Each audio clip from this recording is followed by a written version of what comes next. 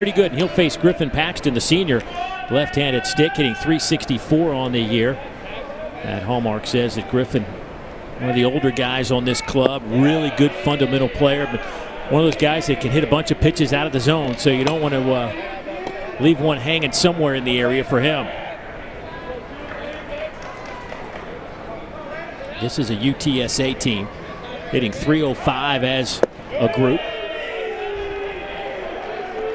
Well, that didn't take long for the first walk of the season for Landon Marceau.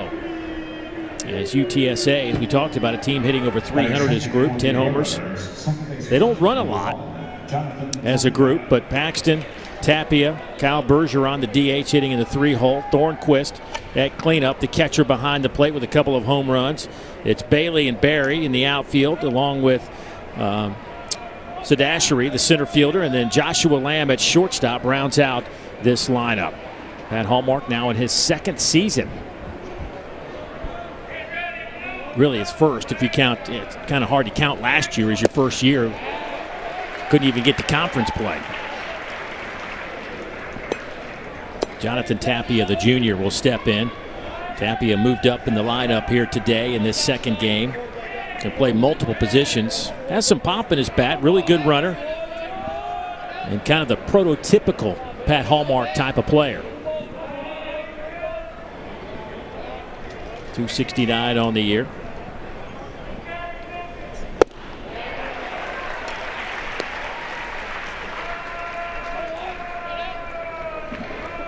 Pat Hallmark talking about Tapia earlier this morning when we talked to him, said he's our type of guy. He's athletic, he can run, he's got a little bit of power. If we need him to bunt, he can do that. Likes him in the 2 spot in the lineup.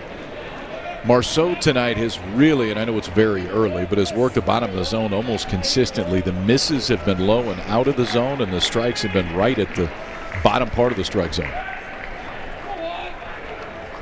0-2 count. Breaking ball, did he go? Yes, he did. That'll be the first out of the inning. And with one down, good look at this LSU defense tonight over at first. There's the talented freshman. Everybody's been talking about his glove at first base. Trey Morgan anchoring that spot in the infield, along with Zach Arnold, Jordan Thompson, and Cade Doty at third base. In the outfield, Dugas, Drost, and Dylan Cruz out in right field. Alex Milazzo is your catcher, who is not necessarily swinging a great bat, but boy, he can certainly provide some help defensively for this staff. Another good breaking ball as Kyle Bergeron, the DH, steps in. And 2 good ones in a row right there from Marceau.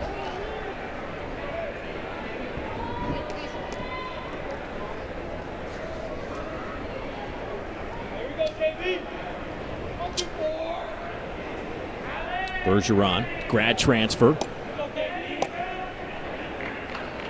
Actually played for Coach Hallmark at UIW. Was a catcher there. But Coach Hallmark really likes his backstop now. And Nick Thornquist, who was in the on-deck circle.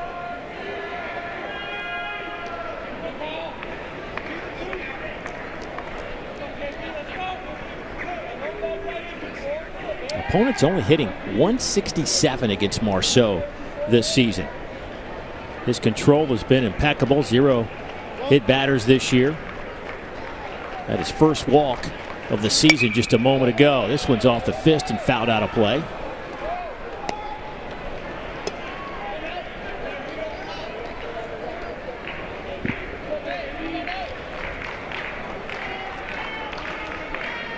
Hard to believe it was just about a year ago to the day that we shut down the game of college baseball and pretty much sports world in general. You and I were heading down to Gainesville for a 1 versus 2 matchup, KP. Georgia and Florida never got there.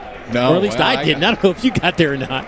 I got halfway there. I got to your fine hometown, and they told me to go home. That's 7 straight strikes now for Marceau after walking the leadoff hitter. That walk, his first walk of the season. First 3 starts was outstanding. 17 innings, 21 strikeouts, didn't walk anybody.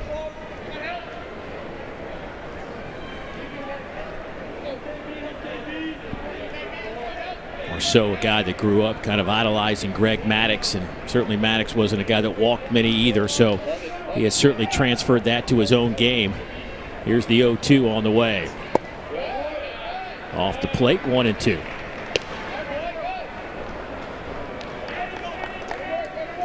Talked to Landon yesterday just about the start this year and what he thought the reasons have been, and he pointed to really in his freshman year maybe trying to throw a little bit too hard, realizing the scouts are there. He's a kid that was highly regarded coming out of high school, but yet he's not known as a power guy.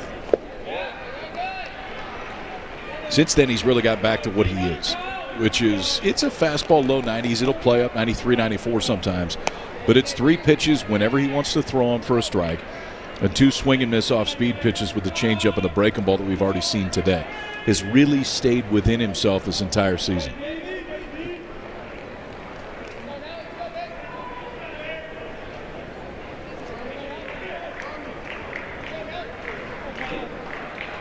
Paxton is over at first base after that leadoff walk. That one's up and in. It's now 3-2 on the 3-hole hitter, Kyle Bergeron. Bergeron last night 1 for 4. He has at least 1 hit in all 5 of his starts this season.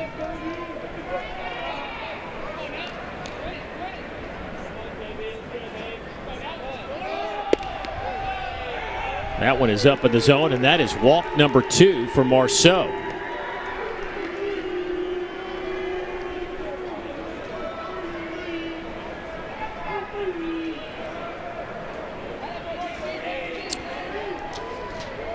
You look at the information from Landon Marceau, obviously a young man that turned down a bunch of money, KP. There were reports that Kansas City offered him $1.5 million if he would go in the 3rd round.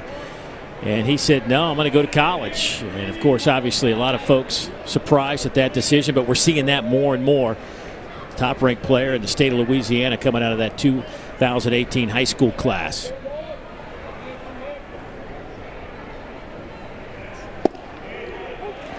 And now he'll face the cleanup hitter, Nick Thornquist. He draft eligible this year, so you would suspect that Marceau's a guy that goes early in the draft. Probably didn't. I don't think he projects as a first-round guy. The fastball velocity just isn't quite there, but yet there's been plenty of swing and miss this year, and this inning aside, the control has been as good as anybody in the country.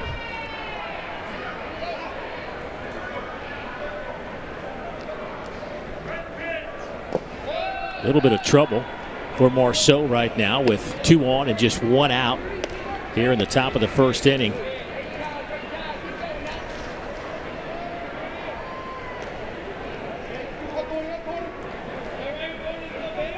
UTSA. This is their 5th road game of the year, 2-2 on the road coming into this one. Had a chance last night. Again, late. A little defensive hiccup along the way cost them a couple of runs and potentially the game last night.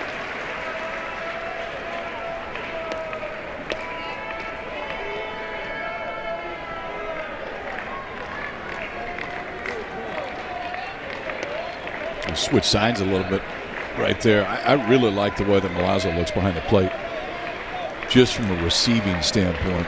That breaking ball was at the bottom part of the zone. He got really low, caught that ball all the way out in front of him, so it presents as well as you possibly can present that pitch to the home plate umpire.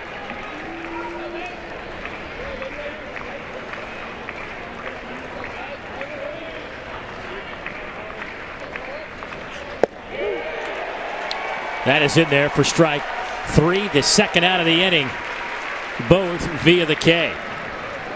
Yeah, both have come on this pitch, too. First time it was a breaking ball that was swung on and missed by Tapia. This time Nick Thornquist just frozen on this breaking ball. And again, Milazzo goes out and gets it, frames it right up. 2nd out of the game is the 2nd strikeout of the game for Landon Marceau. And that'll get us to Ian Bailey. The right fielder will step in. Ian hitting .350 on the year, but he does have a dozen strikeouts, the most on this Roadrunner team. Very strong young man, bunch of power. As his coach said, he's baseball strong. Something nobody's ever said about you and I, Neil. No, I was thinking the exact same thing. Yep. Hadn't been anybody that ever looked at me and said, man, that one's baseball strong. Nope. Still waiting. Grambling State transfer, grad transfer. Lifts that one into right field. Dylan Cruz makes the catch and a souvenir out in right field. And speaking of Mr. Cruz, the #1 ranked player in the 2023 Major League Draft, will start things off for the Tigers when we come back. It's the 30th anniversary sale at Rooms to Go Kids. Savings time on cool kids beds, big on style and function, starting as low as $225. Get super sale prices on awesome bunk and loft beds. Save on upholstered beds.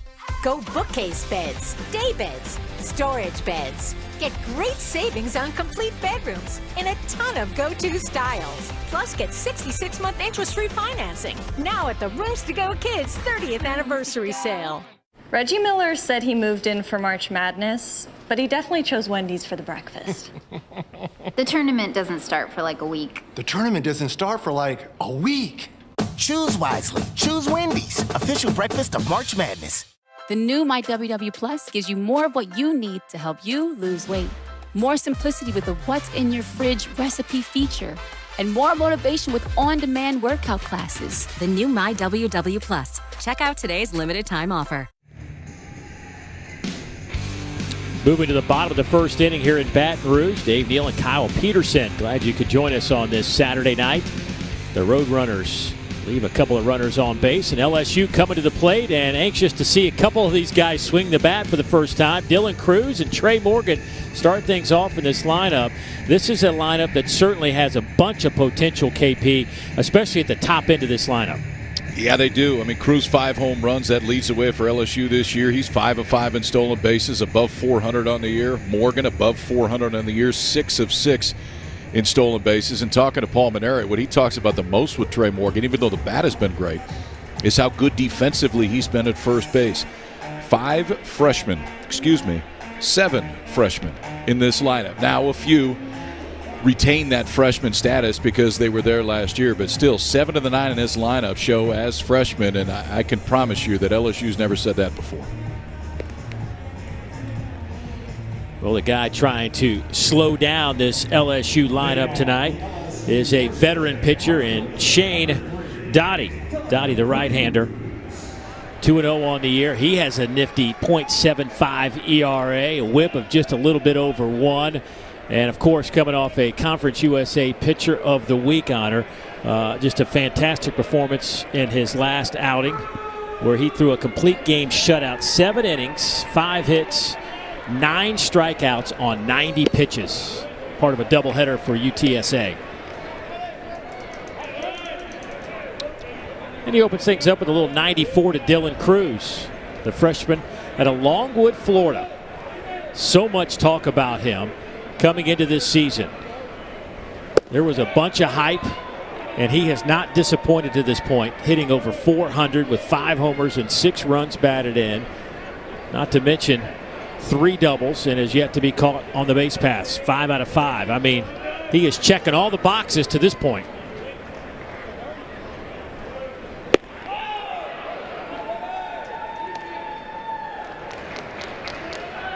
What I like, when you start looking at some of these numbers, and obviously they get a little detailed in time, but the other night in a game against Louisiana, he was 1 for 6, but he barreled 4 balls up over 100 miles an hour. One of them was 110, then he had another one that was 106, 105.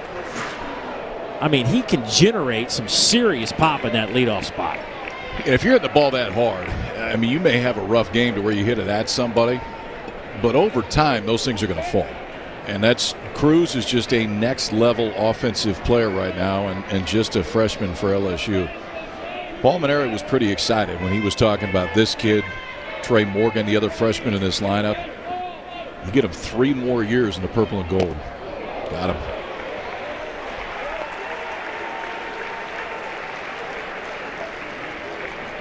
Boy, a 90-plus mile-an-hour fastball sailing in on him, and looks like it just nicked him.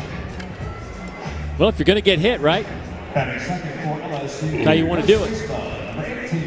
The one that really got hit is Nick Thornquist, the catcher. It looked like it got him in the bare hand after it ricocheted off of Cruz. So leadoff man on. He's 5 of 5 of the year at stolen bases. And here comes Trey Morgan, another exciting prospect for LSU. Freshman out of New Orleans.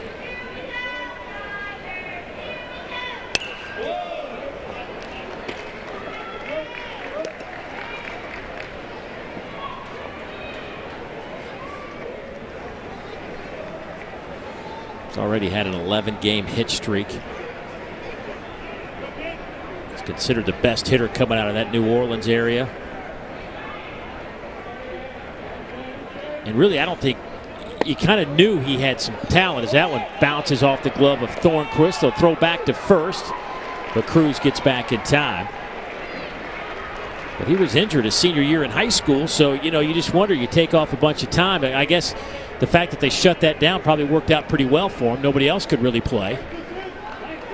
But he certainly has not missed a beat since he set foot on this campus. No, he has not.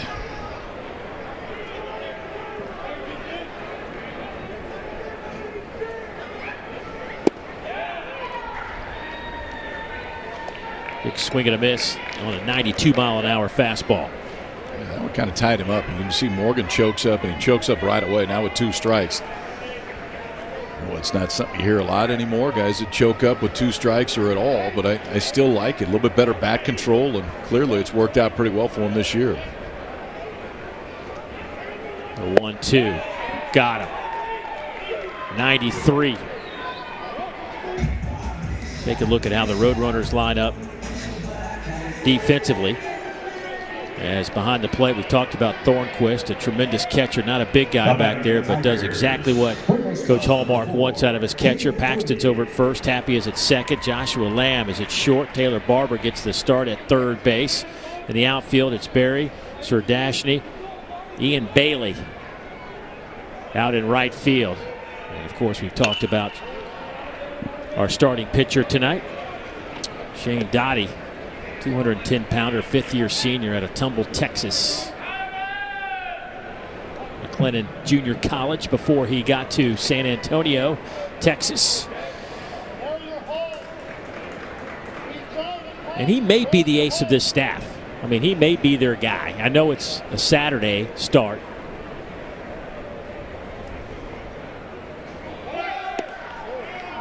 Breaking ball off the plate, throw down to second. They got him. Thornquist nails Dylan Cruz, and that is the second out of the inning. First time he's been caught all year. Tell you what, he picked the right pitch to run on, too. Got a breaking ball, but Thornquist just threw a seed down to second base. Jump was fine, peeks in right there, but watch the throw and watch the drop the knee. The left foot goes down by the second baseman. Tapia really wasn't anywhere for Cruz to go right there. And you can't throw it in a better spot. Dylan Cruz now 5 of 6 on the year in stolen bases. And I'm with you, Dottie. And Pat Hallmark said as much when we talked to him about his right-hander. He said, yeah, he's probably been our ace. 2-0 with a .75 ERA this year, 12 strikeouts in 12 innings, and coming off his first complete game shutout of his career.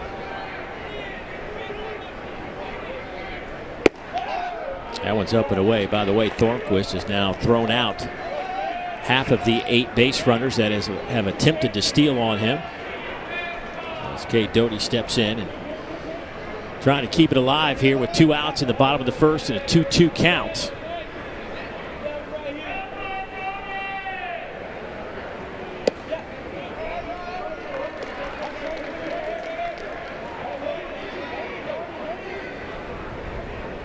Doty over at third base, hitting over 300 this year.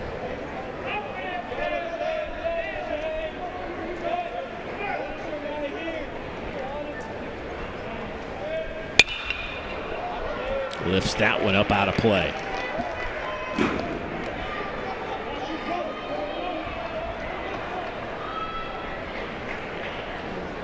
Well, Dottie's been sitting there 93, 94 through the first inning.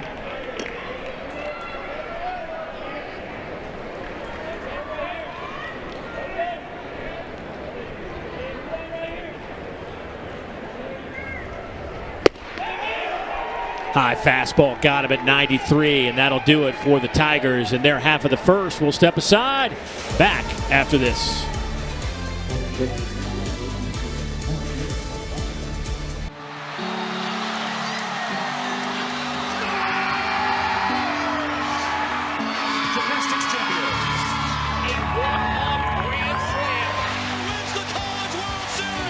Another SEC tournament title.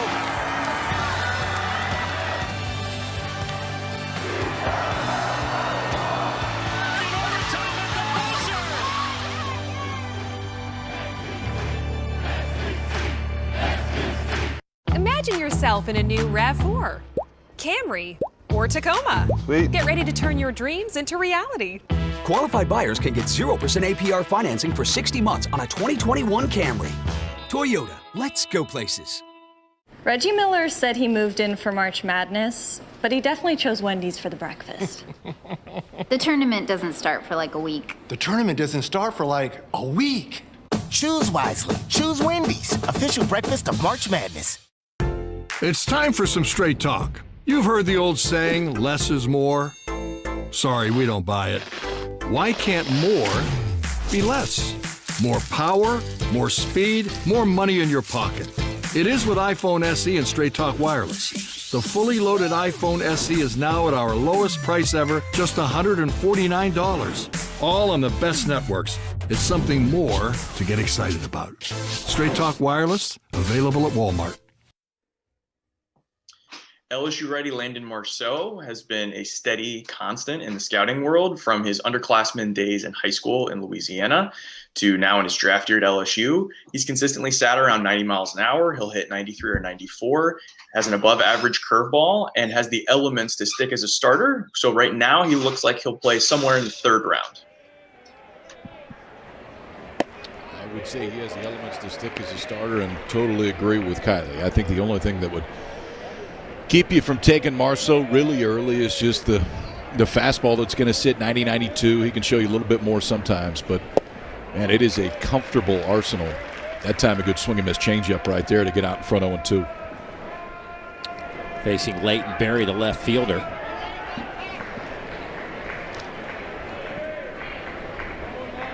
Berry, an excellent tennis player growing up.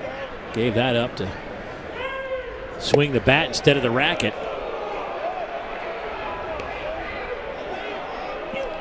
He barreled one last night, but got it right at the defender in a tight ball game.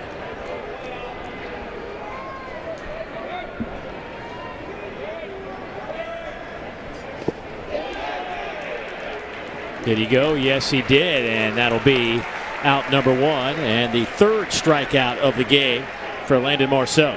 And all on this one. Two swinging, one looking on the curveball. Really showed Berry a little bit of everything in this. Fastball just missed 0-2 on the inside part of the plate, then goes back to a spot that looks the exact same to the hitter, but then the bottom drops right out of that breaking ball, and Milazzo just blocks it, tackles it, keeps it right in front. It's a lot of confidence in your catcher, and you could tell that Marceau has it. He knows Milazzo's going to keep everything in front.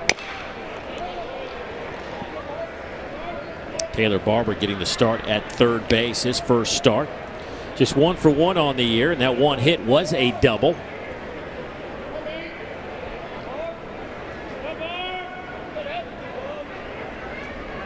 Probably should take a picture of that lower third graphic, 1,000 batting average.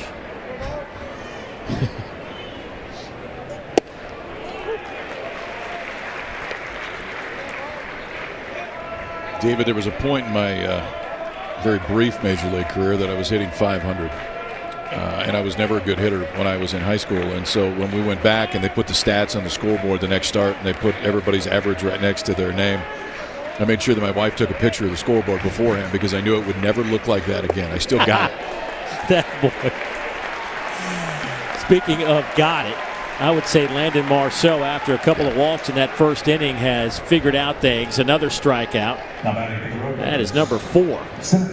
You know, he can finish you a few different ways. The fastball works. The changeup can work. A lot of times they try to throw it down and out of the zone with 2 strikes. But so far today, when he's gotten to 2 strikes, he's gone to that curveball. 4 strikeouts, all on the curveball so far.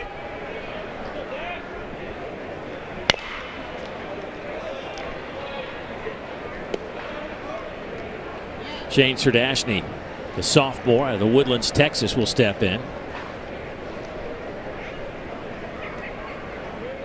Came in last night as a pinch runner and defensive replacement. Scored Roadrunners' only run of the game last night. Making his first start after coming off the bench 4 straight games. This one shot out to right, but there is Cruz running grab and a really easy inning for Landon Marceau. 1, 2, 3. We head to the bottom of the second. When the ground shifts beneath you, you can run or you can stand firm. At LSU, our stand is rock solid. Our blood runs hot, even as our heads stay cool. Because now is a pivotal moment in the fight for our future. And we refuse to back down when the world needs solutions. LSU, fierce for the future. Reggie Miller said he moved in for March Madness, but he definitely chose Wendy's for the breakfast. The tournament doesn't start for like a week. The tournament doesn't start for like a week. Choose wisely. Choose Wendy's, official breakfast of March Madness. With the Capital One Venture Card, you earn unlimited double miles on every purchase every day. Objection! My credit card doesn't earn double miles on every purchase. I object to your objection. With the Capital One Venture Card, you earn unlimited double miles on every purchase. Order. Please read Counselor's last statement. With the Capital One Venture Card, you earn unlimited double miles on every purchase. I'll allow it. No further questions, Your Honor. Well, just one. What's in your wallet?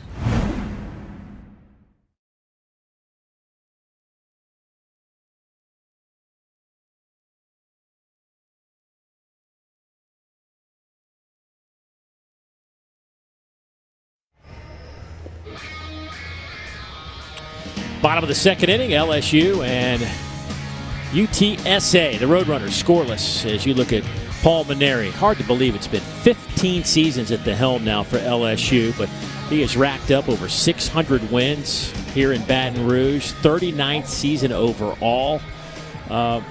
We've spoken to him many times over the years, KP, and this is a young team, but, and there's going to be some bumps in the road, but I certainly got the feeling that he's excited about this group.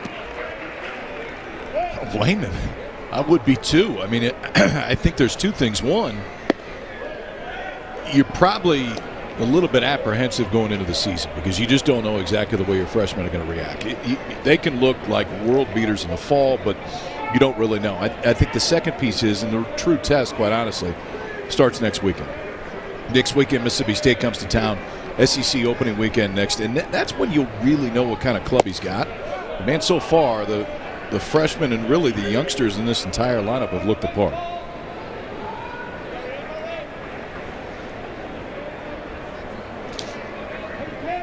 Okay, Beloso will lead things off. The designated hitter. LSU went down 1-2-3. Had a hit by pitch. Dylan Cruz, but then was caught stealing. Then Trey Morgan struck out. And then Cade Doty struck out to end the inning.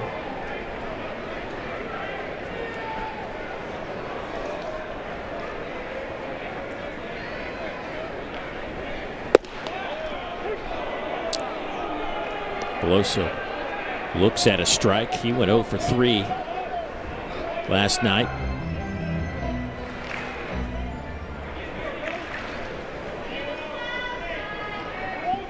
Much more patient at the plate this year is Beloso. 14 walks and 45 at-bats. Had just 23 walks in his first 283 plate appearances as he pops this one up into shallow left. And Leighton Berry calls off Joshua Lamb at shortstop. You mentioned it all gets started next week, KP, for LSU, right? Mississippi State comes to town. I would say if I'm a head coach of any of these teams, I'm not so sure how thrilled I'd be about being in the West. No, the West is loaded. These are last year's records, but there's not a whole lot of difference between last year and this year. One of the biggest differences is Arkansas still hasn't lost. They've now won the first 2 in Ruston this weekend, beat Louisiana Tech in extras last night. They beat them 8-1 again today. But yeah, the conference as a whole is loaded, but the West is almost laughable how deep it is. Well, I guess laughable if you don't have to play. Right, for us. We sit back and enjoy it. I mean, what a way to open up your conference play for LSU. You get Mississippi State coming to town.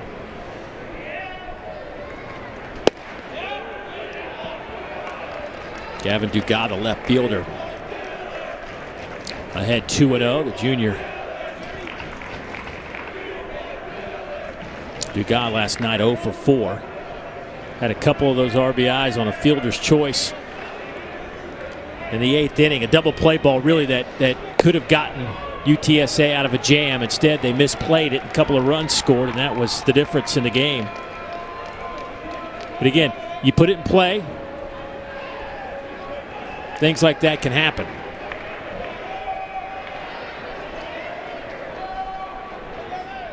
Struggled a bit, just 2 of his last 16 at the plate over 4 games.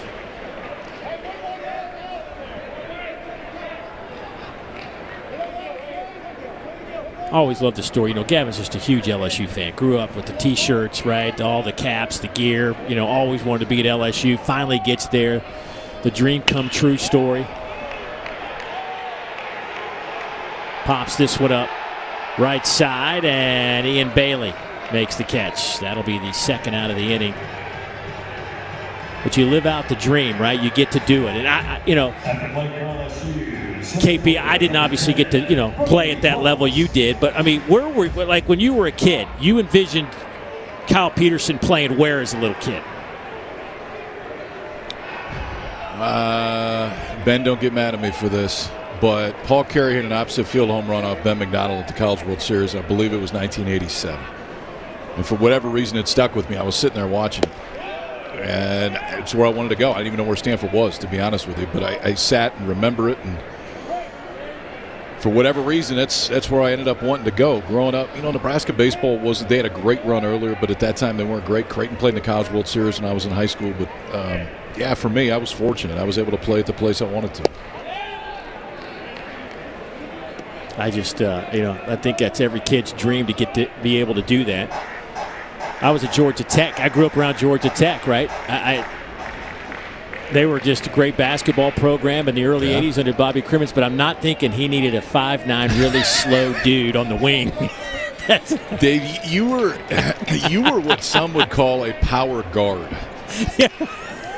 You don't see it very often. I don't know if anybody's ever used that one before. Yeah, it's an underused position, but you were a power guard.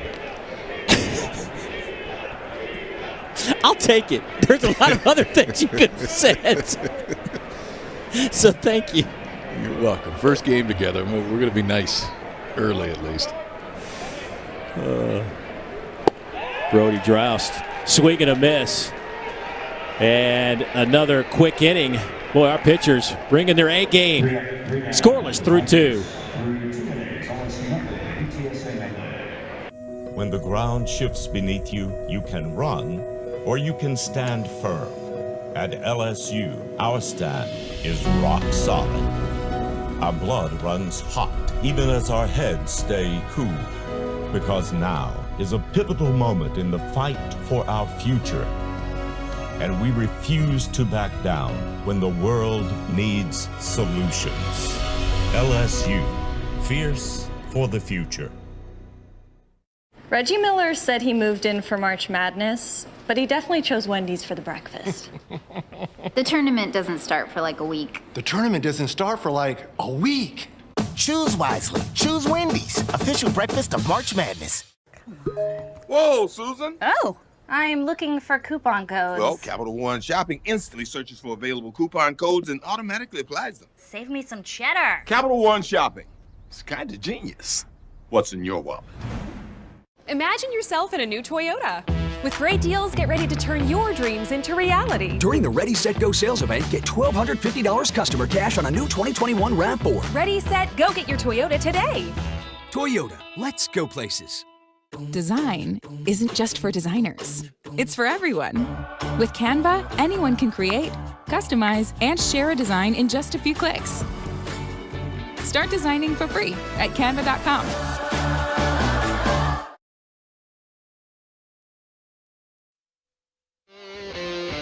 Good things indeed come to those who wait. KP, we've been waiting. You're going to see some of the best teams in the country hanging, breaking ball, and he will hurt your feelings if you make that pitch to him. That guy looks like a football player. Tell you what else he looks like is an ace. Turn down their grills and get in the ballpark, and the atmosphere is going to be special again. Welcome to the weekend, everybody. Time to play some baseball.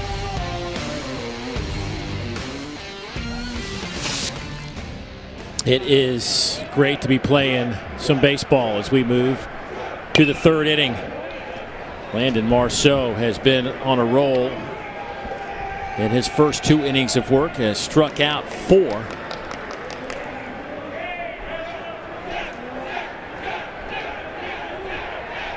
Eight first pitch strikes of the 9 guys he has faced to this point.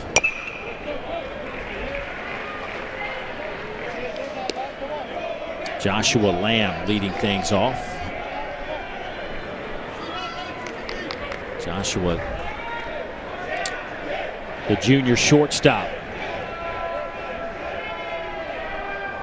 Nice to have your 9-hole hitter checking in at a 382 clip. Well, that would cut in on his hands, and he goes down swinging. Out number 1. Well, we talked a little bit about next weekend, and I think a lot of folks excited about what's happening. Texas A&M will get things started down in Gainesville, Florida, against the Gators, who have been kind of hit and miss a little bit. I got stung again last night. And then you see Friday's action starts Tennessee and Georgia, Missouri, Kentucky, South Carolina, Vanderbilt. Going to be an interesting game, I think, for folks who haven't paid attention. Obviously, the Gamecocks have struggled a little bit the past few years, but Mark Kingston may have found something in Columbia this year. Tell you what, it sure looked like it. They've gone into Austin this weekend, though, and UT has shut those bats down. Texas shut them out today, has won the first 2 of that series. And a base knock by Griffin Paxton, the leadoff man.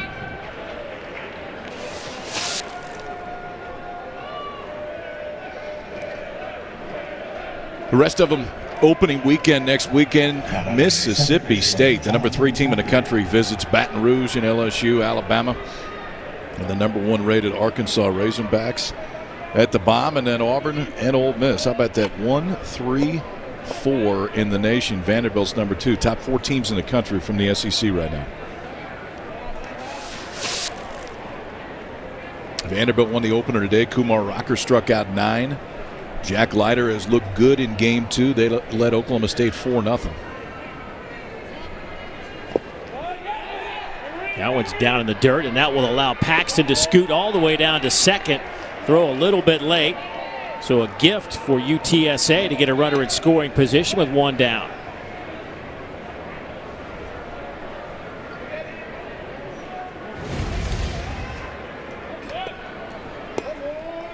Secondary there from Paxton, and not wasting any time. Wade on that right foot, leaning, looking for that ball in the dirt, and didn't wait to see if it got away. The minute he read dirt ball was off and running. Doesn't have a stolen base attempt on the season, but good heads-up base runner right there to get himself into scoring position. Marceau with 5 strikeouts. First 4 of those off curveballs. Finally got 1 off a fastball. It seems minute, but watch Milazzo and how he moves his body to center it up when he catches it. That last fastball right there from Marceau may have been off the plate inside, but Milazzo moves the top half of his body to go along with it, so when he catches it, it doesn't look like he's reaching for anything. It looks like he's catching it right in the middle of his body, and to an umpire, that looks real good.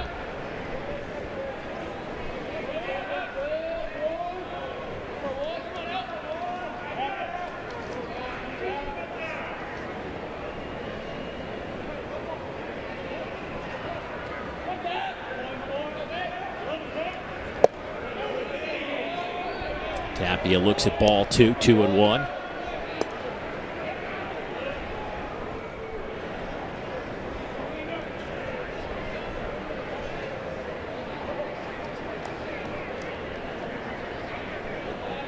Tapia struck out his first time against Marceau.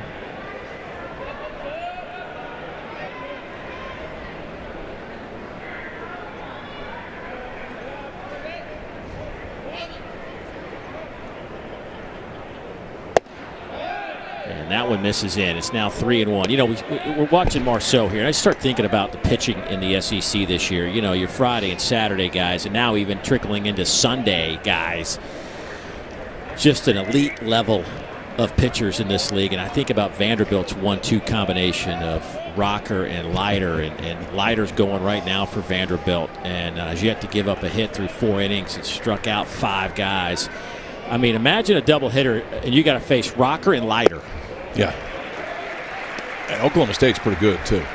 I mean, they're top 10 in the country right now, but you get those 2 cats, and that's not an easy way to start. Beautiful new stadium, too. Have you seen Oklahoma State's new ballpark? I saw some pictures of it. It looks phenomenal. Yeah. I'm happy for Josh.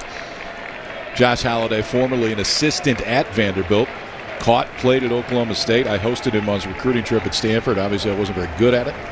Now the head coach at Oklahoma State. He's got a great new ballpark. You shouldn't be penalized, right? If you lose 2 to Vanderbilt, and they're both Rocker and Leiter on the mound. I agree. Off the end of the bat, Tapia stays alive. Hey, Dave, I want to say hi to a little LSU fan that's out there right now, Cruz Capdeville. And Cruz, I hope I got that last name right, is a kindergartner in Baton Rouge. He's at St. Jude right now. And Cruz, I know that you can't wait to get back to the ballpark. Hope you get to enjoy watching the boys in purple and gold tonight, but just know we're thinking of you, buddy. Definitely second that.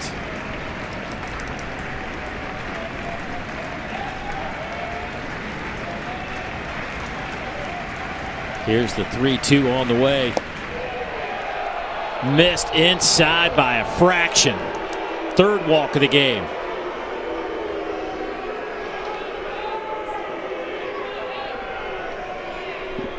Well, they didn't forget how to boo in Baton Rouge. Not that I thought that would happen, but I think they're half capacity at most tonight, and they felt that one caught the plate. Didn't look like it did. It looked like a good call from home plate umpire Ryan Broussard right there. 3rd walk of the game from Marceau and a good eye from Tapia.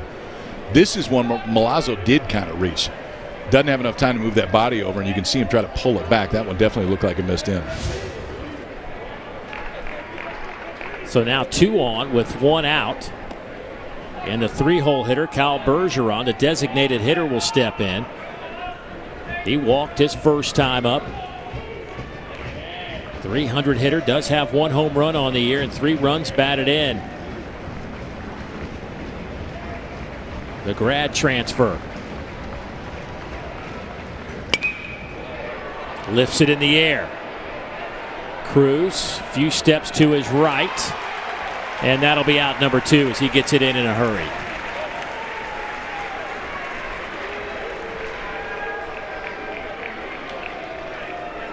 Cruz, the only guy that's fielded a ball tonight for LSU. 5 strikeouts for Marceau. 3 flyouts to right field.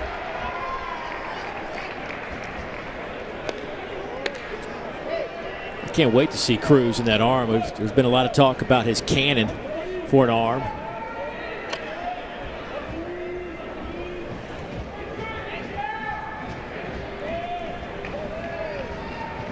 Thornquist, the catcher, struck out looking his first time. He has 2 on and 2 down.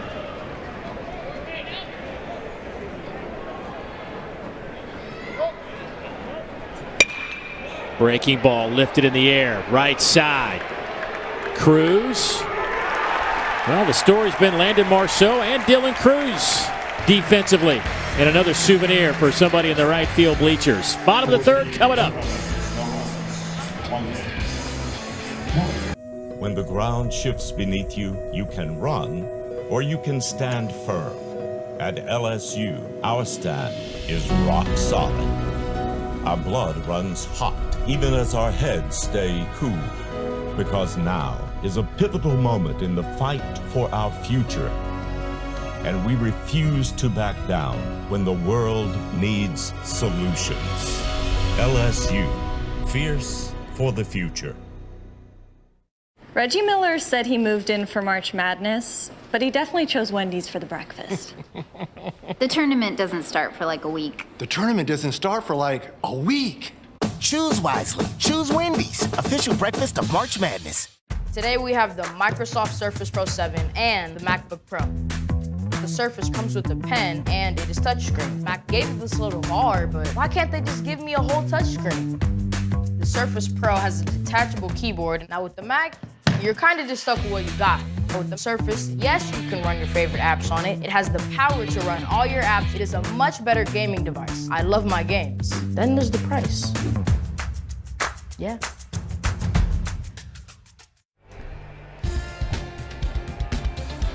Boy, great to see fans watching a little bit of the Players' Championship down in Ponte Vedra, Florida today, and hearing the crowds cheer on the 17th hole, the Island Green. It's just, it's so great. I'm happy folks get to be back in the ballpark, and hopefully one day we'll get to join them again, KP, sooner than later.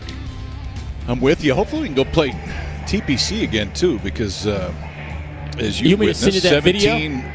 No, I know you've still got it. 17 was not exactly kind. I did hit the green. It just didn't stay on the green. Right. I've only sent that out, 75, 80 times over the last couple of years. Never gets just old, a reminder. Yeah, by the way, anyway. you jinxed Leiter's no-hitter. He's now given up 2 hits. Nice job. I'm just a jinx. I mean, you know how many free throw streaks I've jinxed over the time? I mean, it's great.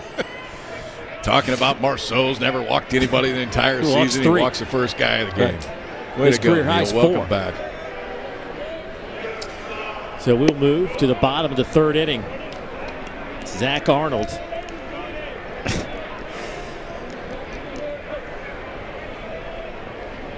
Second baseman, the sophomore.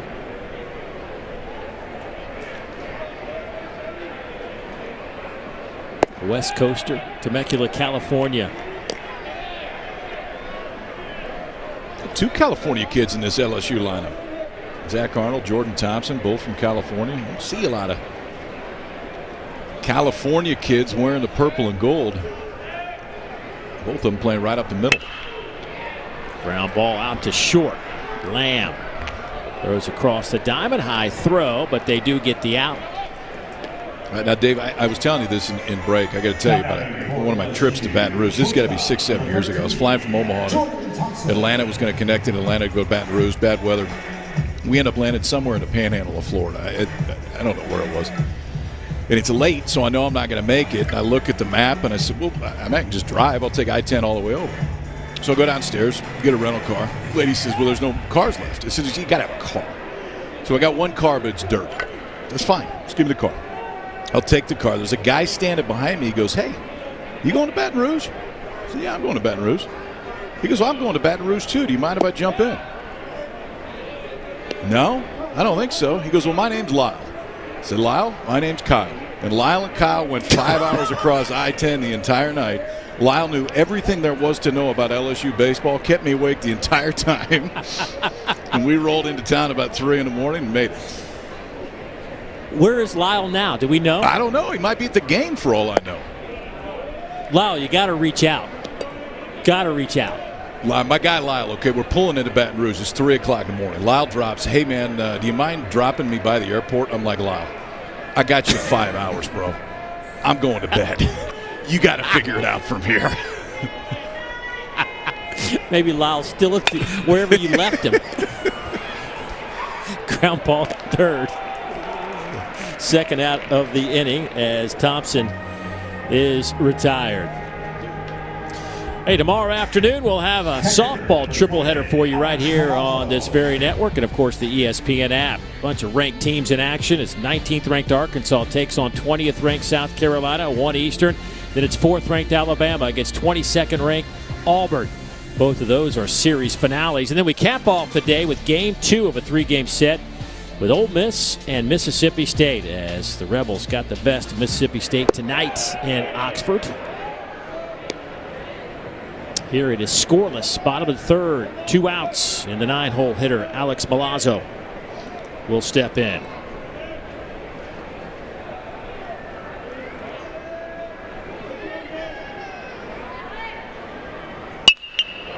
Sharply hit, past the glove of a diving Tapia, and the first hit of the game for LSU with 2 outs here in the 3rd.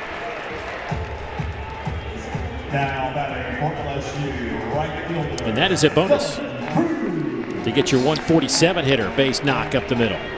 He's got a little thump, too. 2 home runs this year from Milazzo. But, yeah, if you get off, he's in there for defense. He can catch and throw. He can really handle the pitching staff. We've already seen it so far tonight. If you get offense at all from Milazzo, that is a positive. That one he hit right on the button.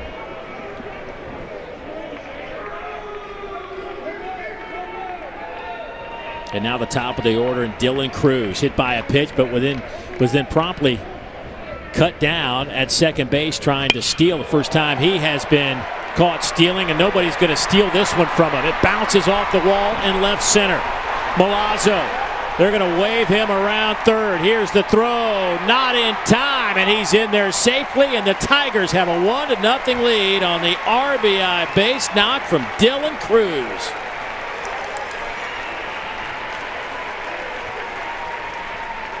If there was a definition of recognizing first pitch breaking ball, this is exactly what it is from the freshman right here. Watch this. Recognize that breaking ball right away. The body goes down to get it. The backside, watch that back half. That back leg go down to get it, just drives this one. And that's a top spin liner out to left center. And still one hops the wall in left center field. Milazzo can catch and throw. I'm not sure he's exactly known for the feet, though. But in this one, gets just enough, slides in there head first. 2-out single by Milazzo. Cruz drives him in with a 2-out double right there. RBI number 7 for Dylan Cruz, his 4th double of the year. He has reached base in every game he has played.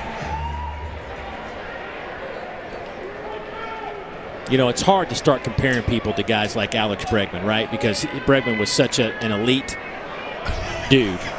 He was, I'm sorry. Keep going, but that was funny. Did you see that? Yeah. He spins the throw. Cruz is standing there like, what are you doing? I'm standing on the base. Were they trying to appeal that maybe Milazzo? No. I don't think so. I think they were trying to pick. Just trying to pick him off. Well, there was that 1 inch where they thought they could get him. Yeah. He was leaning. I'm sorry, go ahead. I was just... As Trey Morgan looks at ball 1. He's got his hands on his hips. I don't know why I think it's so funny, but it is. Yes. I am easily amused. It's Saturday night. It's getting late. There's a reason they put us off late at night. That's right. A swing and a miss from Morgan. But back to Cruz. You know, even Coach Maneri mentioned it a little bit. You know, he's got the same makeup as an Alex Bregman. Bregman was just another level college kid, right? 100%. Yeah. I mean, it would be like comparing an LSU pitcher to Ben McDonald. I mean, you don't do it because, I mean, they're just next level guys historically at that program. But, I mean, Cruz came in, I would say, as highly touted as any freshman in the country this year. And he has lived up to absolutely every part of it so far. He can do a backflip, too. Did you know that? Well, apparently we're going to find out a little bit more about him, including things like that next half inning. Well, you're welcome. You bring out the best in guys, KP. Dylan Cruz Dave Neal, the power guard. That's it. I mean, that's my new moniker from here on out. What positions you play? Church League. I was power guard. How many power guards in Church League? But I am.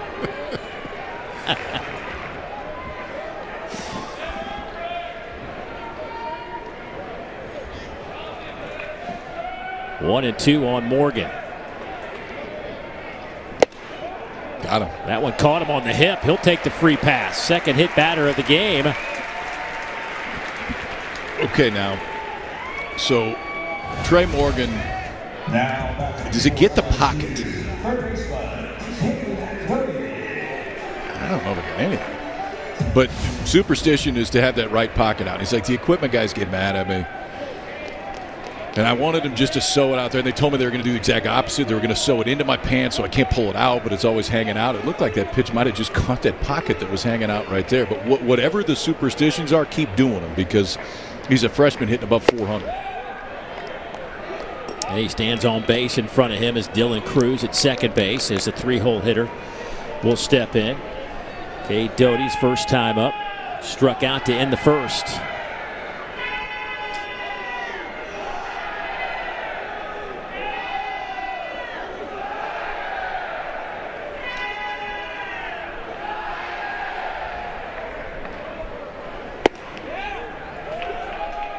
Thornquist trying to frame that one, but couldn't do it. It's 2-0.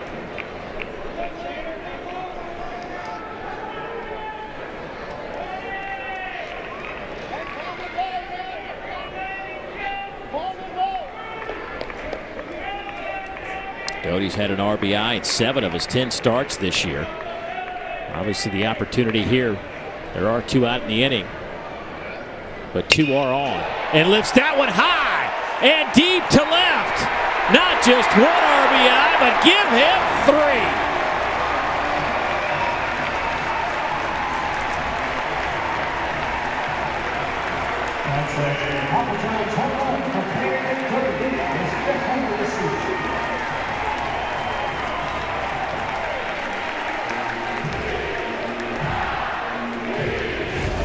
While they lead the SEC in home runs, you see on wide right here, Doty gets a 2-0 fastball and leans on this one. No doubter to left center, deep into the Baton Rouge night. And for an inning that started pretty quietly for LSU. In fact, first 8 hitters were all retired in order, but 2-out single by Milazzo, 2-out double by Cruz. Now the 3-run home run by Doty. And this game has changed in about 10 minutes. Now 4-0 Tigers.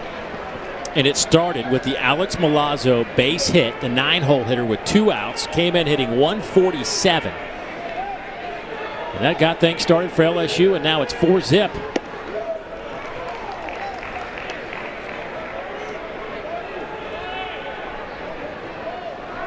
Veloso will step in. He flew out his first time up. The designated hitter.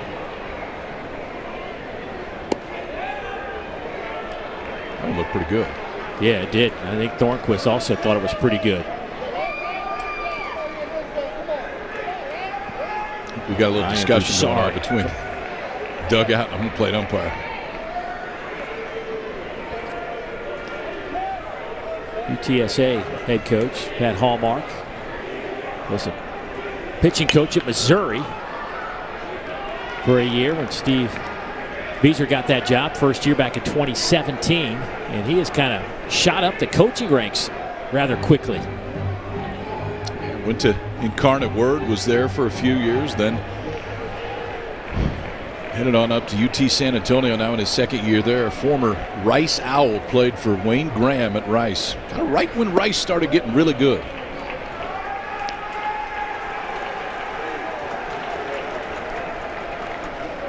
Great visit with him today. Asked him about his team, and he says, hey, we're still trying to figure it out. We only got to play a handful of games my first year. There is a walk to Veloso. But trying to put the pieces together in a pretty good league. Conference USA has got some good baseball. Southern Miss, one of the better programs consistently in Conference USA. This is a team expected to finish you look at a couple different places, 4th or 5th in the West Division.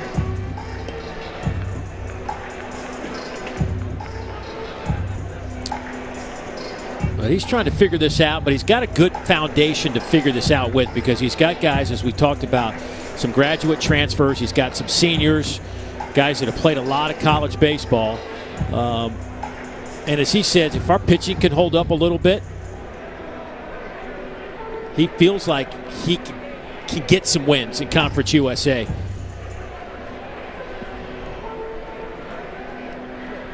There's definitely the experience, that's for sure. Paxton, the leadoff hitter, senior. Bergeron, grad transfer. Thornquist, a senior. Bailey, a grad transfer from Grambling, who they were really excited to get. Pat Hallmark talked about Bailey and having played Grambling last year, and said you immediately could tell the kid could really hit. Decided a grad transfer in, and now he's hit right in the middle of this UTSA lineup the entire season.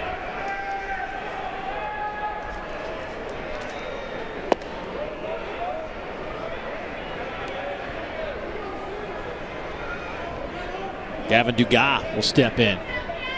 They're going to need those bats to wake up now, down 4-0 on the road.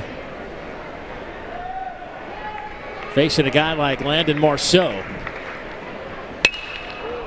That one's lifted in the air. This one should be handled. And it will be out number 3. But a big 4-run inning. 3 of the runs from Cade Doty. It all started with Milazzo, then Cruz. Trey Morgan hit by a pitch, and then the big blast. The second home run in 2 nights. When it comes to Nivea Nourishing Body Wash, the reviews are in. Love, love, love. Amazingly nourishing. I think you'll love it. Nivea Nourishing Body Wash. See what all the love is about. I can't help it if I'm popping, see them watch like it's outrageous how this flavor got Limitless possibilities. The boldly new 2021 Nissan Kicks. Imagine yourself in a new Toyota.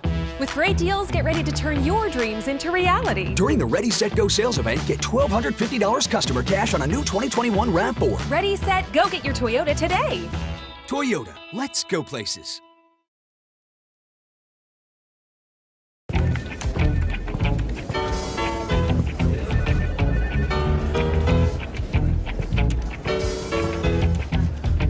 Oh, it's your thing.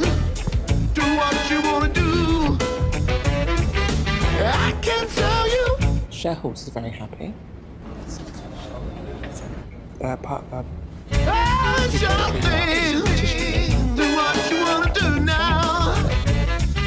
I can tell you. Wendy's new jalapeno popper chicken sandwich and salad prove Wendy's goes all in on flavor. Unlike we put a bun inside the sandwich. Bun, bun, bun. Hurry into Wendy's and try the new jalapeno popper chicken duo today.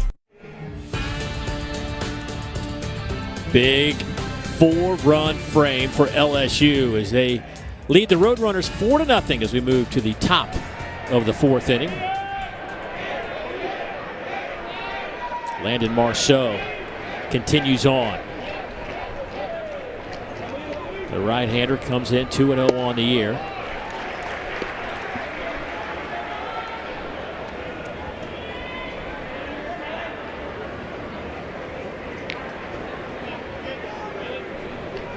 Five strikeouts for Marceau tonight.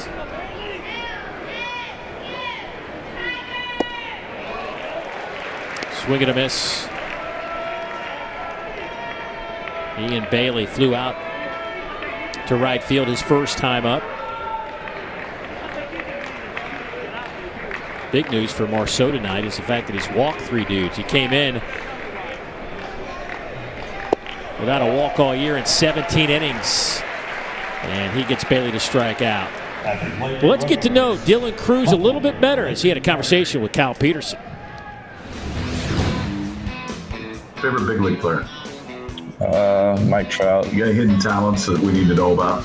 I can do a backflip. Yeah, you got any superstitions? Yeah, I don't know. I just drank an iced coffee before the game, and it ended up doing pretty good. So I kind of just kept doing it. So you weren't lying about the backflip. You were kind of holding out on me a little bit. Told him I wanted him to go full Ozzie Smith. Do it when he's running out to the field, and then I'm sure that I'd immediately get a phone call from Paul Maneri the following day. Say, that's enough with your ideas. We don't need that happening on the field. But I think it'd be pretty cool. It was always cool when Ozzie did it. Ozzie always stuck the landing. You know, I'm sure Dylan was probably highly successful, but all it takes is one little hiccup. Yeah. And you'll never be invited back to Baton Rouge. You'll have to find your boy Lyle. I gotta find him. Wherever Lyle is. Lyle and Kyle just rolling down I-10.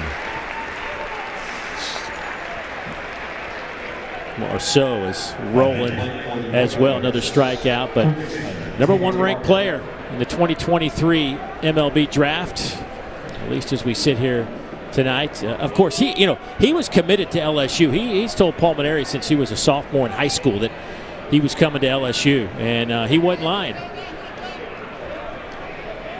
No, when Paul talked about him too, he said, we took a chance on him, but we didn't think we'd get him just because of the draft. But he said we also took a chance on a kid named Bregman, and we didn't think we'd get him. And when Bregman went through the draft in high school, he told everybody, if you don't take me in the first round, I'm not going to sign. After the first round that year, he called Paul Mainieri, and the next morning at 7 o'clock was driving to go hit already and said, don't worry about it. I'll be on campus. I told everybody, don't worry. If you're not going to take me in the first round, I'm going to LSU. And things have worked out okay for Alex since then. If he keeps working at it, Alex is going to be, he's going to be a solid player at the big league level. Got a chance. He's got a chance.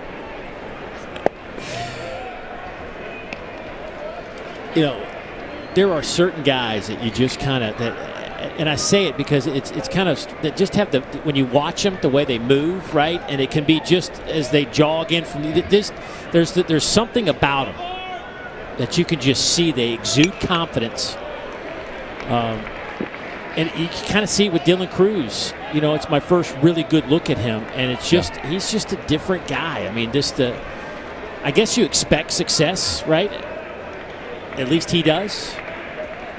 And he gets it. Yeah, he's definitely got it so far. Right, and this is one of those games, the most humbling game you can play, right? Yep. I mean, and he seems to have found a way to be successful as Landon Marceau. KP, it doesn't get much better than what he's doing right now. Good morning, good afternoon, good night. 8 strikeouts for Marceau. Strikes out this side in the 4th. All Tigers so far, 4-0. Championship 34 years after his father. Child arrived just the other day, came to the world in the usual way, and he was talking for I knew it, and as he grew, he'd say, I'm gonna be like you, Dad, I'm gonna be like you.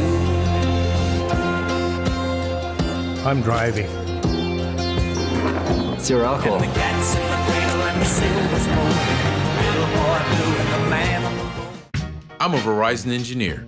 We built our 5G nationwide so millions of people could do what they love in Verizon 5G quality. And in parts of many cities, we have ultra wideband, the fastest 5G in the world. This is 5G built right, only from Verizon. We made USAA insurance for veterans like Martin.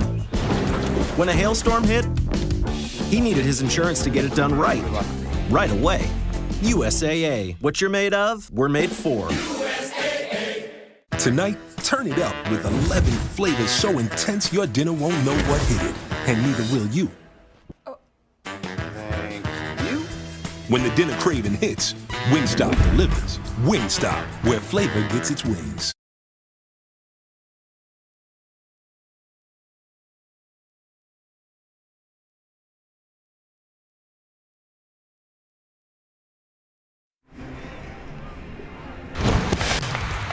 Well, speaking of some new talent, young talent in the Southeastern Conference, keep an eye on Arkansas. Obviously, the #1 ranked team in the country right now, but Robert Moore has been electrifying the folks in Fayetteville this season. They call him Big Hit Bob because he delivers in the clutch.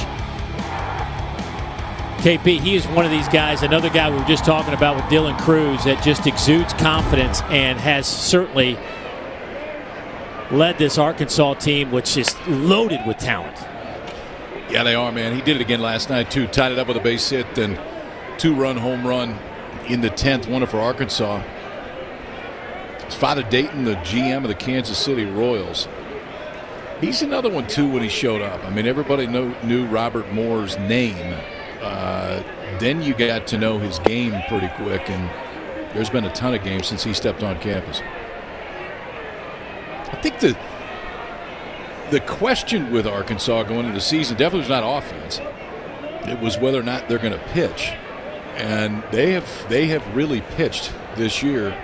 Zebulon Vermillion with a good one today to win the series against a very good Louisiana Tech team. By the way, did you watch any of that game last night? The Arkansas La Tech game? Oh, yeah. Great game. The setting was awesome. Awesome. And Louisiana Tech came in red hot. Yeah. Good. It's a great series to kind of get you ready, right, for SEC play. And of course, Big Hit Bob delivers as they were trailing 7-5 in that game. Plated a couple of runs with a base knock.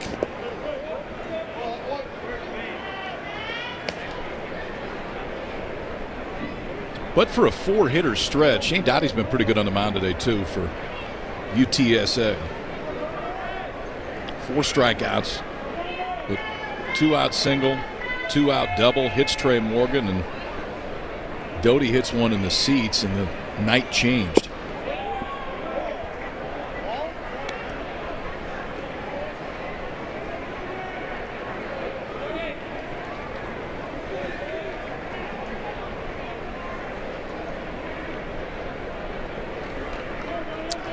Donnie got off to a great start last year before the season was cut short.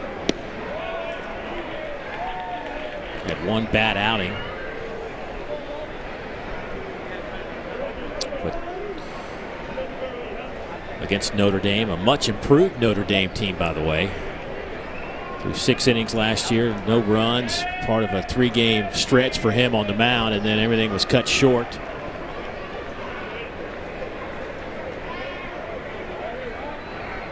In his first start this year in 2021, a 7-inning performance, complete game. It was a doubleheader afternoon, so a complete game, 7 innings pitched, 9 strikeouts, and 5 hits allowed.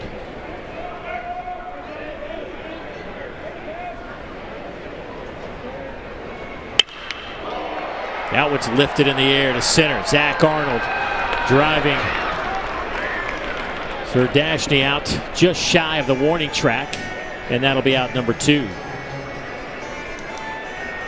Tomorrow at 7 o'clock Eastern, right here on the SEC Network and the ESPN app, we'll have our SEC Now Men's Selection Special, where we break down the brackets and preview all the games the SEC teams will be playing in. Pat Bradley, Damian Fishback will have a closer look. The SEC basketball tournament will conclude tomorrow. Congrats, by the way, to the LSU Tigers. Took down Arkansas today. A couple of really good games. Alabama and Tennessee earlier today was outstanding. Crimson Tide moves on to the championship as that fly ball is caught by Bailey, and that will end the inning. 4-0 LSU after 4. It's the 30th anniversary sale at Rooms To Go Kids. Savings time on cool kids beds, big on style and function, starting as low as $225. Get super sale prices on awesome bunk and loft beds. Save on upholstered beds. Go bookcase beds, day beds, storage beds. Get great savings on complete bedrooms in a ton of go-to styles. Plus, get 66-month interest-free financing. Now at the Rooms To Go Kids 30th anniversary sale. Oh, it's your thing. Do what you want to do. Shareholders are very happy. Oh, it's your thing. Do what you want to do. How do you top the perfect cup of Dunkin' Cold Brew? With the perfect top of sweet cold foam. For a velvety smoothness and feeling you just can't top. Sip into a medium chocolate stout or classic cold brew with sweet cold foam for $3. Order ahead plus earn rewards. America runs on Dunkin'. LSU with a 4 spot in the 3rd, leaded by that number. 3 hits in the game. Roadrunners with just 1 base knock against this guy who's been very impressive, Landon Marceau. Hey, man, he's been really good. I mean, walked 2 in the first inning, but Marceau has had swing and miss stuff the entire night. The curveball's probably been his best pitch tonight. He's used it to finish guys off. 8 strikeouts already for Marceau through the first 4 innings. Struck out the side in the 4th. There's a reason why it's a 0 ERA this year for Landon Marceau. 8 strikeouts against just 3 walks tonight. He's given up just 1 hit. That was a single back in the 3rd inning. Those 3 walks, though, kind of jump out at you. His career high for walks in a game is 4. But those 8 strikeouts has pushed his total to 29 strikeouts and 21 innings of work. 39 strikes of the 56 total pitches. And that one misses inside.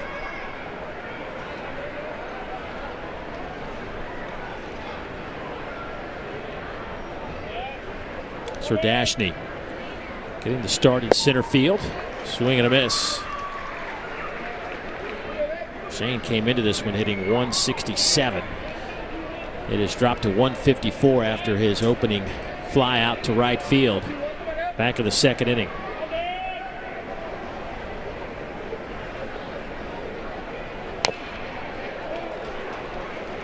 One and two to count.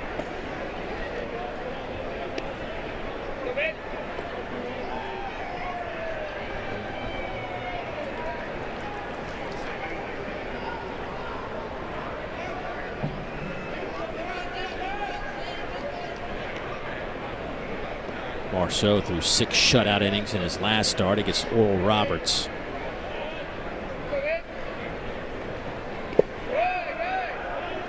Another one of these young guys that came up through USA Baseball, played on the under-18 team as a high school senior. Another one of those guys that grew up on to wear this uniform too.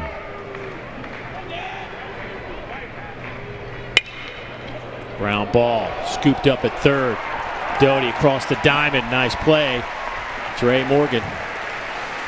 Well, we're talking about Marceau, and we also mentioned Leiter and Rocker at Vanderbilt as a 1-2 combo. But the Jaden Hill who pitched last night, if he throws like this, KP, this could be as dynamic, maybe not quite, but close to that Vanderbilt dynamic. Yeah, Kyler McDaniel, D1 Baseball, both have Jaden Hill as a top 10 overall pick in this year's draft. Now, he was not good against Oral Roberts, and a lot of it was just the fastball, and he was giving up a lot of hits on the fastball. He was really good yesterday. It's a fastball that can get up to 98. It's a rare combination. You don't see a lot of real power fastballs with a real swing and miss changeup, but that's exactly what Hill has. Really a tale of two weekends, but when Hill is on, really him and Marceau both are true aces for this LSU team. Said it, you know, after that Oral Roberts start where it was just as disappointing as he could imagine with those 8 earned runs and 5 hits in just a third of an inning. He said he really wanted to go back and work on his slider. Felt like he's got to have something beyond just that fastball. And it was working pretty well for him last night. The other thing he did is he used the fastball up in the zone. Up and just out of the zone. We were talking to Pat Hallmark today about it. He said, listen, they were top of the zone strikes, but he was intentionally, that four-seam fastball that you see used so much more now at the major league level that's just at the top of the zone or just up and out of the zone. Hill was doing just that last night, had a lot of success with it. Well, Hill's a guy that spent during the pandemic break from baseball, he stayed in Baton Rouge and actually worked out with Anthony Renato, one of the great all-time pitchers for LSU. Good catch in right by Cruz. That'll be out number 2. And actually moved in with Anthony. Talk about not only training with him, learned how to eat better, right? How to get your body right, how to mentally prepare. I mean, obviously he'd rather be playing, but all things considered, that was a valuable few months for Jaden Hill. Pretty good one to learn from, huh? That's a real good one to learn from. Here's Kyler's top collegiate draft prospects. Leiter, Rocker, 2 and 3. Jack Leiter's been great again. Vanderbilt now 10-0 over Oklahoma State in game 2 of that doubleheader. Gunnar Hoagland had another good one yesterday. Punched out 14 in the opener for Ole Miss. Turned down a bunch of money out of high school. Ends up at Ole Miss. Has been outstanding so far for the Rebels. I saw Adrian Del Castillo earlier this year, the opener against the Gators. He looks every part of a big league catcher. Judd Fabian, the center fielder for the Gators. And Ty Madden has been really good on Friday night so far for the Longhorns. They've won the first 2 against South Carolina and Austin this weekend. You know, KP, these guys are turning down quite a bit of money. You go back the last 5 years, maybe half a dozen years, we're seeing more and more guys turn down substantial money, right? I'm talking million plus to come play college ball. I guess mindset has to be right to do that because, I mean, to walk away from that kind of money has got to be hard. Yeah, when you're 18 years old, I mean, it is at any age, but especially when you're 18 years old. Yeah, I think,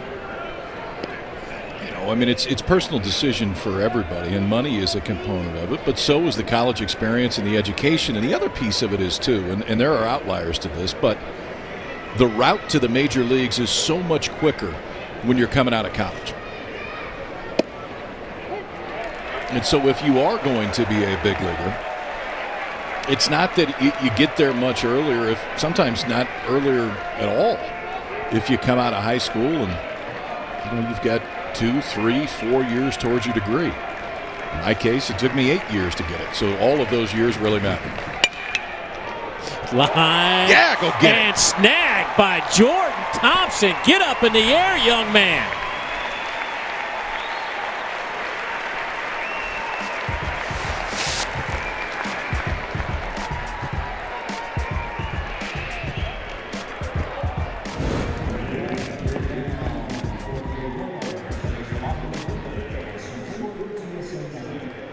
Wendy's new jalapeno popper chicken sandwich and salad prove Wendy's goes all in on flavor. Unlike... We put a bun inside the sandwich. Bun, bun, bun. Hurry into Wendy's and try the new jalapeno popper chicken duo today. I have a question for you. What are you doing today to reach your weight loss and wellness goals? We can't do this wellness journey alone, right? Find that right coach, the one that speaks to you, and you'll hear that thing that you needed to hear. We've all got your back. Team Lisa, this week alone, has lost 4,000 pounds. We're all here to help you succeed. Kickstart your weight loss with the new Digital 360 membership from WW. Weight Watchers Reimagined. Go to WW.com to check out today's limited time offer.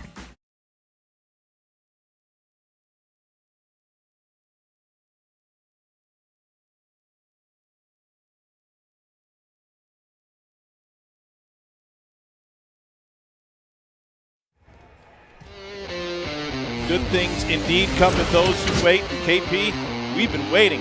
You know you're going to see some of the best teams in the country.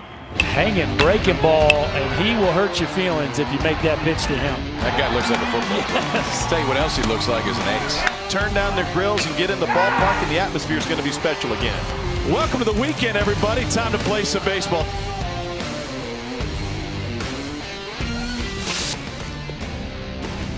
Well, Thursday night conference play begins with this matchup down in Gainesville. Brand new ballpark on display as the Aggies head down to Gainesville to take on the 5th-ranked Gators. Thursday, 7 o'clock Eastern time, right here on the SEC Network. Hope you can join us for that. Full slate of games all weekend long. And we'll bring you a handful of those on American television, as Kyle Peterson likes to refer to it. You got it. First pitch swinging for Milazzo, the 9-hole hitter, and pops him up to second base. Tapia makes the catch. But here's a look at that opening weekend TV schedule for you on the SEC Network. It starts Thursday night, then Mississippi State and LSU. I'll be right back here for that game with the Bulldogs, 7 o'clock Eastern, and then a good one, South Carolina and Vanderbilt. Coming your way Saturday at noon, and a couple of games Sunday. Missouri and Kentucky and Alabama versus number 1 Arkansas. Undefeated Arkansas. Dylan Cruz, who has reached base every single collegiate game he has played, steps to the plate. First pitch swinging. High chopper to short. Lamb. 1 down. Dylan Cruz is retired. Excuse me, 2 down. Thanks, KP. Our first game in like 2 years. I forgot how many outs. Okay, so we're going to do a little inside the broadcast booth right here. So from our home setups, there's a button on our box that says talent, and when you push it, you talk directly to the other person. David, I want to make sure you realize that was the talent button that I said that on. I did not say it over the air. I was simply I'm an just open trying to remind you. No, just come at me whenever you feel like it. All right. I'm good with it. I'm good with it. Our first game of the year. Talk to me game 3 or 4. Yeah, it is. It's different not being at the ballpark, that's for sure.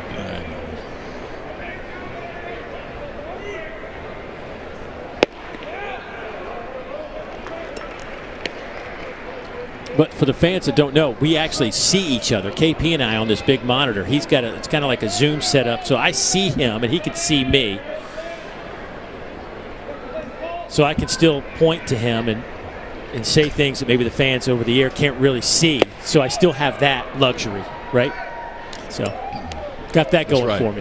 Which is nice.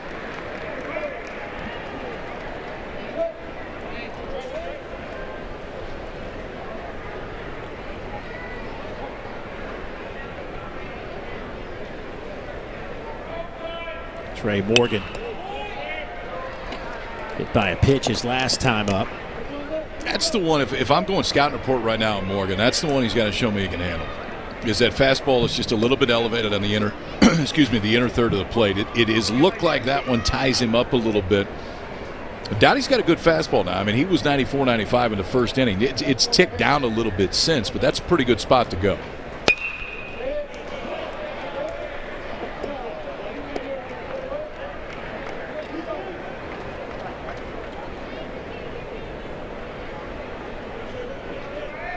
Boy, he had a triple in 3 straight games. First player since Trey Watkins did that back in 2010. Came into this series swinging a pretty good bat, .526 average, with a couple of doubles his last 5 games heading into this weekend.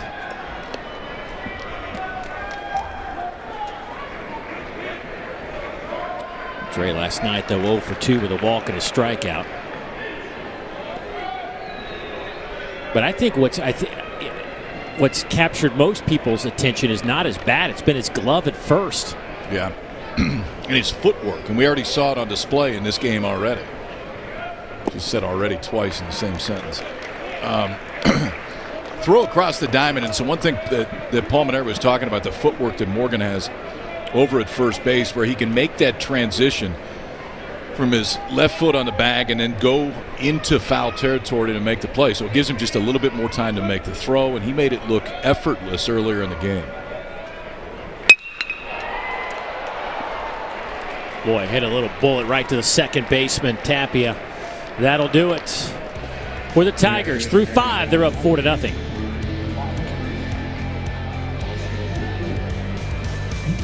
Tonight, turn it up with 11 flavors so intense your dinner won't know what hit it. And neither will you. Thank you.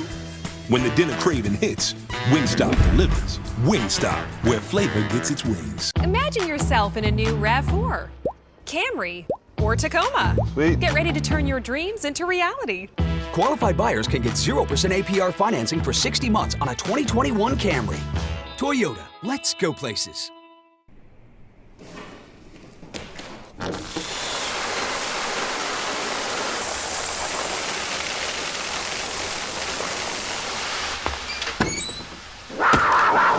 Welcome the rainbow. Taste the rainbow.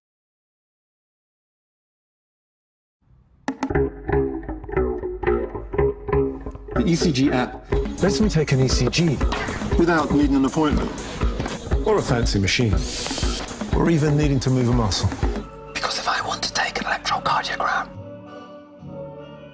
I'm going to take an electrocardiogram. Right here. Right now.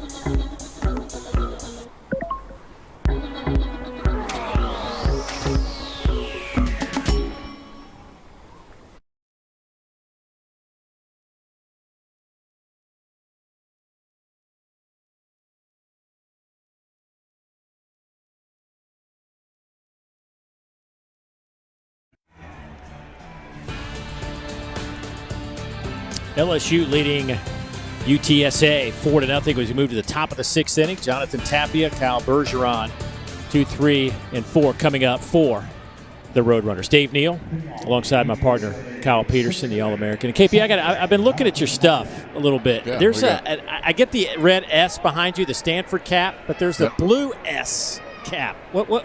Help me out with that one. This one right here. Seattle Pilots. So my big league debut, we had turned back the clock uniforms, and so we were the Seattle Pilots. So that was the hat that I wore in that one. First uni I wear is turn back the clock. The next week it's turn ahead the clock. Do you remember those turn ahead the clock uniforms? They were the worst piece of clothing ever made. I've still got it. It is horrendous. And they go put it on and break. Now, the other thing I noticed, I like to just cower your background a little bit because you got a lot of good stuff. But we talked about your hitting prowess, right? Why do you have like 4 baseball bats back there? I'm still worried. I take BP almost every day, Dave. I mean, I'm just trying to get better. You're just waiting for the opportunity. Yeah. You just never know when a scout's going to walk into a random batting cage in Omaha, Nebraska. I mean, I'm 44. The hit tool's still there. What can I tell you? The speed, the hit tool. Speed. It's just athletes being athletes, buddy. That's just what it is. Yeah. I hit 240 in high school. All right, we'll spend our next game. We'll break down some more of your items behind you because there's a lot to discuss there, a lot to break down. I think it says a lot about you as a person. Many of those busy. A little busy. Yep. A guy that's been pretty busy, Landon Marceau. And he gets another one. He has been so good. Kind of locked in right now. I mean, that's 9 strikeouts from Marceau, and it's so efficient. I mean, there's no wasted movement, and the move towards home plate. Head stays right on the catcher the entire time. The time fastball inside. He's locked a few right-handers up with that pitch right there. I think they're so used to first time around when he got to 2 strikes, he was going breaking ball. Now he switched it up when he's got 2 strikes. That time fastball on the inside part of the plate. Tapia couldn't pull the trigger. His 9th K, 1 shy of a career high. Set late February against Nichols. He's now retired 9 straight.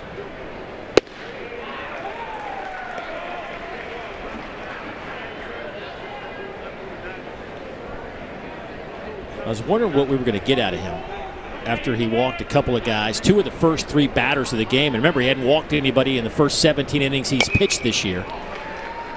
Until you started talking about it, then he walked somebody. I had to get it out of his system. That's all I was doing. I was helping the man out. Didn't want that to be a burden. You are a giver, Neil. Yeah, man, he has just looked. He's looked very comfortable. He's looked very composed, and he has the entire game looked totally in control. And it's all 3 of them. I mean, that's the breaking ball for his 10th strikeout that ties a career high for Marceau in a game. Early it was the breaking ball. First 4 strikeouts were on the curveball. He's got a few on the fastball. This time goes back to the breaking ball. He has struck out 7 of the 9 hitters in this lineup. Excuse me. Yes, 7 of the 9. I was right.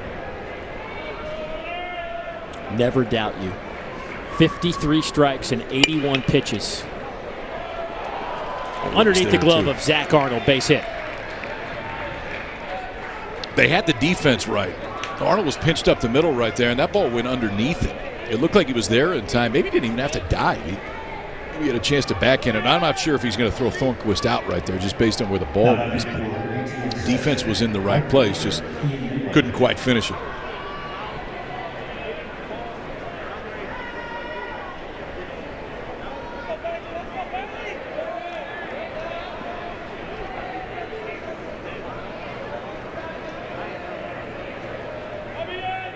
Ian Bailey steps in with 2 out. Runner at first, and Nick Thornquist. That one misses down. Bailey a fly out and a strikeout.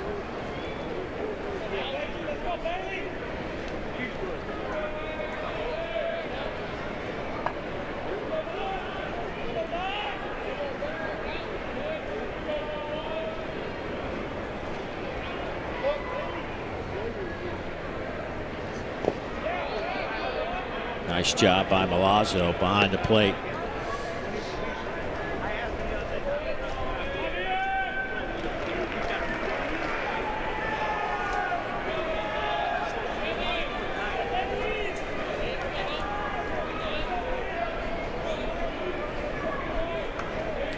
First time since 2016-17 that LSU's had the starting catcher, same starting catcher in back-to-back seasons. So a luxury for this pitching staff to have a guy they're very familiar with.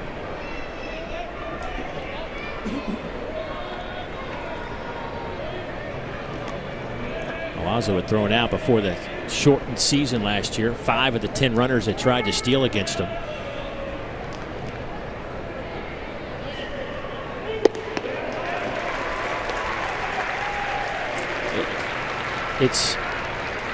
It's impressive what the pitches Marceau brings. I don't know what it is about that fastball, right? It's not the 98, but there's something to it that guys can't see or pick up, KP. No, and he has really used the bottom, I mean, not even the bottom third, like the bottom of the strike zone. He has lived there the entire night.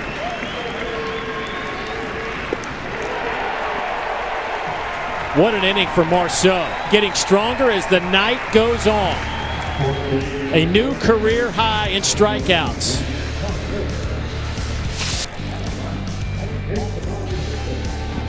$11 in a game for number 11. Marceau's 11th comes on a breaking ball right there. He has looked a part of the ace so far. LSU leads at 4-0 midway through the 6th. Wendy's new jalapeno popper chicken sandwich and salad prove Wendy's goes all in on flavor. Unlike... We put a bun inside the sandwich. Bun, bun, bun. Hurry into Wendy's and try the new jalapeno popper chicken duo today. With the Capital One Venture Card, you earn unlimited double miles on every purchase every day. Objection! My credit card doesn't earn double miles on every purchase. Overruled. With the Venture Card, it's every purchase. What's in your wallet? Design isn't just for designers. It's for everyone. With Canva, anyone can create, customize, and share a design in just a few clicks. Start designing for free at canva.com.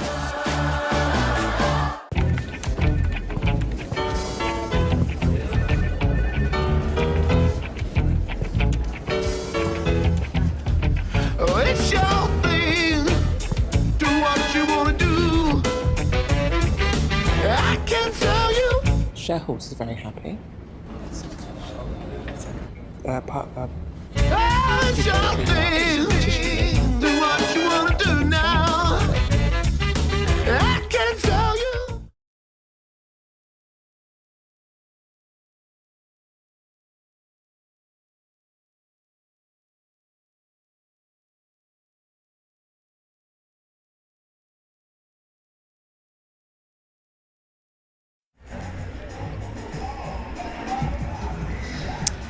Great to see Alex Box Stadium on the banks of the Mississippi River on a gorgeous night in Baton Rouge. LSU, 21st ranked team in the country, leading 4-0, 12-3 on the year.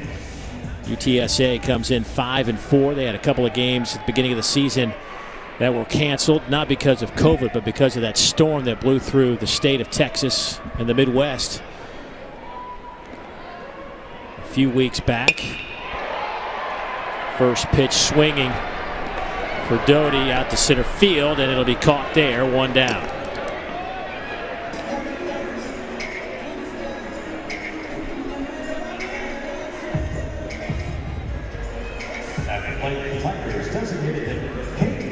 UTSA opened the season after that weather delay, taking 2 of 3 from Sam Houston State. Then they won 3 of 4 against UT Arlington.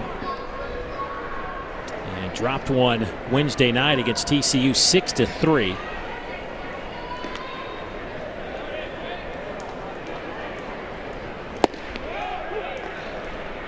In there for a strike. Kay Beloso, the DH. 0 for 1 tonight.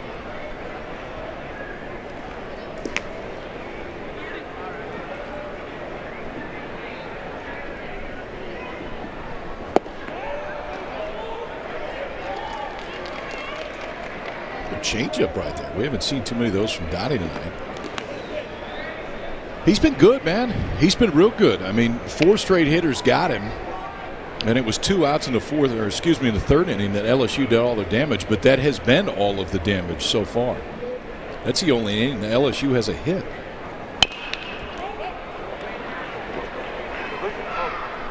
Ground ball out to second. Tapia makes the play, 2 down.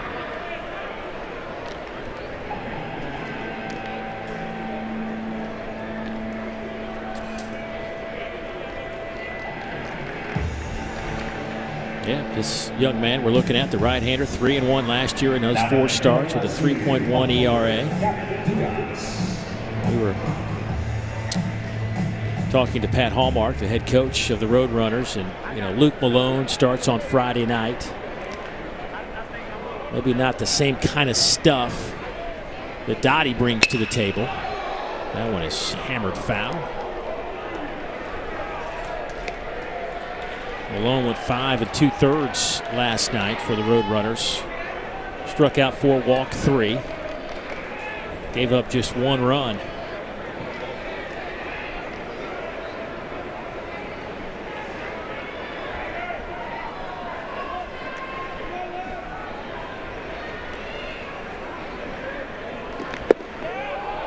Check swing, and Dugas goes. It's 0-2. Same thing. Changeup right there, too. He hasn't thrown it a whole lot, but the 2 changeups he's thrown in this inning, the swing has been exactly the same. That's what the pitching ninja calls a sword. You ever seen those things he does where it's that little cutoff swing? 2 swords in the inning for Dottie. To first base, that's a fair ball. Paxton wins the race to the bag, and a really good inning for Shane Dottie and the Roadrunners, but they need their bats to get cranked up. Just 2 hits on the night against Marceau. How do you top the perfect cup of Dunkin' Cold Brew? With the perfect top of sweet cold foam. For a velvety smoothness and feeling you just can't top. Sip into a medium chocolate stout or classic cold brew with sweet cold foam for $3. Order ahead plus earn rewards. America runs on Dunkin'.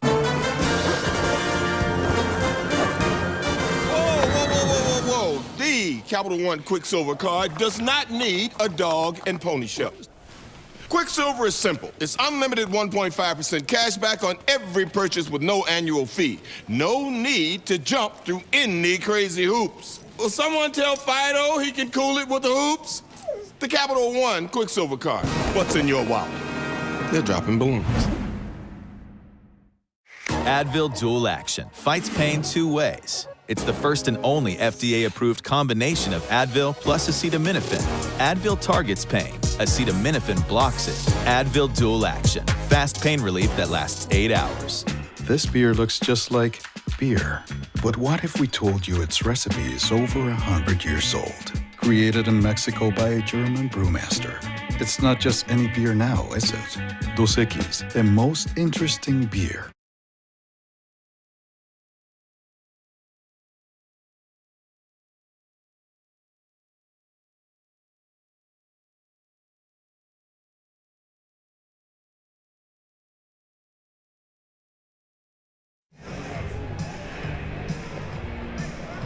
Well, as a fan of the game, I'm sorry to see Landon Marceau go. It was such a dominating night for him, but that means that Paul Maneri now will go into his bullpen, and he has picked Ty Floyd to replace Mr. Marceau. The freshman out of Rockmart, Georgia, will get the baseball. ERA just a touch over 5 and 5 1/3 innings of early work. 10 strikeouts and 4 walks. But what a night it was for Landon Marceau. He was so good, man. I mean, he's been so good the entire season. For Marceau, sets a personal record for strikeouts, and he matched his uniform number. 11 strikeouts from Marceau. He struck out the side twice today. And the curveball was the best pitch. They were all really good. I mean, it didn't matter what he threw up there, but that curveball was a swing and miss breaking ball the entire day. Controlled the fastball on both sides of the plate. Very good changeup, but the curveball was a difference maker today. A little fist pump right there. That was his 11th and final strikeout of the day. Marceau was outstanding. 11 strikeouts and walked 2 of the first 3 batters he faced. And now they turn it over to a young man that comes in pretty highly touted in Ty Floyd, who was the 28th ranked player in the country by perfect game. 7th highest ranked player to go to college. Of course, the highest ranked player to go to college is out in right field, and Dylan Cruz.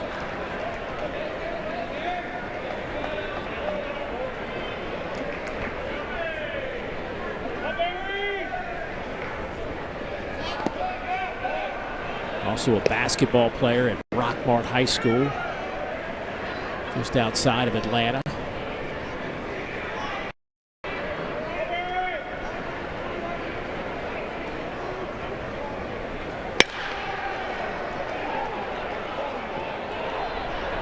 Down the line and left, and that'll be a foul ball. But, you know, we talk about Ty Floyd being a basketball player, but he certainly can't be the best one on this team. Garrett Edwards, another guy we might see before the end of the night, was a young man that scored 4,100 points in high school. 29th all-time in the history. 29th 60-point game. I know. It's crazy. And the fact that Garrett didn't like basketball makes it even crazier. That he always wanted to be a baseball player, but he just played basketball because he kind of was playing basketball.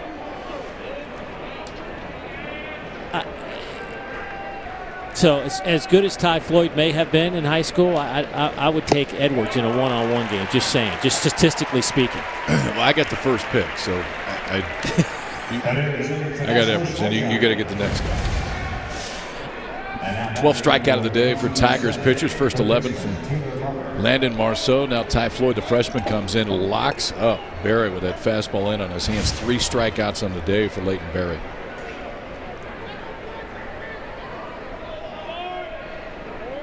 So 1 down here in the top of the 7th inning.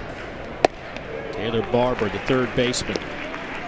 He too has struck out his first 2 plate appearances. Watch the arm action from George, the freshman. I mean, when I was growing up, everybody was always talking about you need that long arm action, the arm to go all the way, swing back behind your body. He's really short back behind his body, kind of brings it up to his ear a little bit more like a catcher. We've seen more guys in the big leagues start to make that change. Remember when Lucas Giolito a few years ago had one of the longest arm swings in the big leagues?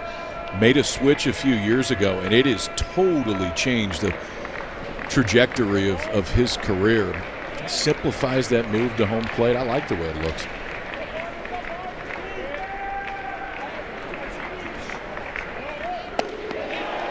Did he go? Yes, he did. Back-to-back strikeouts. Might have been a gift. I don't know if Barber went or not. Hard to see it. That's now 12 strikeouts in 6 innings this year for the freshman. Oh, yeah. Stuff isn't the issue. He went. Come on, Dave. Yes, he went. Should always be a strike. The minute you start to move your hands, it should be a strike.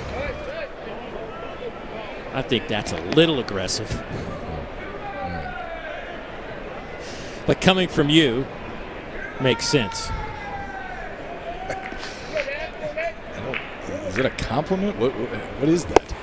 Just going to leave it right there. All right. No explanation needed.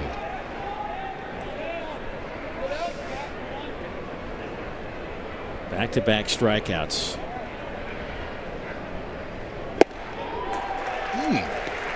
5 of the last 6 batters have struck out for the Roadrunners. Serdashny 0 for 2 tonight.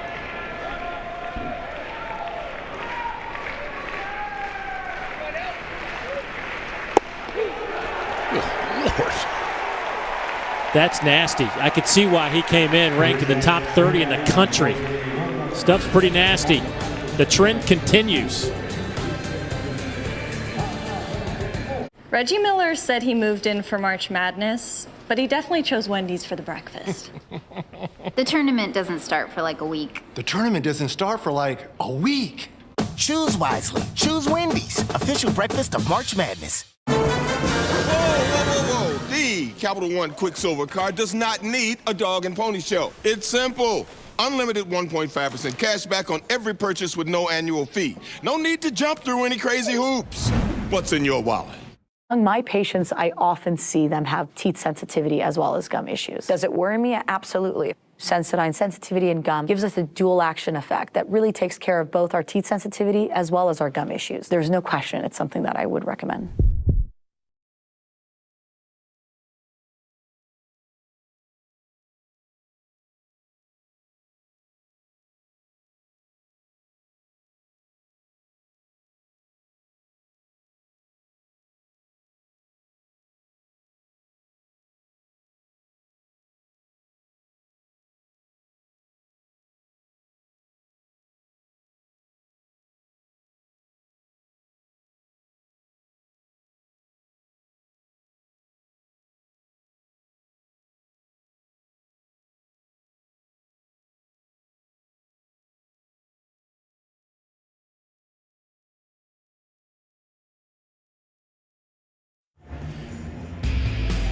Busy Saturday in collegiate athletics and on the diamond as well. Georgia taking on Lipscomb. Good win for the Bulldogs. They win that one. Kentucky playing some pretty good baseball in Lexington.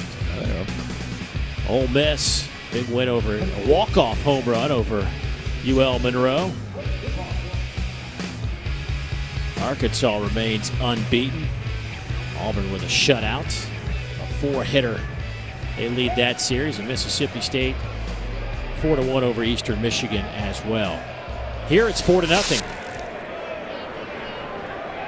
LSU out in front as we move to the bottom of the 7th inning. Drost will lead things off. He's had a tough night so far, a couple of strikeouts.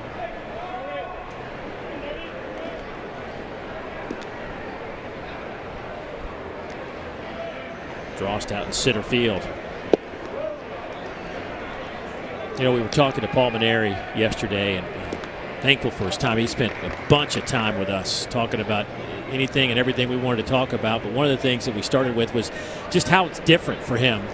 And he brought up a good story, and I didn't really think about it. But when they travel, you know, it's always different. Everything's different now. So that one's grounded out to second, stabbed, and off the chest, perhaps, of the second baseman, Tapia. But he's brought into play road trips and how things have changed a little bit. Instead of taking one bus like they used to take for a short road trip, instead of getting on a plane, they now have to take 2 buses. They have assigned seats. It's like one person per row. There's name tags when you get on a bus. At home games, there's only 26 people allowed in a dugout. The bullpen benches have been expanded. Matter of fact, they had to expand them twice because there's so many players on the roster because guys could come back for an extra year. He even sends the team in groups into the shower so that there are not so many guys back in the clubhouse. So he'll send one group in to go get cleaned up, and they leave, and then the next group comes in behind him. Just part of, I mean, you think about the daily stuff, the testing and all that, but there's so much more to it. And he just kind of chuckled when I said, you know, how are things different than they were a year ago? He's like, where do you want me to begin? Yeah. What's the same? Really, the only thing the same, as he said, is just how they practice. Got to take some ground balls, right? Got to work on your swing.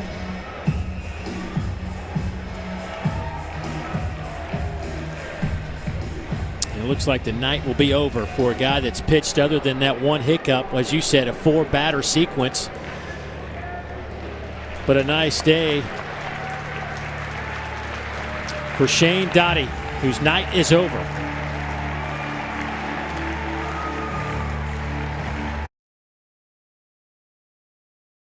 Reggie Miller said he moved in for March Madness, but he definitely chose Wendy's for the breakfast. The tournament doesn't start for like a week. The tournament doesn't start for like a week. Choose wisely. Choose Wendy's, official breakfast of March Madness. Whoa, Susan. Oh, I'm looking for coupon codes. Well, Capital One Shopping instantly searches for available coupon codes and automatically applies them. Save me some cheddar. Capital One Shopping. It's kind of genius. What's in your wallet? Ah, a package. You know what this human ordered? A backache. Consider pain delivered. Pain says you can't. Advil says you can. Nico Rosberg takes the championship 34 years after his father. Child arrived just the other day. Came to the world in the usual way. And he was talking for I knew it. And as he grew, he'd say, I'm gonna be like you, Dad. You know I'm gonna be like you. I'm driving. Zero alcohol. And the cat's in the cradle and the silver spoon. Little boy blue and the man on the moon.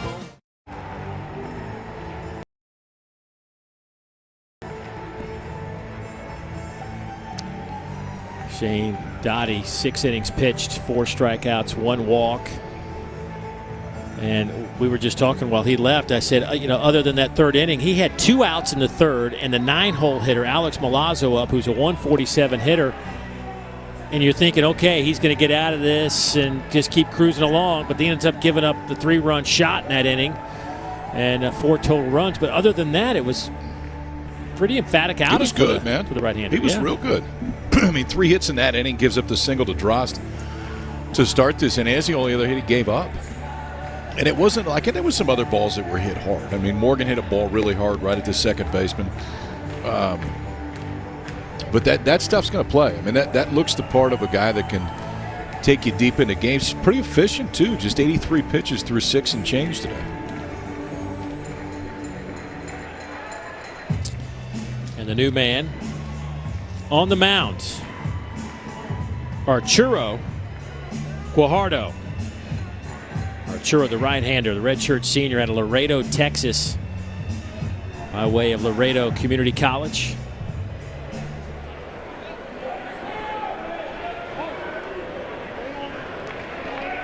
Making his first appearance of the year. And welcome to the box. It's his first career appearance at UTSA. Throw down to second, and they've got him. First out of the inning as Bianco just checked in to pinch run for Drost, and he is thrown out by Thornquist. The second runner he has thrown out tonight.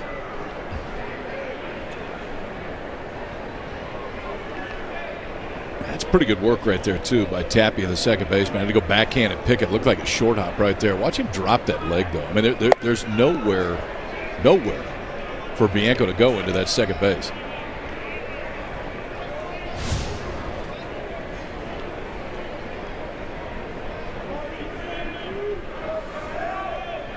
So, Guajardo, just to give you an update, is redshirt senior. Did not play in 2019. Has no stats for 2020.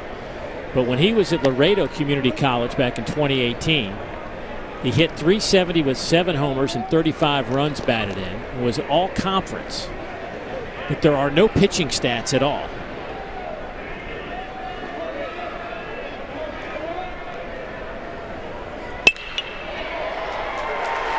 That chops over the glove of the shortstop, Joshua Lamb.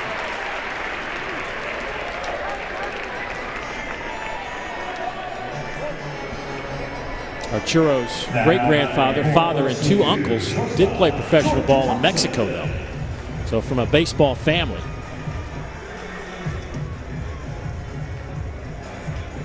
His picture on the website has him holding a bat. Shows him as a pitcher, but has him holding a bat. That reminds me of a young Kyle Peterson at Stanford. You kept the bats, didn't you, from Stanford? They're nice and shiny behind you. Yeah. Stuff's pretty good, man. I mean, 91 right there. The breaking ball, Arnold stayed on it, but the breaking ball to Arnold was a pretty good breaking ball.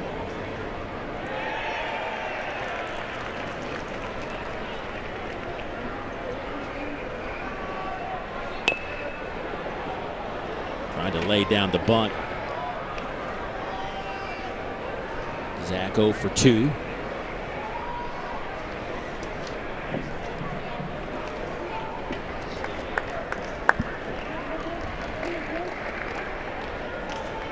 Zach got off to a great start this year. He slowed somewhat. Came in hitting .288, 3 home runs. Pops that one up, a mile in the air. Thornquist gives way to Barber, who can't make the play.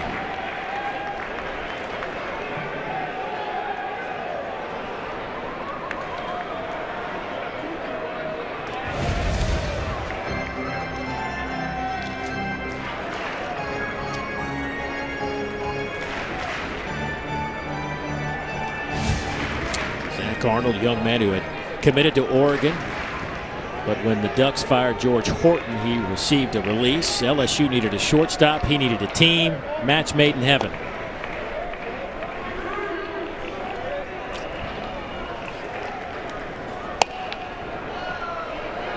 Ground ball out to first. Underhand scoop over to first, and they're able to get Thompson.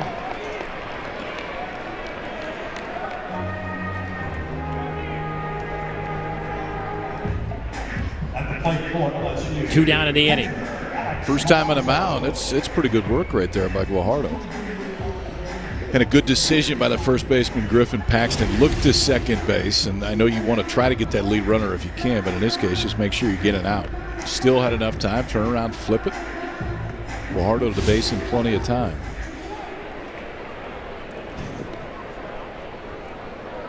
So 2 down in the inning. And Arnold now stands at second base.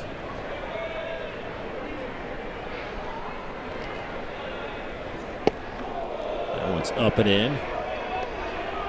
Milazzo, you know, I see Arnold out there at second base, and I'm glad he's all right, but it turned out to be kind of a funny story. You know, when he got to LSU, he ended up having to he had broke a rib in fall practice a year ago, and it never healed correctly, so we had to have that thoracic outlet surgery, which is the removal of that damaged rib. Doctor wouldn't let him keep the rib, and he said he was really bummed because he wanted it as a souvenir. I love his attitude. So do I. I don't like the doctor, but I like his attitude. Right. It's my rib. I want to keep it.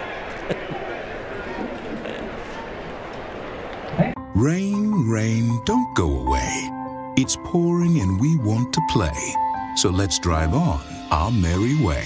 Rain-X Premium Wiper Blades give you the confidence to welcome any weather. Rain-X, outsmart the elements. Reggie Miller said he moved in for March Madness, but he definitely chose Wendy's for the breakfast. The tournament doesn't start for like a week. The tournament doesn't start for like a week. Choose wisely. Choose Wendy's, official breakfast of March Madness. Whoa, Susan. Oh, I'm looking for coupon codes. Well, Capital One. Dating with his job, so coupon codes and Cunningham is used to have a good defense. You see him every time. His hands are high. You get one, but you don't need it for this. Just download Capital One Shopping to your computer. It's free. Ooh, save me some cheddar. So, when's the party? I love fondue. Really? I never joke about hot cheese, Susan. Me neither. Capital One Shopping. It's kind of genius. What's in your wallet? Among my patients, I often see them have teeth sensitivity as well as gum issues. Does it worry me? Absolutely. Sensodyne sensitivity and gum gives us a dual action effect that really takes care of both our teeth sensitivity as well as our gum issues. There's no question it's something that I would recommend.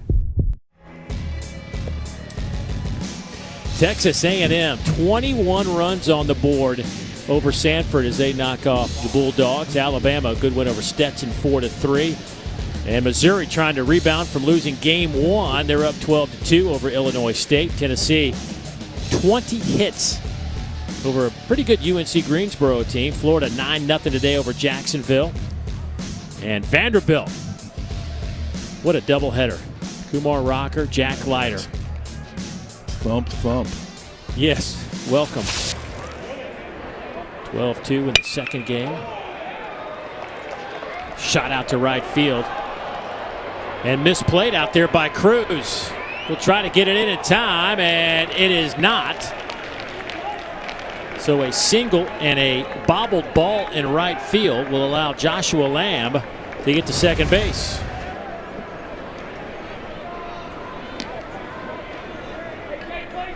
Cruz just kind of missed. Paul Maneri's talked about his arm too. He said we talk about his bat so much, but he's already made a few great throws from right field that time. Just didn't quite get the glove open. Ty Floyd came in release of Marceau in the 7th and went strikeout, strikeout, strikeout. Starts the 8th with a single, and his night is over. So a change on the mound. We'll update it when we come back. Stay with us.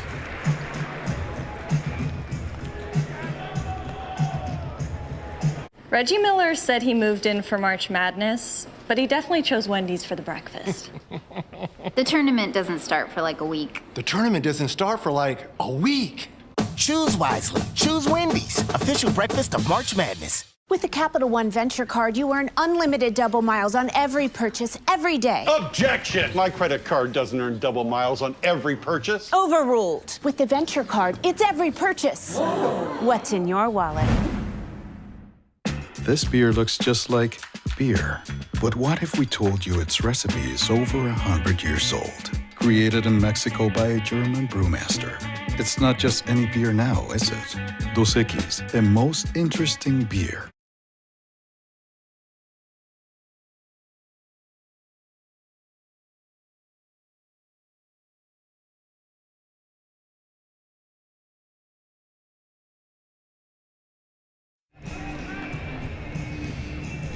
Well, the sophomore left-hander Alex Brady takes over here in the 8th inning with nobody out, his 5th appearance of the year.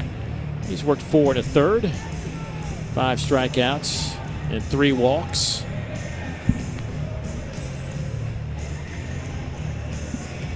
Well, the first guy out of the bullpen with 3 strikeouts. Let's see what the second guy brings to the table, right? Right. Junior college transfer from Lower Columbia College, Longview, Washington. So we got 2 kids from California at second and short, and a kid from Washington on the mound. You don't hear that a lot for the Tigers.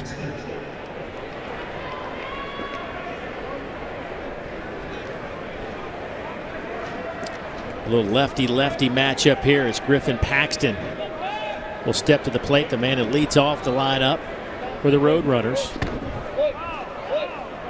And the ball gets away right underneath the LSU logo behind the plate. They'll clean that up. Brady, the scouting report on him is, he's not an overpowering type of pitcher, but does throw a bunch of strikes.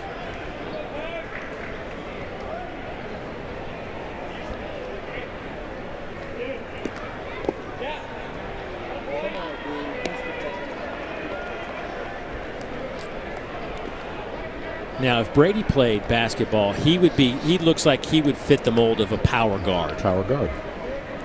Power guard's going to catch on, I'm telling you. You're going to use it in a basketball game. I can't wait. I'm going to use it in everyday life. Good swing there out to right field, base hit. And runners will be at the corners now, 1st and 3rd, after the Paxton base knock, his 2nd hit of the night. All right, now, Roadrunners got something going here.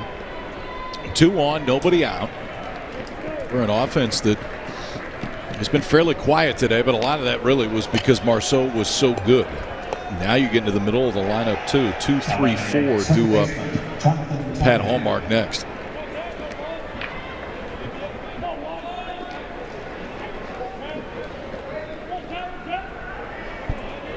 Jonathan Tapia, the second baseman. Strikeout, a walk, and a strikeout in his 3 at-bats.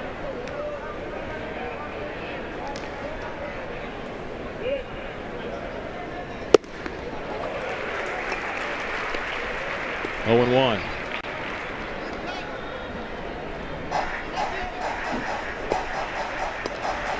Brady's fastball, 82 to 85.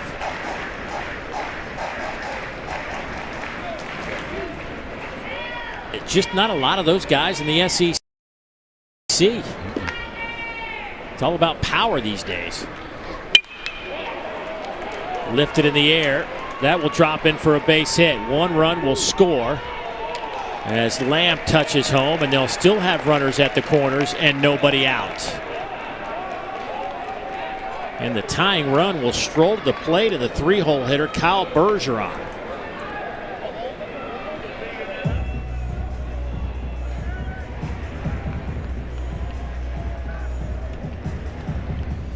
Paul Maneri wasting no time going back to the bullpen.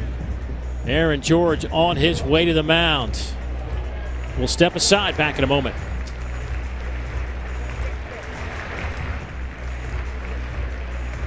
Wendy's new jalapeno popper chicken sandwich and salad prove Wendy's goes all in on flavor. Unlike... We put a bun inside the sandwich. Bun, bun, bun. Hurry into Wendy's and try the new jalapeno popper chicken duo today. With the Capital One Venture Card, you earn unlimited double miles on every purchase every day. Objection! My credit card doesn't earn double miles on every purchase. I object to your objection. With the Capital One Venture Card, you earn unlimited double miles on every purchase. Order. Please read Counselor's last statement. With the Capital One Venture Card, you earn unlimited double miles on every purchase. I'll allow it. No further questions, Your Honor. Well, just one. What's in your wallet?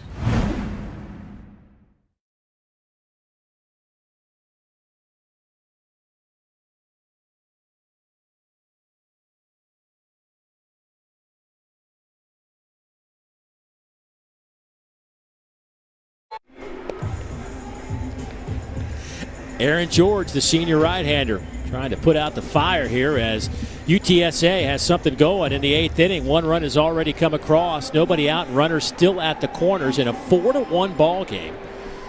6th appearance of the year for Aaron George. 3 2/3 innings of work, 6 strikeouts, and 3 walks.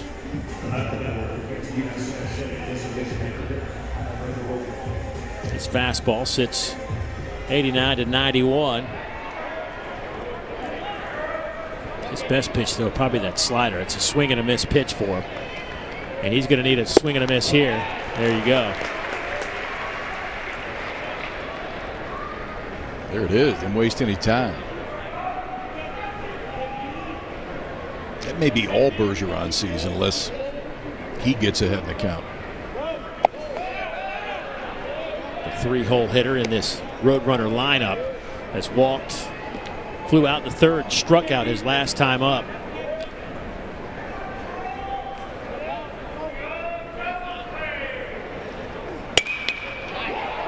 That's a base hit to the right side. Another run comes across, and it's 4-2.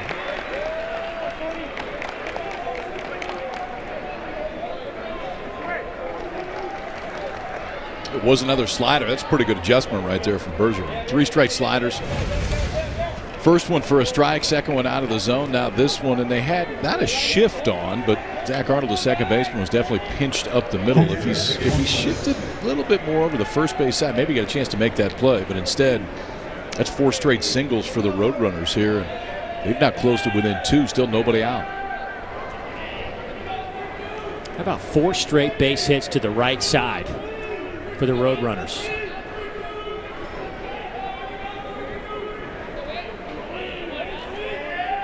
And now your cleanup hitter, Dornquist, squares up, tries to bunt.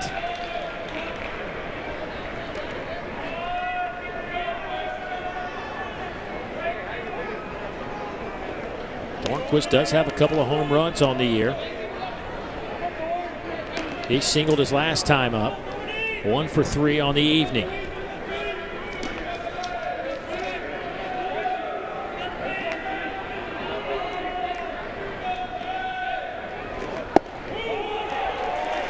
Talking to Coach Hallmark about his catcher. You know, he's not the biggest of dudes, to say the least, at 5'8", 175, but he is rock solid. As Coach Hallmark said, he is a fitness junkie. Again, another phrase never thrown my way. I'm with you on that one. Down in the dirt. Oh, they got to play at second. Not in time. Arnold's tag a little bit late.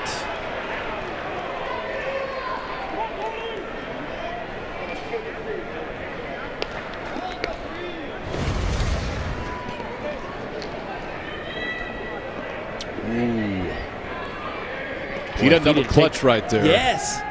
A double clutch might have been the difference. If Milazzo throws it right away, even with a high throw, I think there's a pretty good chance they get Tapia off second base because he was about halfway to third.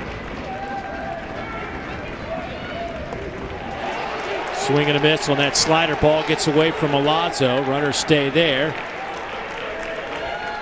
And that is a big first out. It is a big first out. And Milazzo got lucky right there. Base runner on first base. If there's nobody on second, he's standing at second right now. But watch this. Watch a base runner on second. You can't tell how far away this ball is because it's right behind the catcher. If it goes one way, the other way, if it goes to his right, to his left, as a base runner on second, you can tell exactly where it is. When it goes behind the catcher, if you don't see it clearly, and in that case, Milazzo's body was in the sight line of Tapia, there's nowhere he could go. If he breaks, he's there easy right there. He just couldn't see it well enough. You could see him shaking his head just now like he's frustrated that he thinks he should be standing at third. Instead, now they'll turn it over to Ian Bailey to try to drive in another run. Ian 0 for 3 with a couple of strikeouts. The right fielder, the grad transfer. That one gets past Milazzo. And now the runners will advance. Boy, did he just miss it, or they get? I don't mixed know. up on their signs. I thought he might. It looked like he might have been crossed up. That's the glove movement. I still think he was crossed up.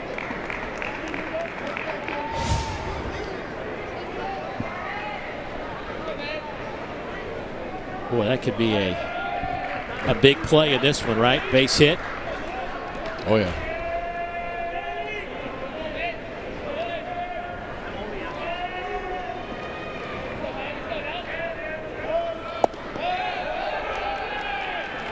It's off the plate. It's 2-0 now. Bailey in charge of this count.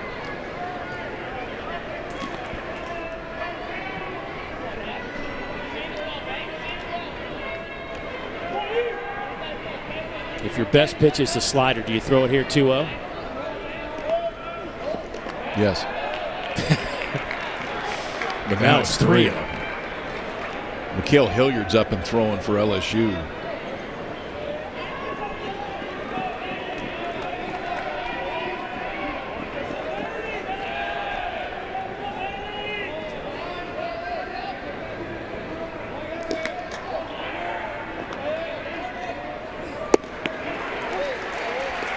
Threw a 3-0. Well, if you're going to throw it 3-0, I would think you'd throw it 3-1. There is Hilliard. Worked a third of an inning last night.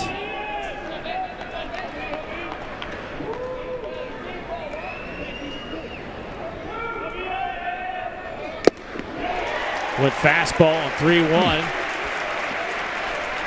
And now it's full.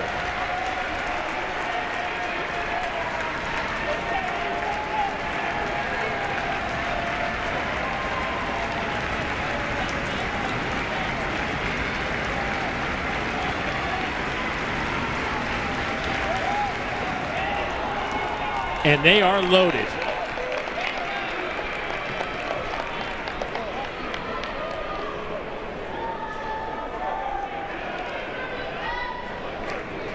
It is a dicey situation now with the go-ahead run standing at first base.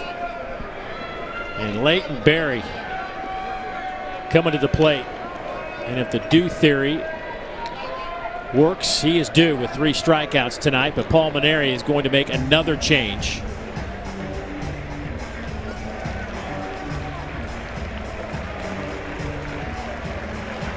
So Brady's night is over, and here comes Hilliard as Paul Mainieri goes to the bullpen one more time.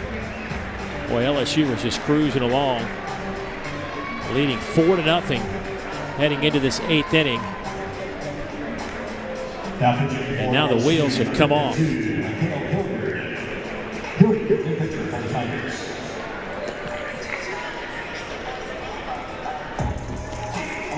So KP, what looked to be like a relatively stress-free night maybe for LSU has gone up to about a 9 in the stress level right now if you're Paul Mainieri.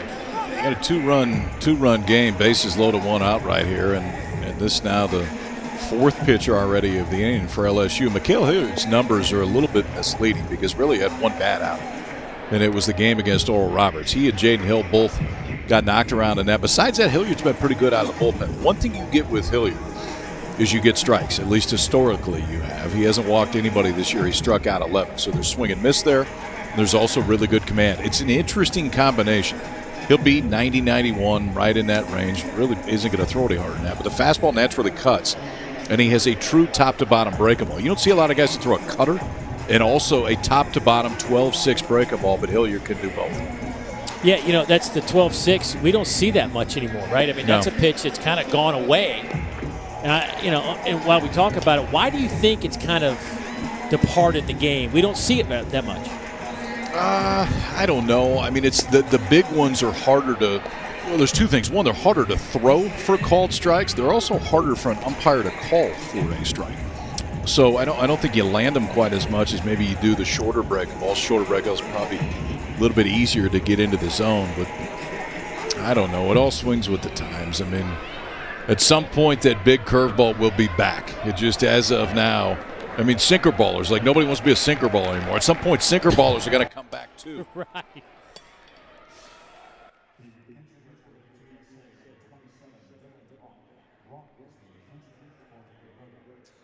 So those are the numbers for Hilliard.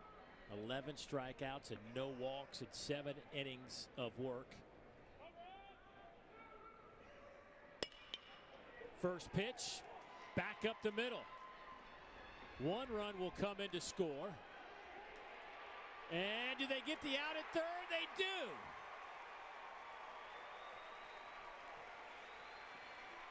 Some bad base running cost UTSA potentially a run, and now there's 2 outs.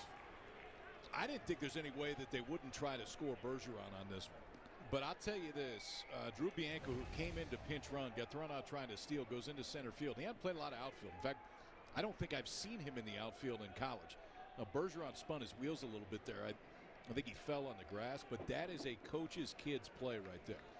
I mean, that's Drew Bianco growing up around the ballpark and just seeing exactly where the base runner was. Instead of throwing to a cutoff man, or instead of trying to airmail that ball to home plate, he sees the base runner right now and then does not stop. Everything goes through that throw to third base. If he double clutches, if he waits a minute, there's no way he gets Bergeron. That's a big-time play from Bianco, who did not start this game for LSU.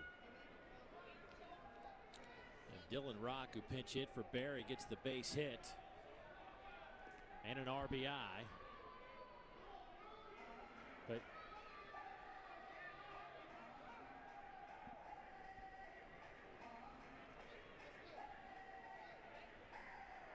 maybe a lineup change.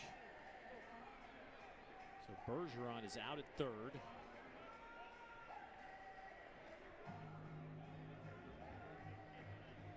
And we'll see who grabs a bat here.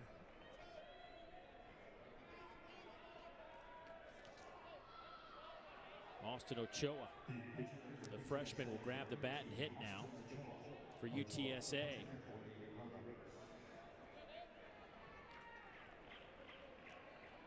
Ochoa.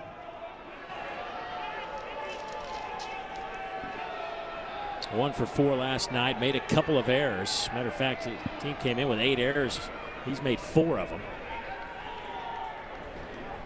So he got the night off, or he thought he did. Now he's stepping into the plate with a chance to do some damage here in a 1-run game, but there are 2 outs. Freshman hitting .233 on the year, does have 1 home run. Breaking ball from Hilliard is off the plate.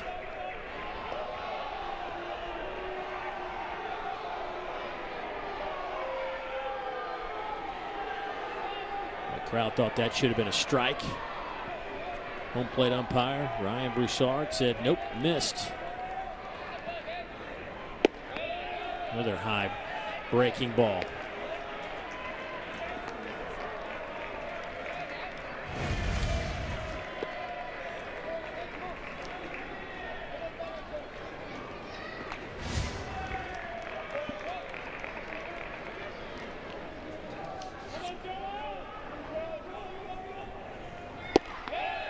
That's high. It's now 3-0. Man, how big is that base runner there? How big is that base runner there? It's a game changer. I mean, at a minimum right now, you got bases loaded, 1 out. I was surprised that he wasn't scoring on that one because it wasn't hit that hard. I didn't think it got to Bianco too quickly. 3-0 fastballs in there for a strike.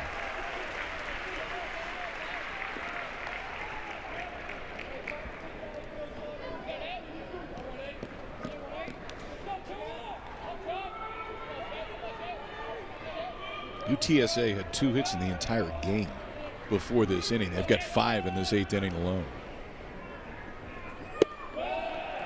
And they're loaded again. Hilliard has missed high.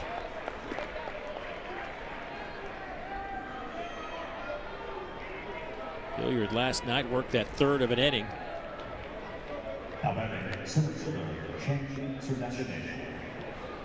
Threw just 8 pitches.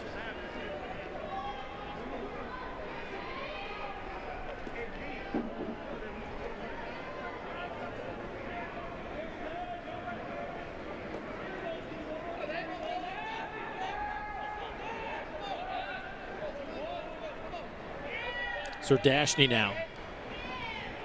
Try to play at least a run here. And he looks at a first pitch strike. Serdashny 0 for 3.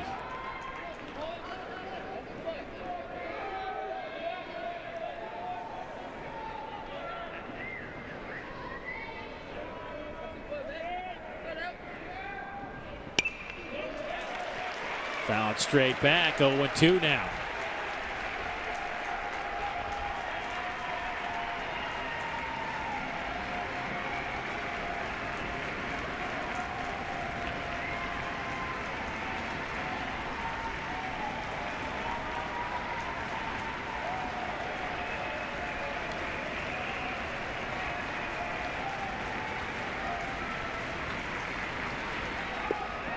There's that big breaking ball. Stays a little low. Man, how do you take that one? I was thinking the same thing. How do you take that one? I mean, that is a hammer breaking ball and a really good take right there. Serdashny, that's not an easy one to stand there and watch.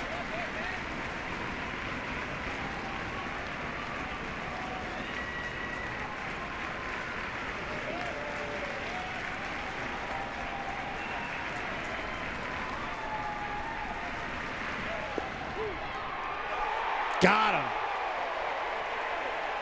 Inning is over. Serdashny doesn't believe it.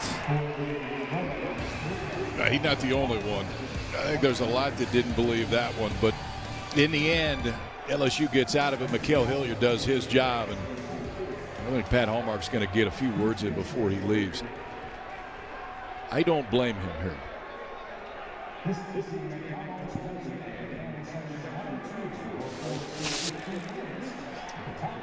It looked like Serdashny was absolutely trying to lean into it, but at the end of the day, it was a called strike 3. So UT San Antonio gets 5 hits in the inning, strands 3, and still trails about 1.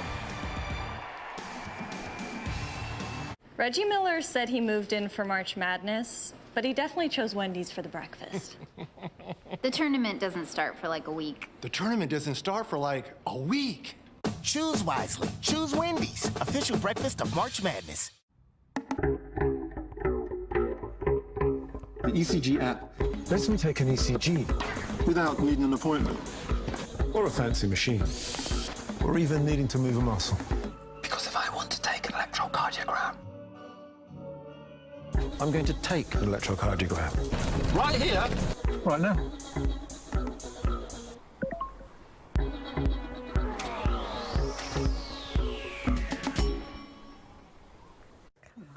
Whoa, Susan. Oh, I'm looking for coupon codes. Well, Capital One Shopping instantly searches for available coupon codes and automatically applies them. Save me some cheddar. Capital One Shopping.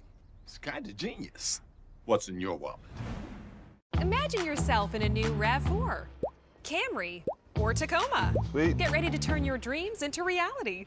Qualified buyers can get 0% APR financing for 60 months on a 2021 Camry. Toyota, let's go places.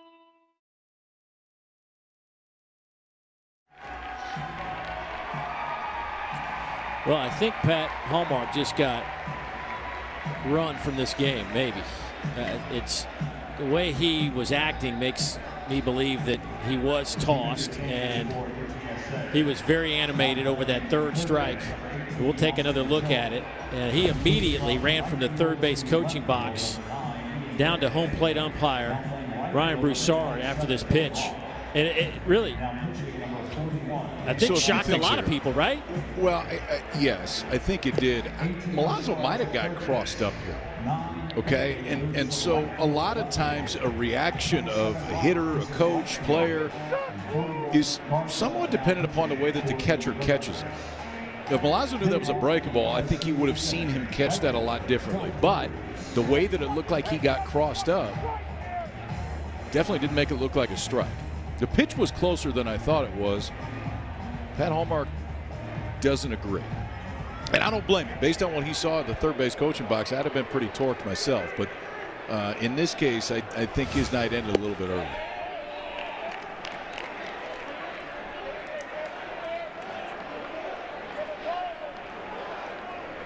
Well, they send 9 guys to the plate and produce 3 runs to make it a 1-run game as we go to the bottom of the 8th inning. And Dylan Cruz steps in. Dylan doubled and picked up an RBI in the 3rd.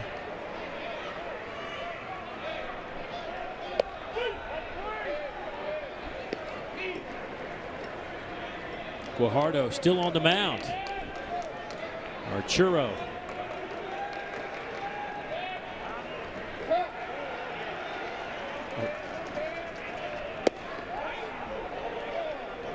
Need to check that. Daniel Garza now on the bump. The freshman out of Houston, Texas, enters the game.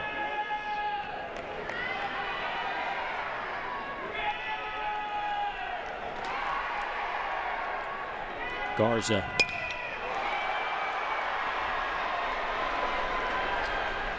We'll get the first out on a fly ball to center field.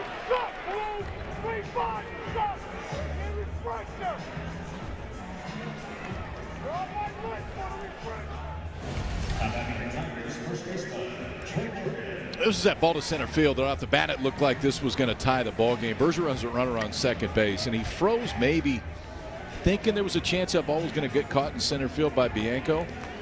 Instead, Bianco recognized he was not getting waved. Good heads-up play, and it just, he did that all in rhythm too. And it wasn't a perfect throw, but it didn't need to be. Good defensive play by Doty over there at third base to get the tag down. That changed the entire ball game.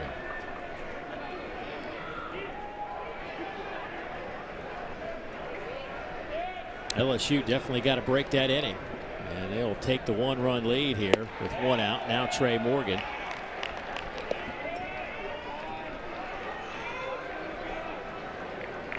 Trey looking for his first hit. He was hit by a pitch back in the 3rd.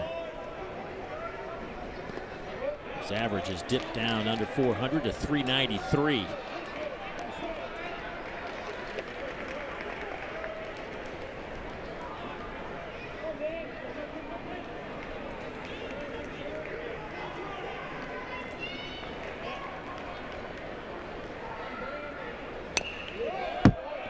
Fouled at the plate.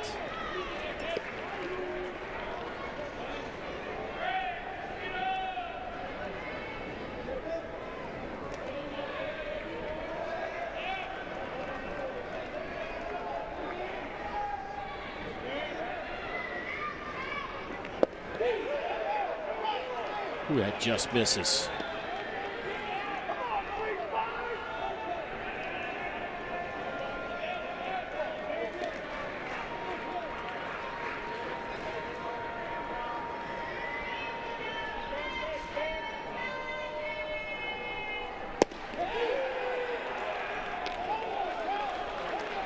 No swing, and Trey Morgan will stroll down to first.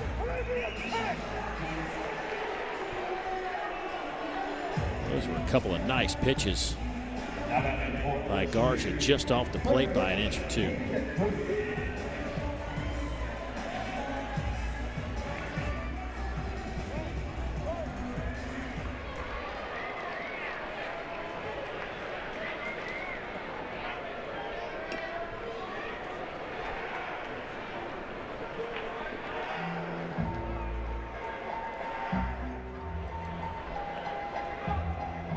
Butler, the pitching coach, out to the mound now to talk to Garza.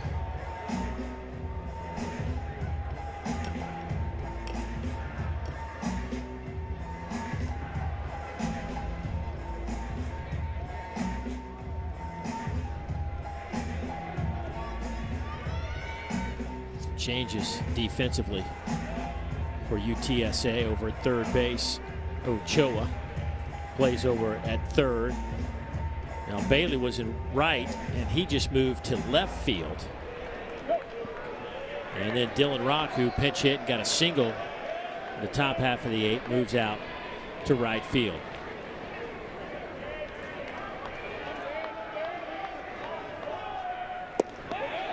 Doty, check swing. He had a big swing back in the third. As of right now, this is the difference maker. 3-run home run off the bat of Doty. He's now hit 5 home runs in the last 7 games. That was a 3-run shot in the third. Made it 4-0 LSU at the time. That went a little bit below the knees.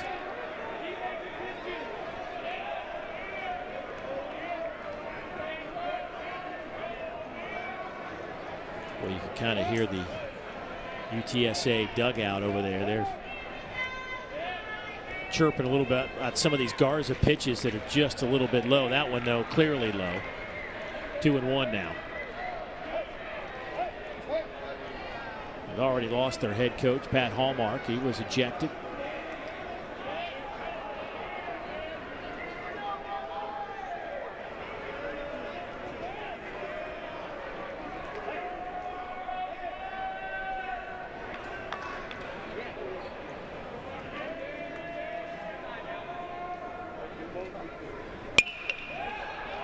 Popped him up. Will it stay in play? Down the line and right, and a nice running grab by Tapia, making the catch.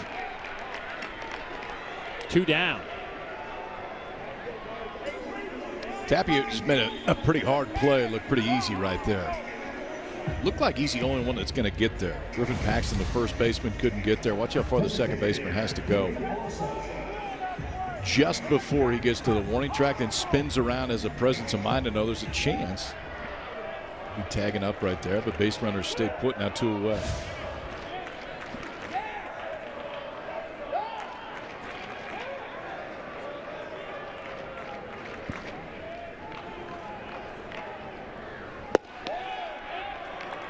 Beloso 0 for 2.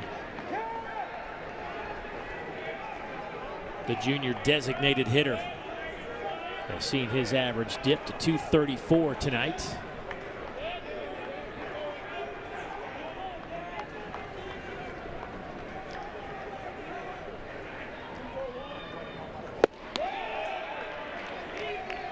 Oh, 2.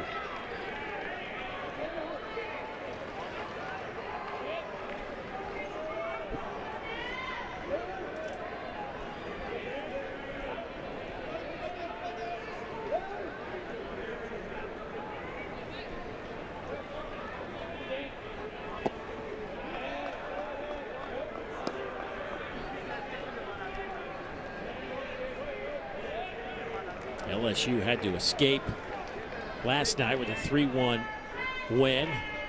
A botched double play in the 8th inning by UTSA allowed a couple of runs to score, and that was the difference in that ball game.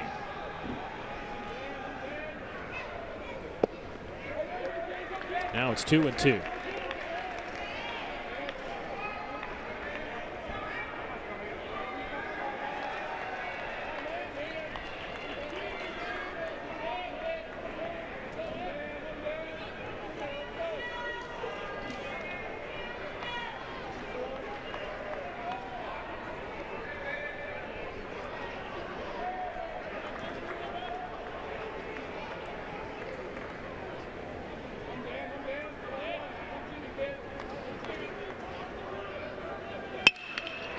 Ground ball to the right side, scooped up there by Paxton. He will step on the bag.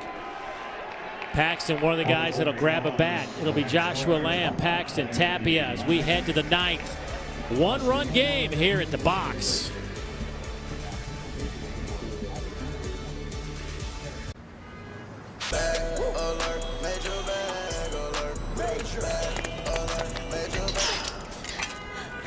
The Bacon Double Stack is back in the biggie bag for just $5. Only at Wendy's.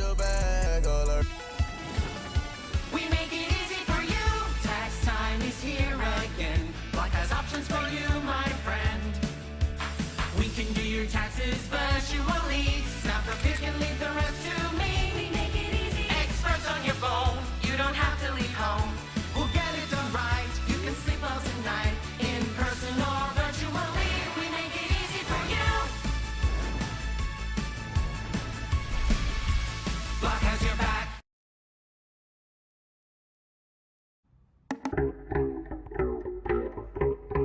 The ECG app Let me take an ECG without needing an appointment or a fancy machine or even needing to move a muscle.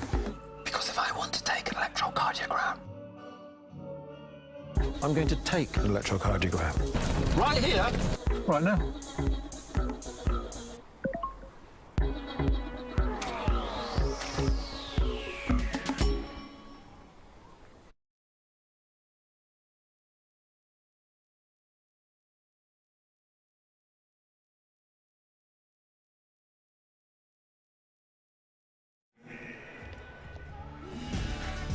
LSU fans inside the box as we move to the 9th inning in a 4-3 ball game. A 3 spot in the 8th by the Roadrunners.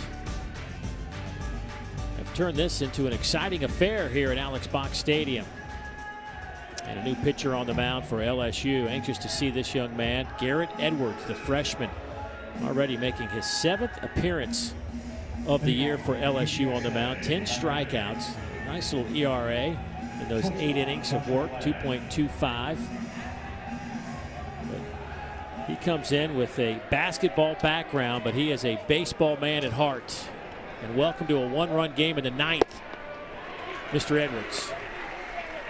I talked to Paul Maneri yesterday, and this is one kid. He said, you know what, he's really been a surprise for us. We thought he had a chance to help us. We didn't know he'd help us quite this much so far. Already has a start and a save this year. Now they turn the ball over to the freshman here in the 9th with a 1-run lead.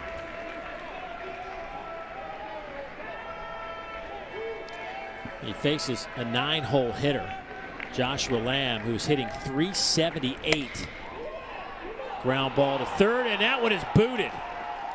Doty kicks it into left center, and the leadoff runner is on for the Roadrunners.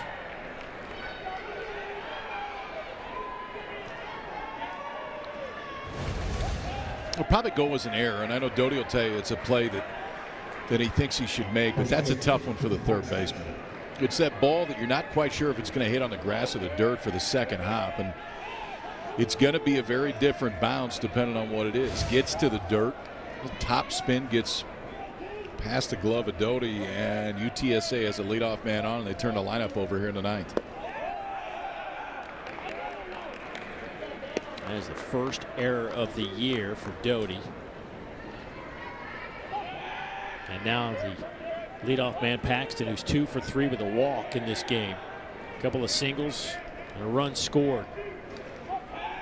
And hit it sharply in the 5th. He lined out to shortstop. Great catch over there by Thompson.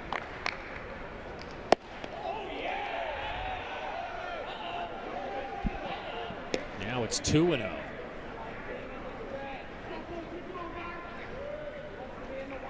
Looking at a young man that averaged 33 points a game in high school as a basketball player as a junior, 32 points as a senior.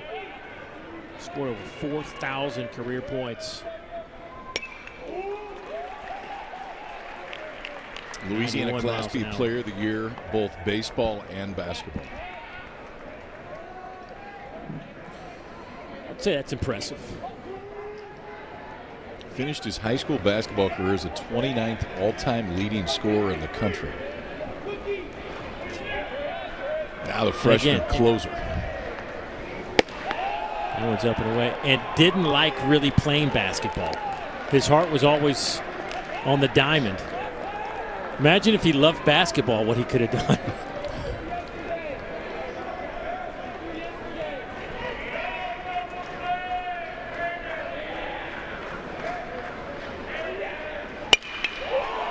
That one is shot back up the middle. That one gets past Bianco. That's going to get the tying run to come in. And we are tied at 4 as Lamb touches home plate. And what a night for Paxton. 3 out of 4. 3 out of 4 walked, reached base 4 out of 5 times. This ball is smoked now.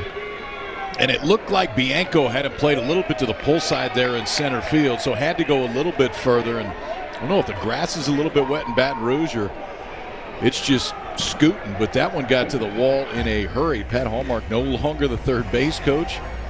In this case, no issue. That right arm up and waving, and UT San Antonio, after Really no offense the first 7 innings. 3 runs in the 8th, now 1 here in the 9th to tie it.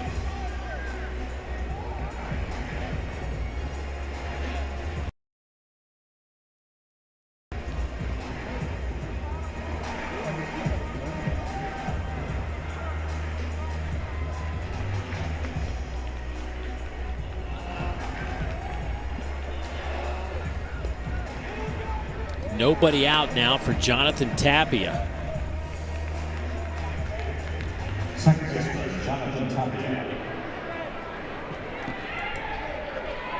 So KP, do you put a bunt down here? I think they will, yes. I mean, if you bunt it with Thornquist, your cleanup hitter, early in the game, I think you're definitely going to bunt with Tapia.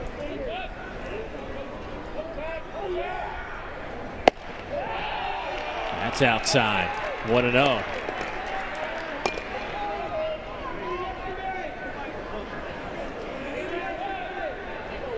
LSU in a world of hurt right now.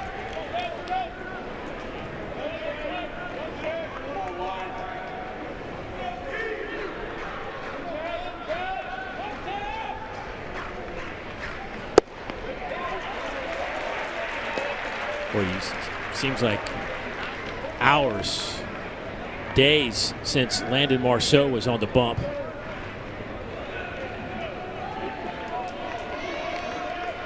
He was really good today.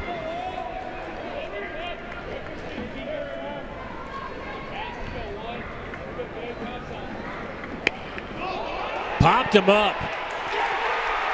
What a catch! Garrett Edwards with a defensive gem for the first out of the inning.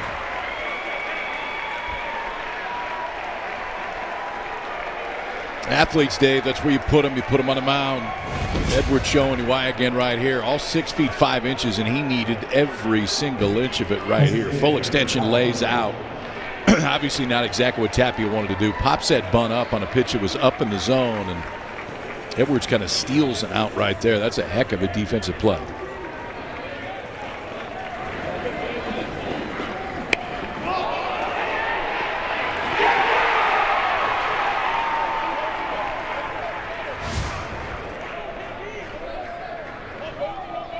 So that is out number 1. Kyle Bergeron, the DH, now steps in.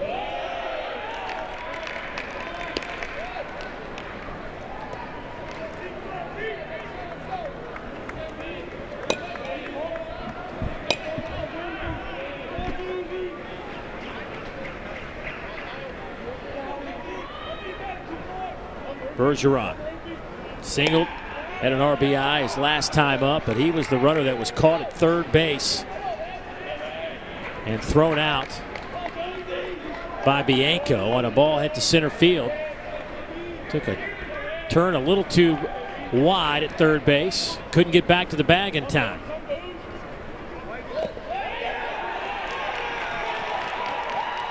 That'll get Paxton at third base. And a great read by Paxton at second. That was one where he just read breaking ball, didn't wait. Milazzo can't keep it in front of him, goes and tries to block it, gets off his glove and gets just far enough away. And now UT San Antonio has the potential winning run standing just 90 feet away. It's a breaking ball that's buried down into the dirt. Great break by Paxton to be standing on third base.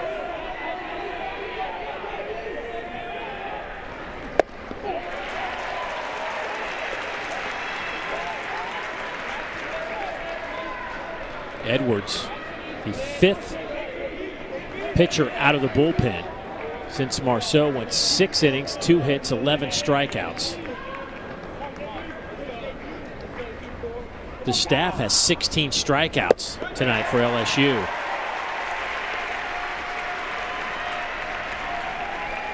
Changeup right there by the freshman. Right on right changeup, got Bergeron to swing right through it.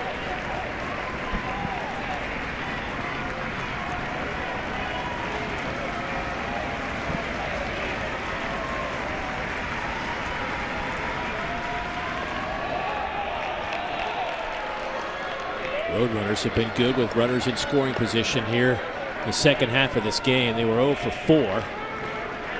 the first few innings, but they are 4 of their last 7.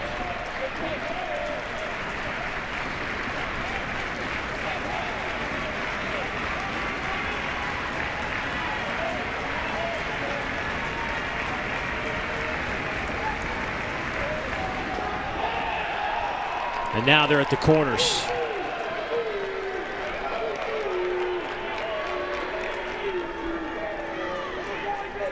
Don't want to walk anybody, but obviously not the worst thing in the world, right? Sets up the double play ball for you.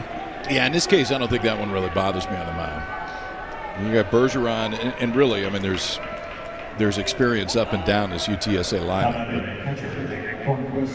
Take my chances to potentially get 2 outs with 1 swing right here. And the run that really matters the most is standing at third.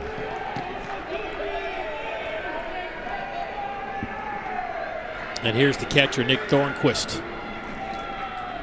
A couple of strikeouts, a fly out, and a base hit. And that one just misses.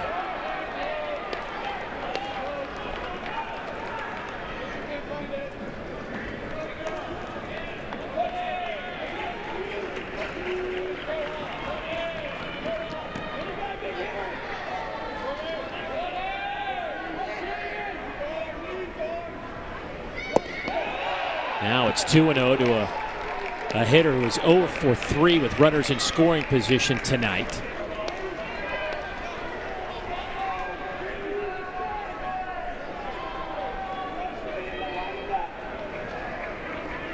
Thornquist has thrown out a couple of runners defensively.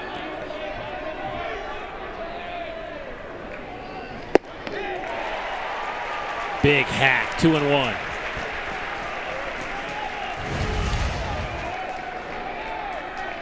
.2-0 fastball right there, and you would think Thornquist got the exact pitch he was looking for, sitting on that 2-0 fastball, and it was just snuck it by him.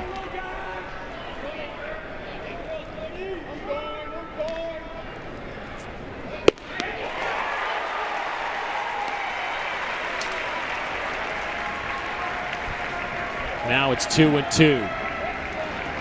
Chasing that fastball. You throw him something a little softer up here this time around, KP? Not after those 2 swings, no.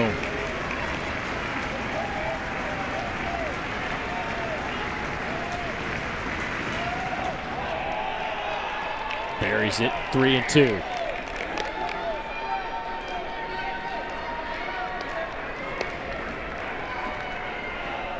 Thornquist, a little guy, but he has got some pop in the bat. He mashed a home run at TCU that not only left the ballpark, sailed over a dorm building in left field.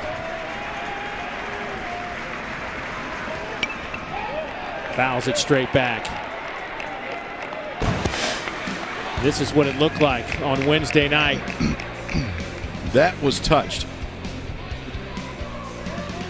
You don't see where it ends up, but you saw that building. Did you tell me he hit it over the building? Over the building.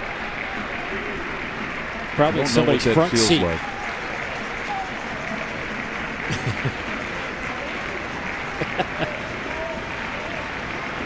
Here's the 3-2. Got him. Out number 2.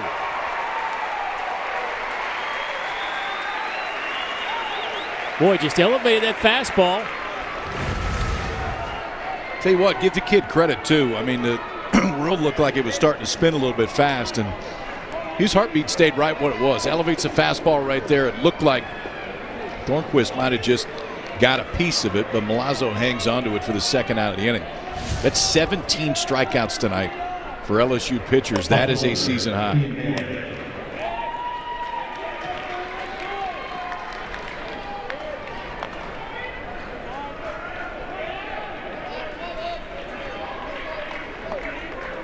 Ian Bailey now. A couple of strikeouts for him, a walk and a fly out. He looks at a first pitch strike.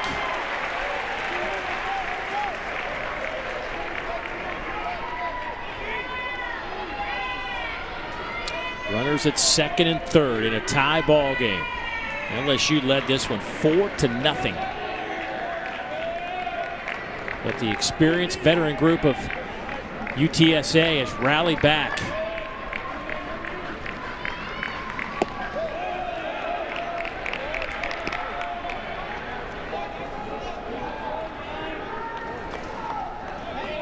If you're wondering, 5, 6, and 7 due up for LSU. Dugas, Bianco, and Zach Arnold.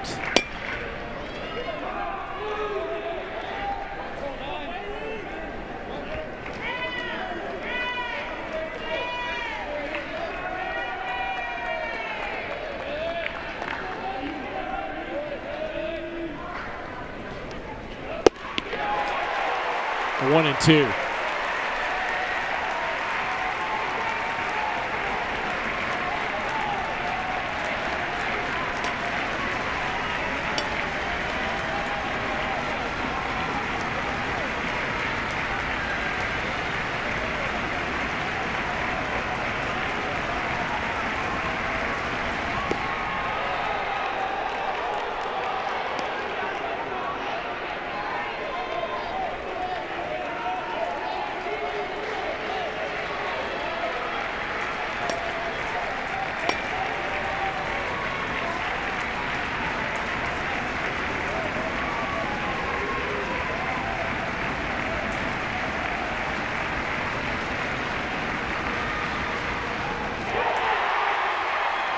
Inning is over.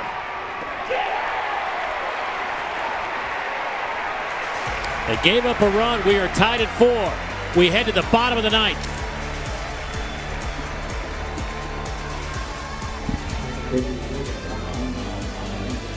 Reggie Miller said he moved in for March Madness, but he definitely chose Wendy's for the breakfast. The tournament doesn't start for like a week. The tournament doesn't start for like a week. Choose wisely. Choose Wendy's, official breakfast of March Madness. Imagine yourself in a new Toyota. Okay, that's enough imagining. The great deals end March 31st, so get your Toyota today. During the Ready, Set, Go sales event, get $1,500 customer cash on a new 2021 Highlander. Toyota, let's go places. With the Capital One Venture Card, you earn unlimited double miles on every purchase every day. Objection! My credit card doesn't earn double miles on every purchase. I object to your objection. With the Capital One Venture Card, you earn unlimited double miles on every purchase. Order.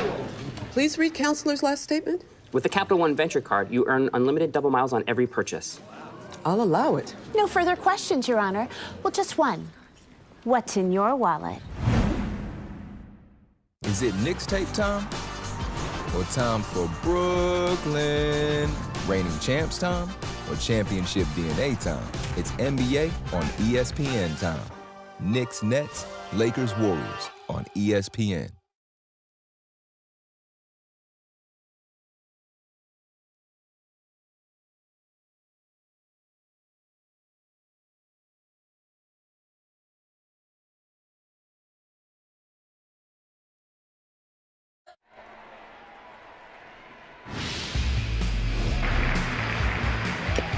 Well, Edwards got himself in some trouble, but got himself out of trouble with back-to-back strikeouts to end the inning.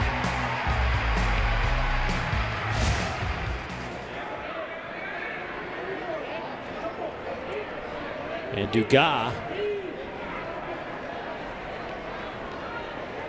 Dugas first pitch swinging to start the bottom of the ninth.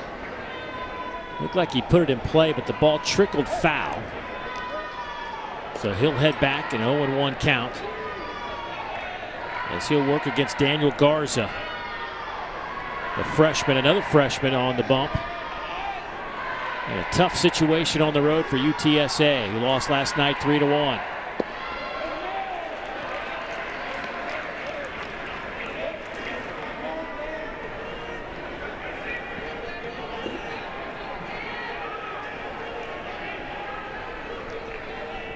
Dugas 0 for 3 tonight.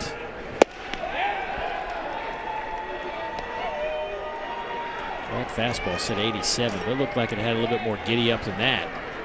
Yeah, it looked like it had a little sink, too. That one just got right underneath the bat of Dugas.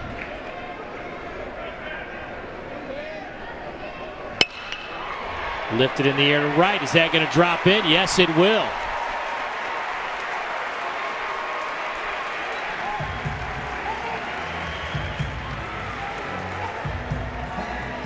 Good start for the Tigers here in the bottom of the 9th inning.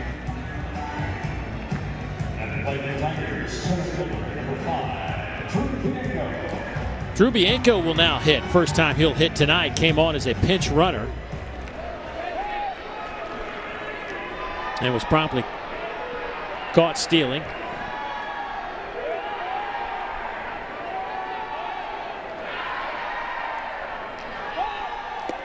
Breaking ball stays up.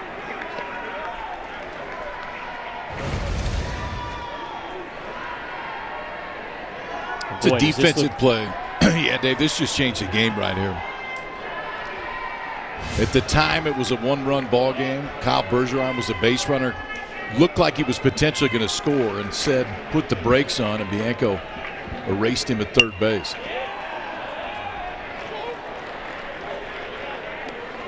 Bianco trying to get the bunt down. Bianco just 167 this year. Does have a couple of home runs.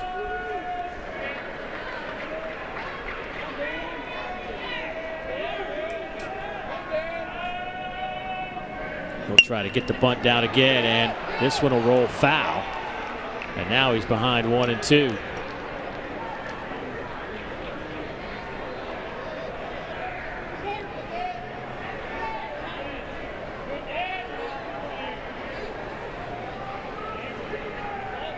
Initially, this was supposed to be a game that LSU was going to take on Baylor. But Baylor went back to Waco. They scheduled Xavier for a 3-game series. They were going to have a little bit of a round robin with UTSA and Baylor in town. Matter of fact, Baylor was going to play a doubleheader. They were going to play UTSA at 1 o'clock this afternoon, then turn around and play LSU tonight, but instead stayed in Waco, and now we have a 3-game set with LSU and UTSA.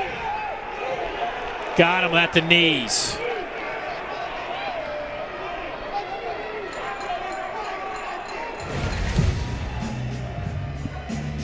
Well, Drew Bianco had a great defensive play earlier, but this isn't a bat that he's not going to want to remember. Fouled 2 bunts off, and maybe tried to be a little bit too precise with the bunt the first 2 times. Palmineri keeps the bunt on with 2 strikes. That time takes a called strike 3.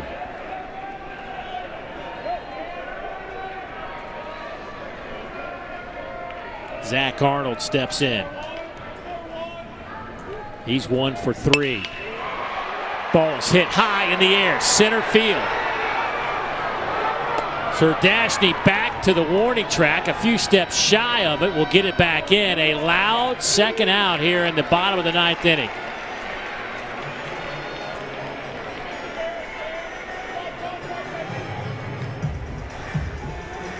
Thought for a second, just for a second, that might have been enough. If he pulls it in the gap, it's gone. But that one to straightaway center field. Serdashny just in front of the track to make that play. He hit it hard, just to the biggest part of the ballpark.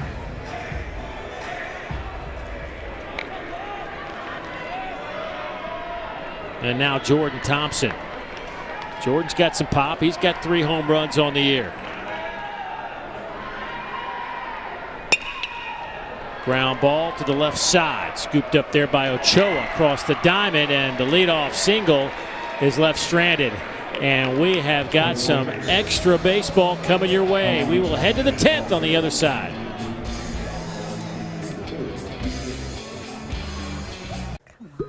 Whoa, Susan. Oh, I'm looking for coupon codes. Well, Capital One Shopping instantly searches for available coupon codes and automatically applies them. Save me some cheddar. Capital One Shopping.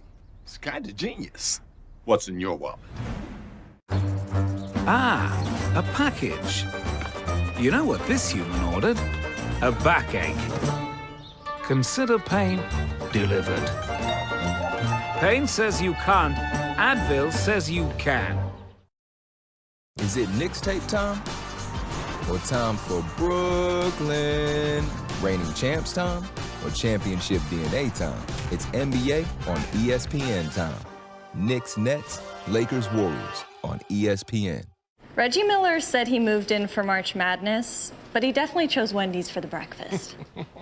The tournament doesn't start for like a week. The tournament doesn't start for like a week. Choose wisely. Choose Wendy's, official breakfast of March Madness. The sleep app helps me establish a bedtime routine by silencing my phone and setting the mood. When I fall asleep, it checks my heart rate and measures my blood oxygen, so I can track how I've been sleeping.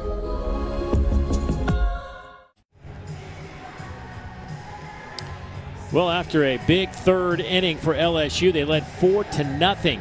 Didn't think we'd be staring extra innings in the face, but that's what we have in front of us. A 3-run eighth and a single run in the ninth has allowed UTSA to tie this thing up. And a new pitcher, Trent Vittmeyer, the senior, who returned for an extra year with this LSU baseball team after the abrupt end a year ago, making his third appearance, a couple of strikeouts in an inning and a third.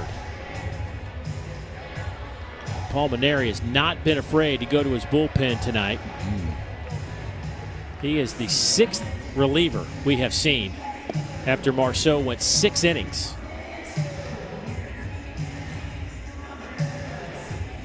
See, Dave, you go, what, 19, 20 months without doing a baseball game? Yes. You're due for extra innings today. Just maybe they get felt like I right needed the back work. in the saddle. Here we go. Somebody felt like I needed the work. I need the reps.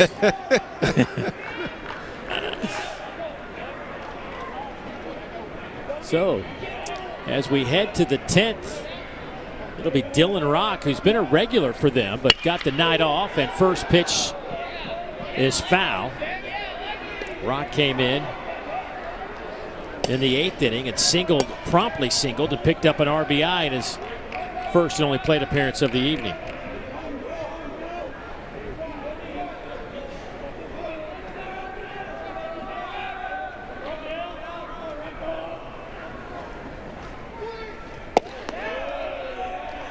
And that one misses 1-1.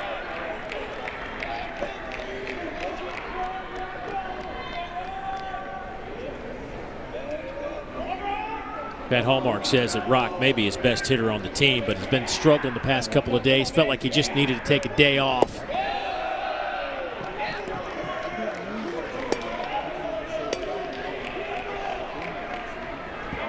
Might have worked. Rock gets a hit his first time up. Now gets a chance to lead off the 10th.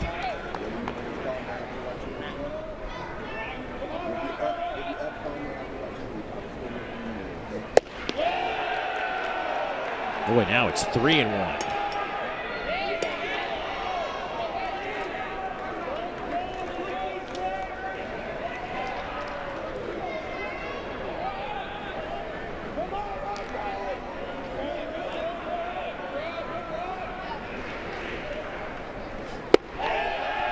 And a leadoff walk.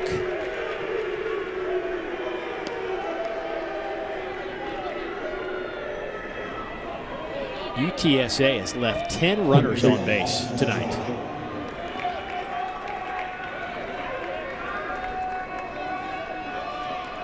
How about Marceau's night? Okay, let's just 6 innings pitched, 2 hits, 11 strikeouts, no runs allowed. But the 6-man bullpen has come in for 3 innings, 6 hits, and 4 runs. Little different story. And the bullpen for UTSA has been outstanding. They haven't given up anything. That one misses low. 7 walks tonight issued by LSU staff is the season high.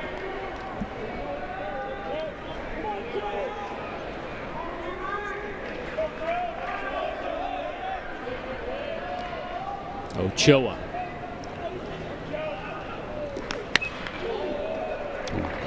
I swung the ball too.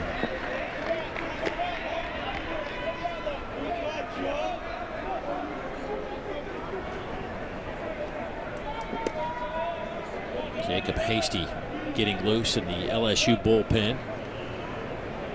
Sophomore left-hander. That's Austin Ochoa.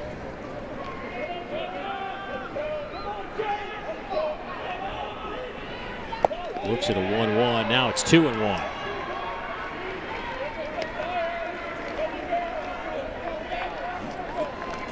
Final in Stillwater, 18-4 Vanderbilt in the second game.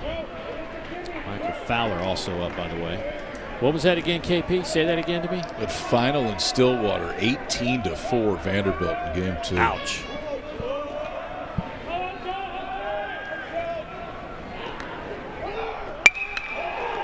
That ball's hit on the button to left. It is deep to left, and it is gone. A 2-run shot, and the Roadrunners now have the lead as Ochoa goes yard.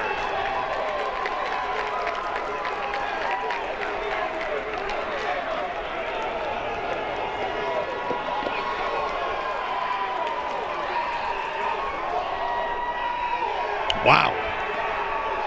A couple kids that didn't start this game end up with 2 pretty big plays for the Roadrunners. Dylan Rocket started every other game, did not start today, came in as a pinch hitter, led off this inning with a leadoff walk, and Austin Ochoa, who did not start this game, came in late, now with a 2-run home run, and the Roadrunners have their first lead of the game. Paul Maneri has made a few more trips to the mound than he would have liked, and this will be it for Vittmeyer.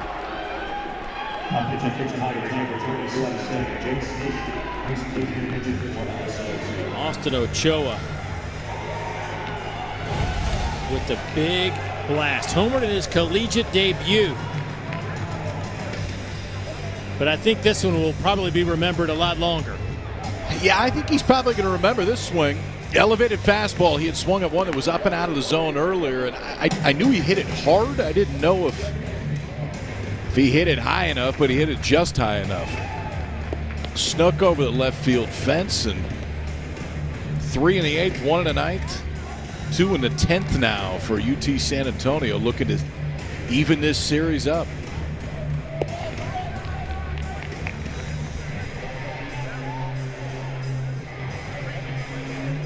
How about the home run routine? I like it. That is solid. I like it. Now Berkey's got to like that one. He always, I mean, he's the big home run celebration guy. That one. Yeah, because he was such a big home run hitter in his career, exactly. right? Exactly. Like I should talk, and you too, Power Guard, Right. but he still hit a few more than we did. Yes, he did. Boy, how about Ochoa and Rock? What a decision. Those two guys just tugged it out in the dugout.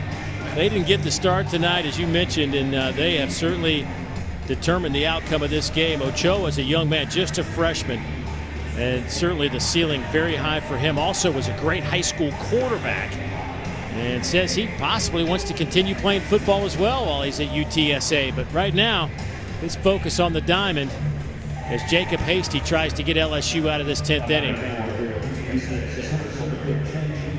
Been an active night if you're in that LSU bullpen. Jacob Hasty had a lefty on just to try to keep it here, give this offense a chance.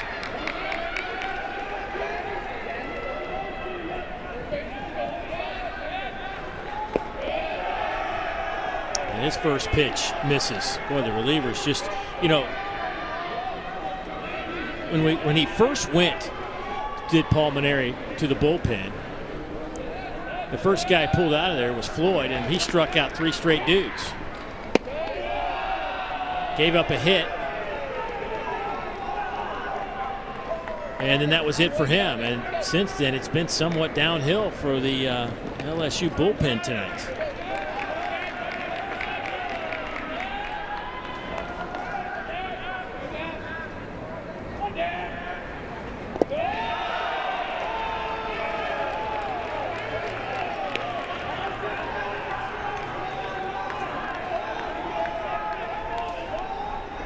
For Dashney, a couple of strikeouts on his 0 for 4 evening. It'll be all forgotten if UTSA can even up this series tonight.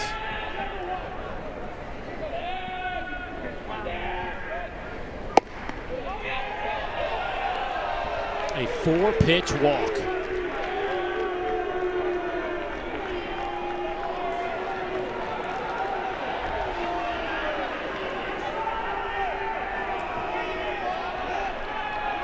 if you have a jersey and you pitch, you might get in the game tonight. Now Michael Fowler, you're now in the game. Yeah. Kyle Peterson, you might be next.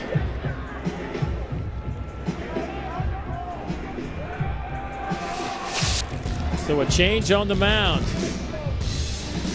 Celebrating are the Roadrunners, at least for now.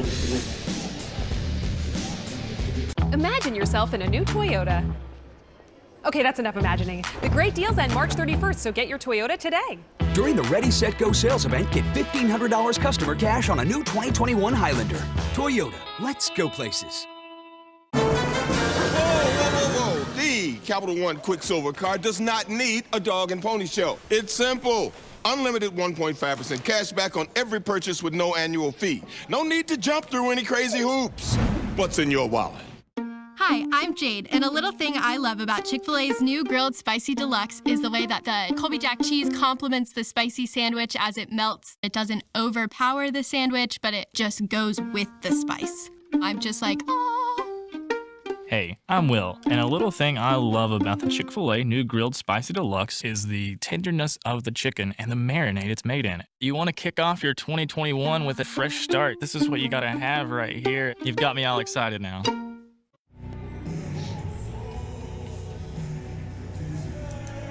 Boy, a drastic change of events here in Baton Rouge tonight after a 4-0 lead. LSU now trails 6-4 here in the top of the 10th. A runner on and still nobody out.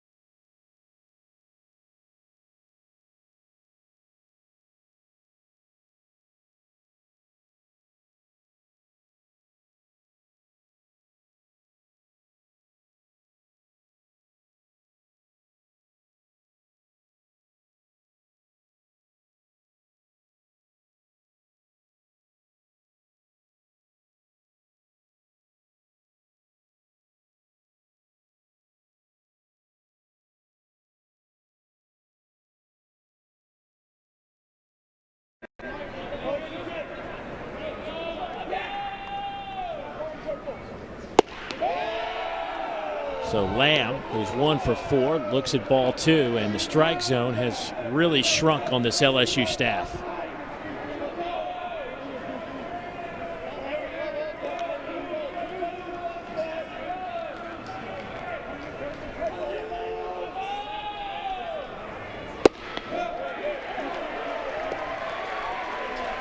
That touches 90 for a strike.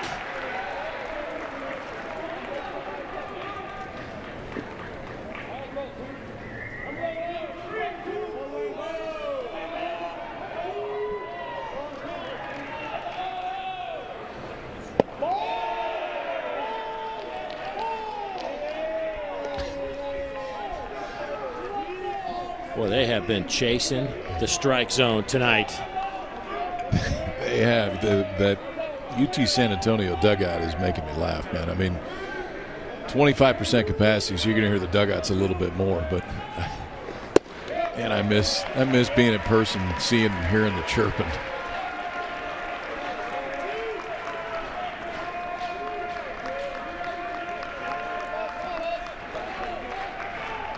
Fowler at 6'3", 185.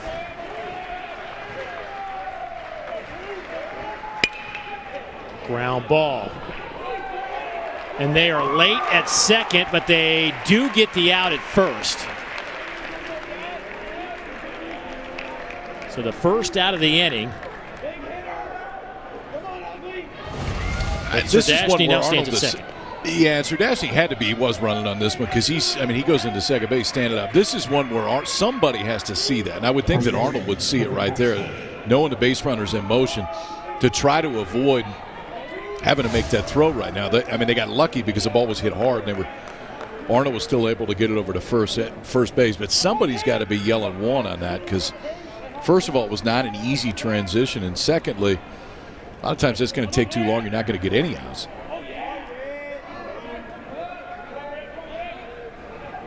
You don't write Now 6-4-3 down very often and only have one out.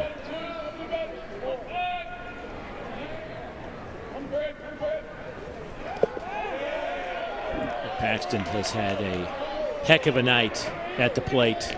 3 for 4. His average is up over 400. He's now at 405 on the year.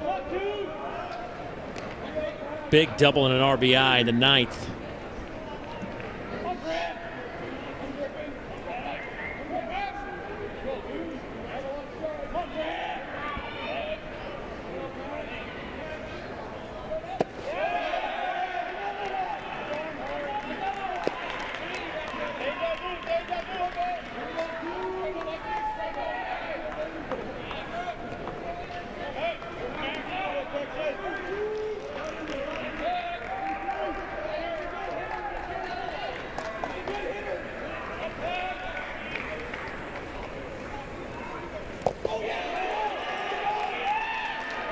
And that gets away, runner to third. I mean, this is getting painful to watch. They just can't find the strike zone. It's not even close now. No. UTSA credit, man. I mean, they have been aggressive when given the opportunity. This one, that's just a very good read. Serdashny, who kept them out of a double play by being in motion the last pitch, or excuse me, the last batter this time recognizes that ball the minute it goes into the dirt, and he's standing at third base. That's ball 4. Is Paul Maneri going to walk out of the dugout again?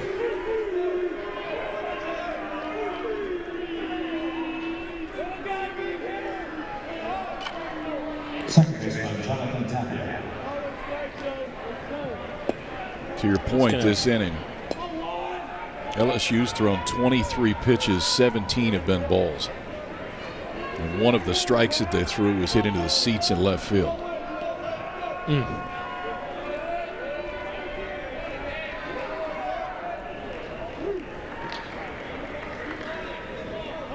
Great stat by our numbers guy, Brian Gramling. The last 20 UTSA batters have seen 9 different pitchers.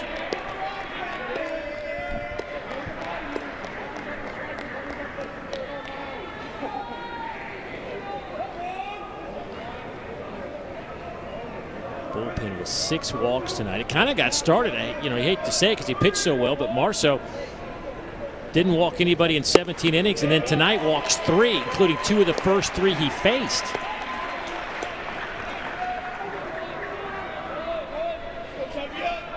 It's going to get lost how good he looked in this because of really how poor the bullpen has been, but Marceau on the season now, 23 innings, has yet to give up a run. He struck out 11 of the 23 batters he faced tonight.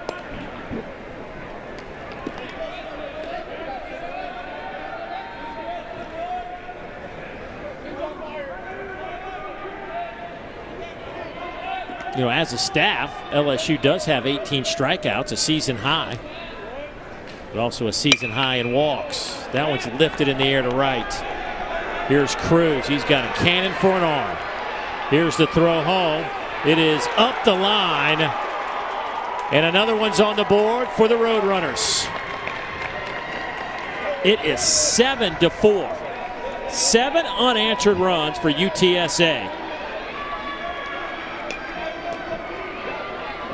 Good job of situational hitting right there by Tapia just to get that ball deep enough. Milazzo may have made a mistake here. Watch him go get this ball. And he may have had to take it on a hop, but when he goes and gets it and then he got to turn around, watch how far he has to go to try to make this tag. If he waits and somehow can field it cleanly, he's got a chance right there to get the out. But instead, by going to get it, it just takes too much time to spin around trying to make that tag.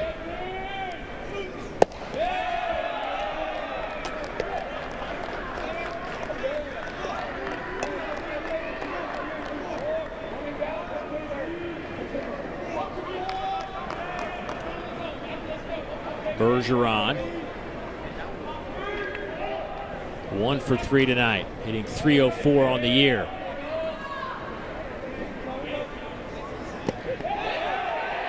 That one bounces away from Milazzo. Throw to third, not in time.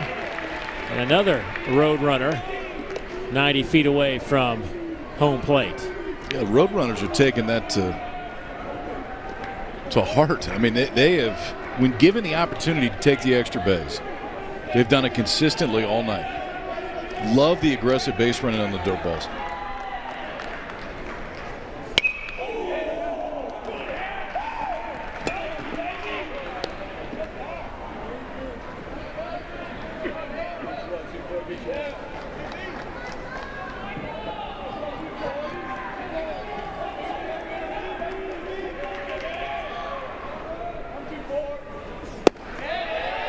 Now it's 3-1.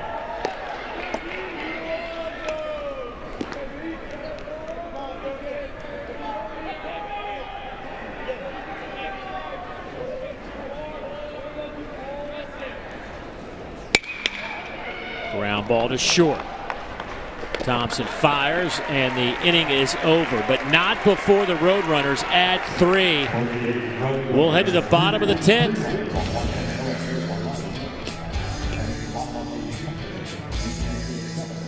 Today we have the Microsoft Surface Pro 7 and the MacBook Pro. The Surface comes with a pen and it is touchscreen. Mac gave me this little bar, but why can't they just give me a whole touchscreen? The Surface Pro has a detachable keyboard. Now with the Mac, you're kind of just stuck with what you got. But with the Surface, yes, you can run your favorite apps on it. It has the power to run all your apps. It is a much better gaming device. I love my games. Then there's the price. Yeah.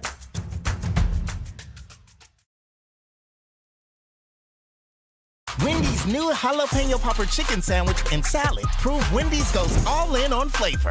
Unlike... We put a bun inside the sandwich. Bun, bun, bun. Hurry into Wendy's and try the new jalapeno popper chicken duo today.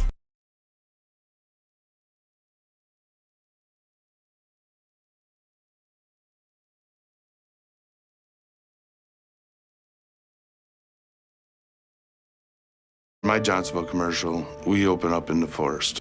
I'm out in the wild eating my breakfast, and all of a sudden, a raccoon come up and asked me, "Are those bigger patties?" I said, "Yep." Wolf comes in and says, "Wow, that's a lot of sausage." And we had a good laugh about that.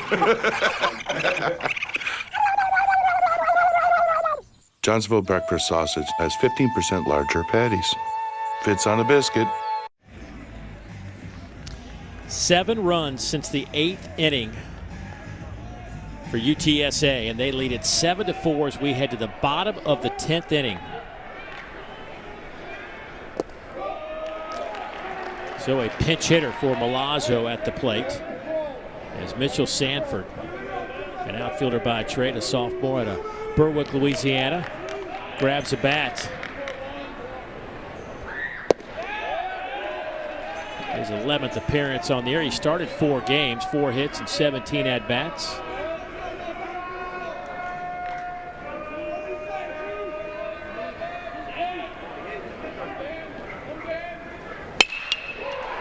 And he lines one over the glove of the shortstop, Joshua Lamb, and that's a good start for LSU. And now the lineup gets to Cruz, then Morgan, and then Doty, who already has a 3-run blast tonight. And now you get to the part of this lineup that's done some damage, and a good job by Sanford, the pinch hitter right there. That one was hit hard. It looked like it may have been knuckling a little bit. Joshua Lamb definitely got up high enough, but not able to glove that one. LSU has a leadoff man on here in the 10th, down 3. Hand it to this UTSA bullpen, though.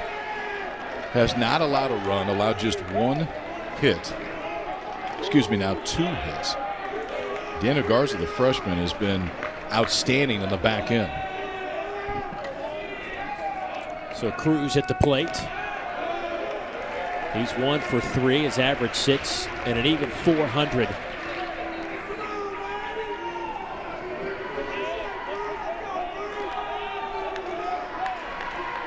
Five home runs for Dylan Cruz this year. Throw back to first.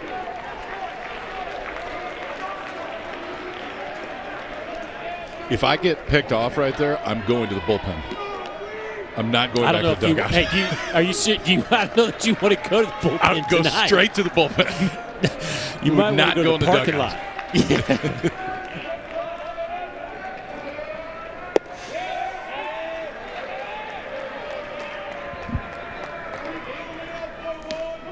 2-1 to count.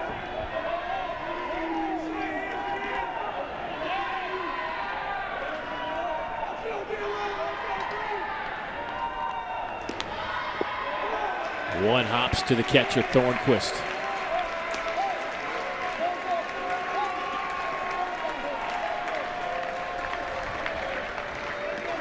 .34 pitches for Garza. 1 strikeout, 1 walk to this point. A couple of hits allowed.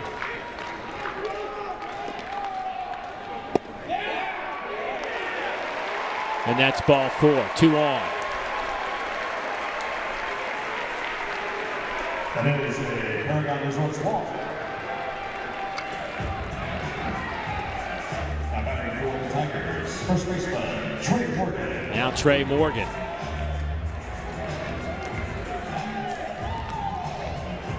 Trey 0 for 2, been hit by a pitch, walked, strikeout, a line out. Been a quiet night for him to this point. 1 home run on the year, 17 runs batted in.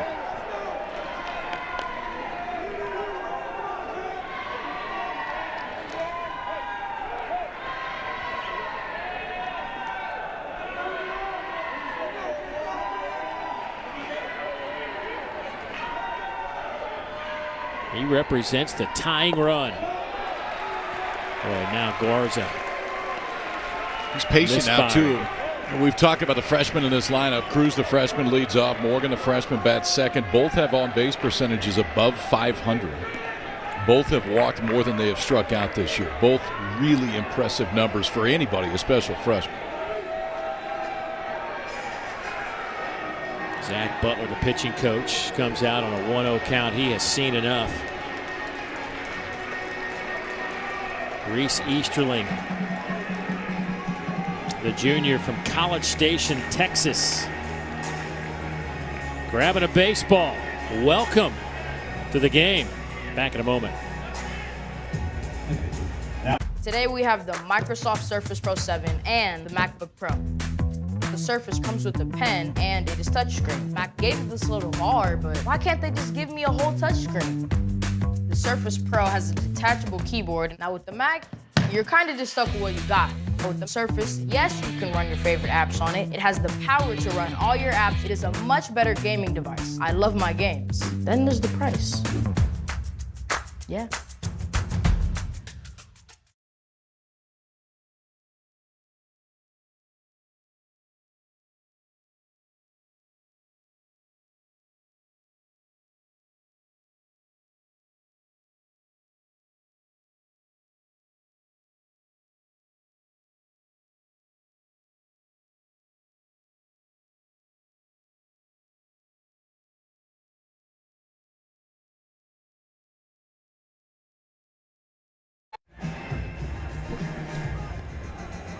It's getting interesting again here in extra innings. We're in the bottom of the 10th inning, and LSU tying run at the plate as the Roadrunners lead it by 3 after a 3 spot in the top half of this inning, and now they turn it over to Reese Easterling.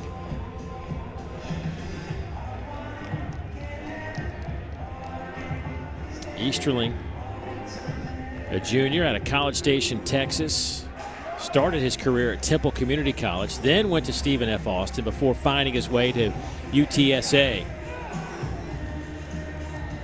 And he'll take over for Daniel Garza, who did a nice job. Just looked like he might have run out of a little bit of gas. I'll tell you what, to this point, to this point, you can't ask any more than UTSA's got out of their bullpen. Their bullpen has kept them in this game and put them in this position.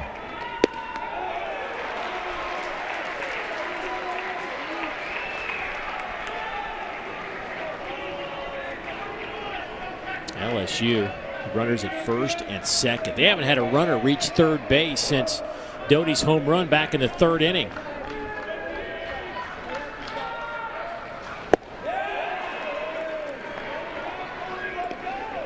Big cut. Easterling was, at least in the notes, was listed as the probable starter tomorrow. So you've got to think if you're UTSA in this spot, they're looking at it saying, hey, man, we got a chance to even this series up. We'll worry about tomorrow. We're going to try to get today done now.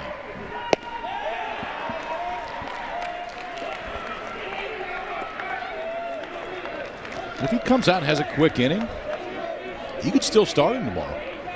Start him tomorrow, let him go 4 or 5 innings, whatever you can get out of him. Keep the pitch count a little bit lower. You may end up getting 2 days of Easterling on the weekend. And the strikeout. 90 miles an hour past Morgan. First out of the inning. Now let's change the ball game at the time. He Doty back in the 3rd inning. 3-run home run that gave LSU the 4-0 lead. 5 home runs in the last 7 games for Doty. Home run right here would tie it at 7.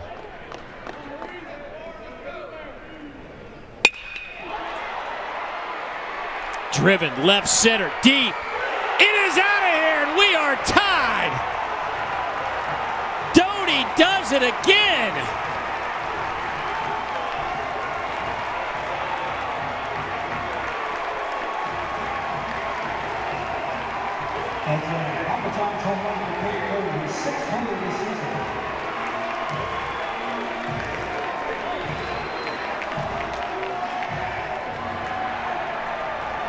Have yourself a night, K. Doty, his second 3-run blast after hitting a home run last night.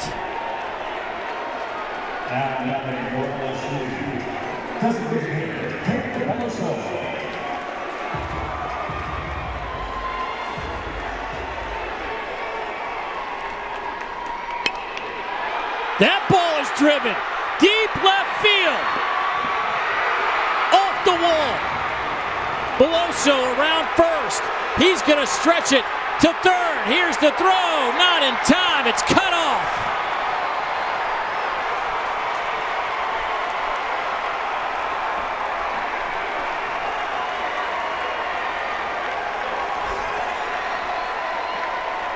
KP, he didn't miss this by much. We almost had ourselves a walk-off. No, he didn't. You were ready, too.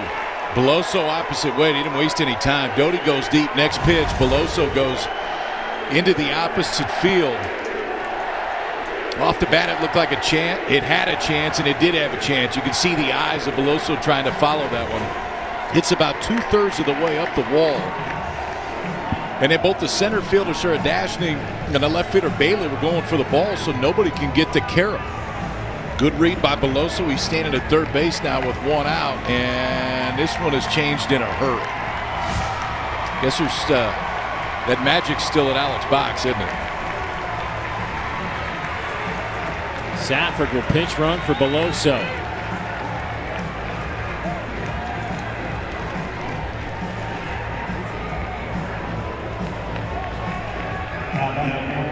Mitchell.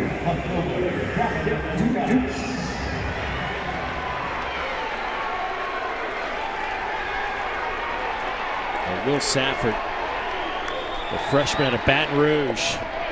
The winning run is 90 feet away as Gavin Dugas will step in.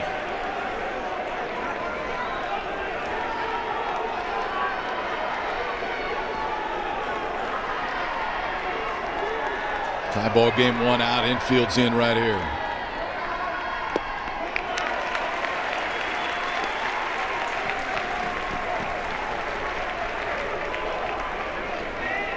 Why not go ahead and walk him, KP? Yeah, I'd be fine with that. What I wouldn't do is walk to load him. I don't like that move.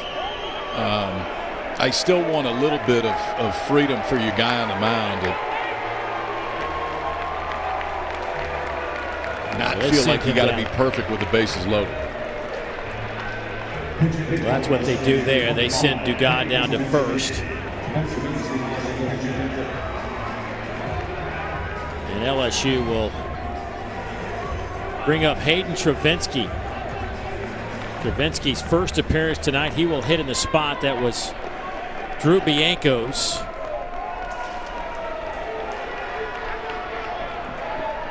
Travinsky, 333 on the year, 4 out of 12 at the plate.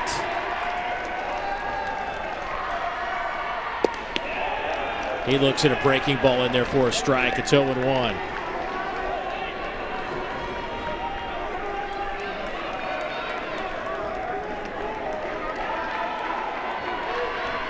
1 RBI on the year for Travinski.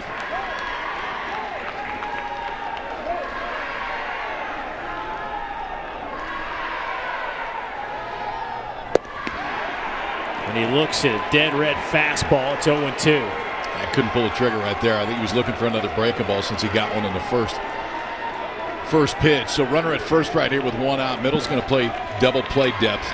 Get something hit hard up the middle. Get a chance to turn 2, get out of the inning.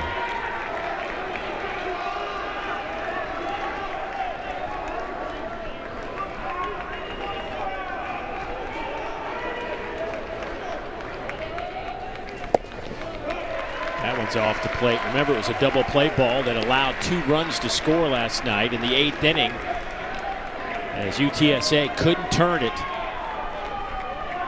And 2 runs scored, and that was the difference in a 3-1 contest.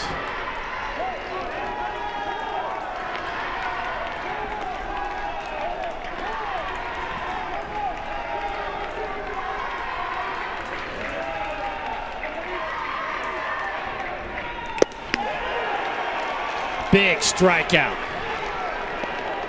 Easterling without number 2.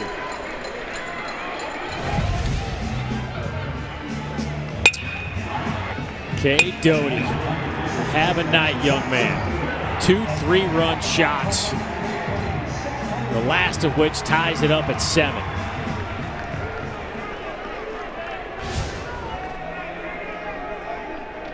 Six home runs in his last 7 games for Cade.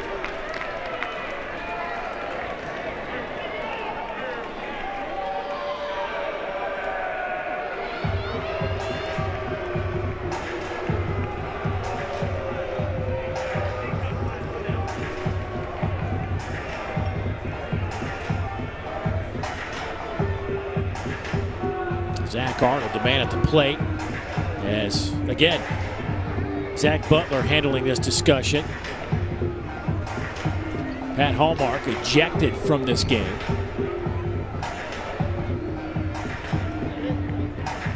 So the UTSA pitching coach running things currently.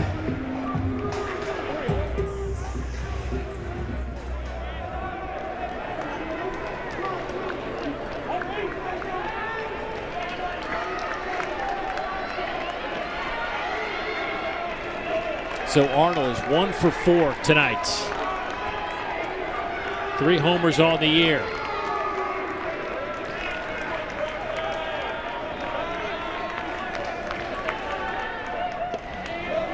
That one misses low.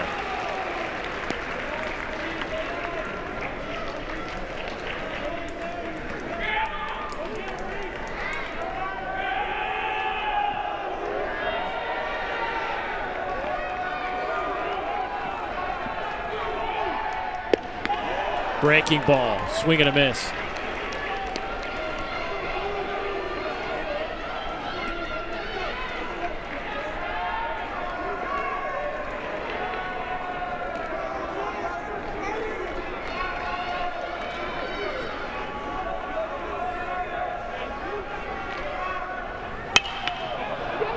That one is lifted in the air in foul territory.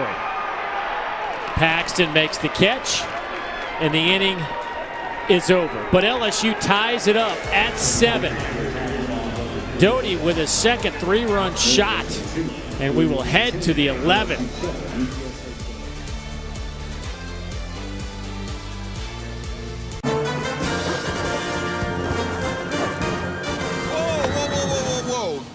Capital One Quicksilver card does not need a dog and pony show. Quicksilver is simple. It's unlimited 1.5% cash back on every purchase with no annual fee. No need to jump through any crazy hoops. Will someone tell Fido he can cool it with the hoops? The Capital One Quicksilver card. What's in your wallet? They're dropping balloons. Takes the championship 34 years after his father. Child arrived just the other day. Came to the world in the usual way. And he was talking for I knew it. And as he grew, he'd say, I'm gonna be like you, Dad. You know I'm gonna be like you. I'm driving. It's your alcohol. And the cat's in the cradle and the silver spoon.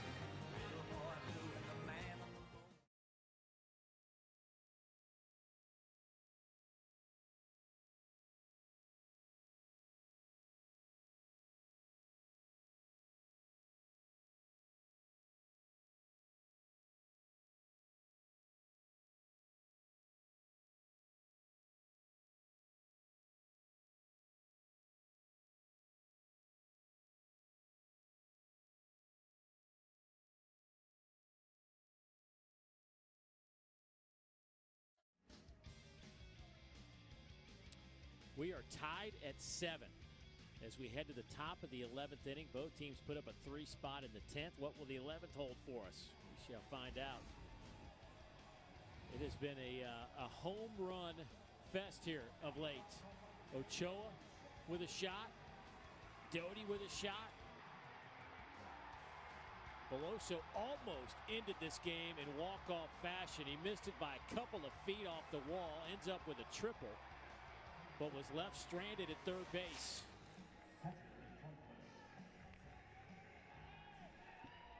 And now Devin Fontenot comes in out of the bullpen.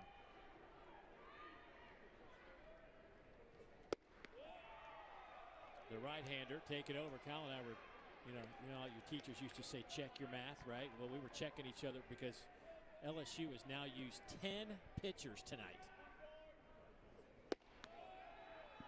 Well, you wouldn't think that if you're going to use 9 guys out of the bullpen, that Fontenot would be the 9th. This one's a little bit surprising. Coming into the season, Fontenot was looked at as the closer. And obviously now that is not solely his role. Garrett Edwards got the save last night, was in tonight with the chance to potentially do the same. But like everybody else, he's fallen behind to his opening batter. And now evens the count at 2-2.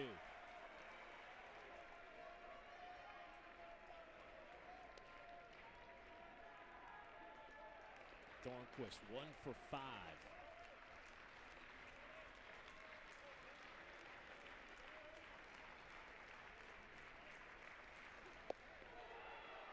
Off the plate, 3-2. Just missed it. Fontenot wanted it clearly.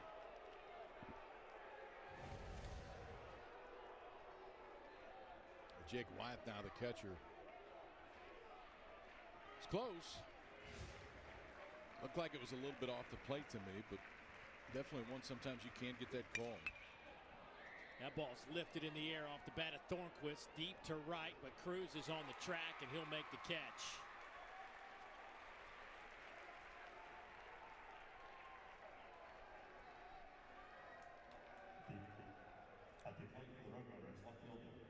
There is our new center fielder, Mitchell Sanford.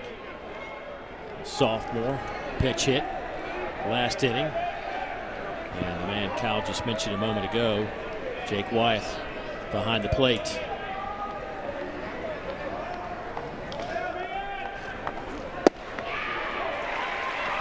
First pitch strike delivered to Ian Bailey.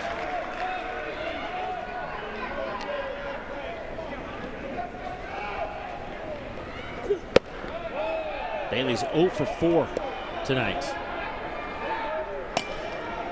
Bailey came in hitting .350, but his average has dipped down to .318.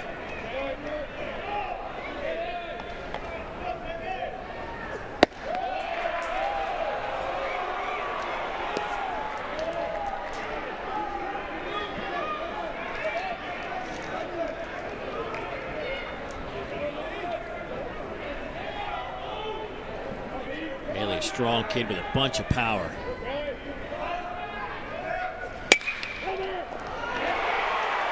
Fielded at first by Morgan. Another defensive gem by the freshman first baseman Trey Morgan. Heck of a play.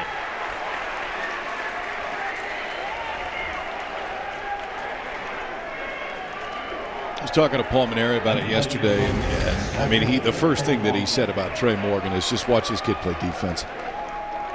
And he said if he's saved us less than 6 or 7 errors this year just with the things that he's done with the glove, I'd be surprised. And that's another one, maybe a little bit easier for a left-handed first baseman right there because that ball's glove side, but still, he made a really hard play. It looked pretty easy.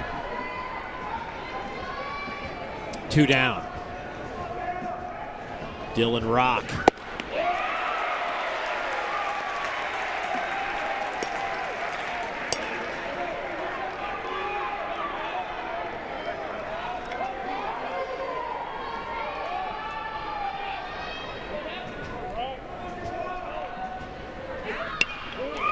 Fouled straight back. It's 0-2. I don't know, from the looks of things, I might have gone to Fontenot a little bit earlier. pure stuff of the guys that have come out of the bullpen. I mean, Fontenot's a guy that can run it up 94, 95 sometimes. And yeah, he has looked sharp so far. It's a really good hitter, maybe the best one for the Roadrunners, in Rock at the plate.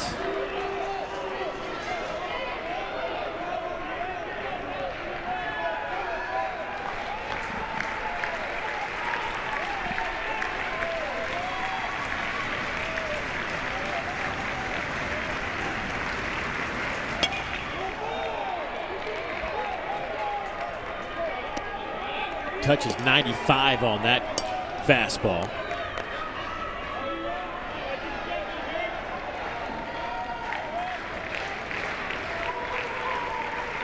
Dylan Rock has not missed a workout.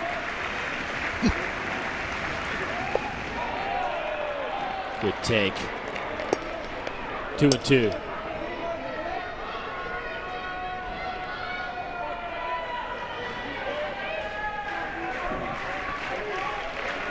Meanwhile, I've missed them all. Saving them all for Dylan.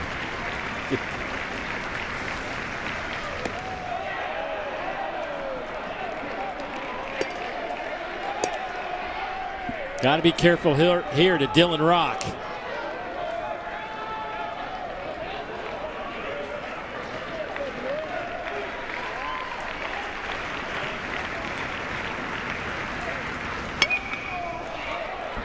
Lifted close to the seats. Morgan runs out of room.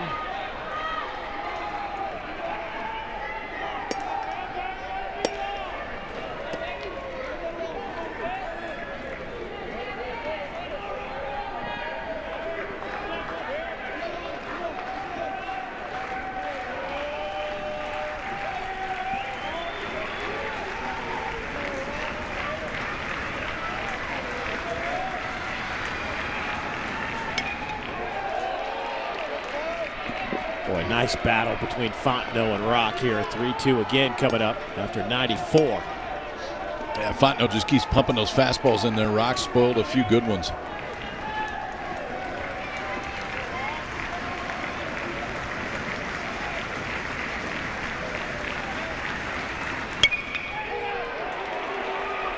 Little blooper. Grabbed there by Zach Arnold, and the inning is over. Jordan Thompson will lead things off when we come back.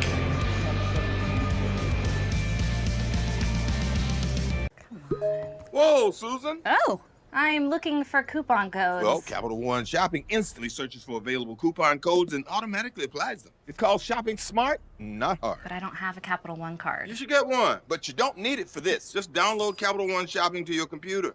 It's free. Ooh, save me some cheddar. So, when's the party? I love fondue. Really? I never joke about hot cheese, Susan. Me neither. Capital One Shopping. It's kind of genius. What's in your wallet? Look at this human trying to get in shape. Ah, you know what he will get? Muscle pain. Give up. The couch is calling. I say, it's me, the couch. I'm calling. Pain says you can't. Advil says you can. Oh, it's your thing. Do what you want to do. Shareholders are very happy. Oh, it's your thing. Do what you want to do.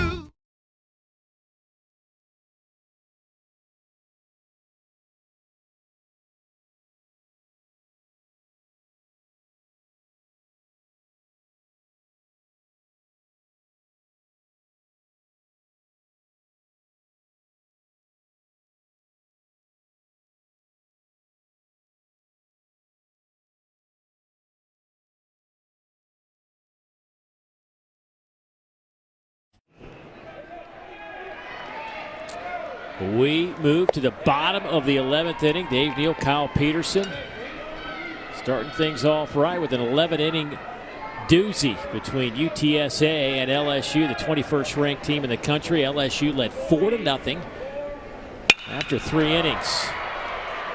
Thompson out to center field. Easy grab there. 1 down. Got a 3-run 8th inning, and then the bonus run in the 9th tied things up for UTSA. And then in the 10th inning, UTSA took control on a 3-run blast, but then LSU answered with their own.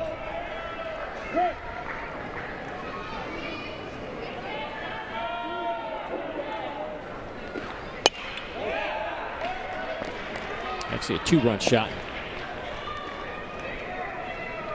And a sac fly tied it up. Tate Doty with 2 3-run home runs tonight.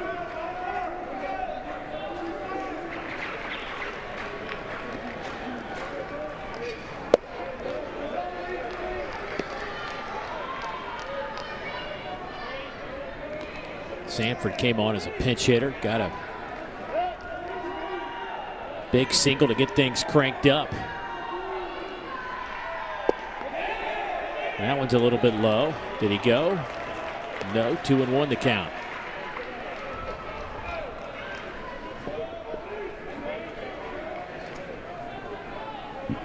Didn't play last night, did Mitchell Sanford.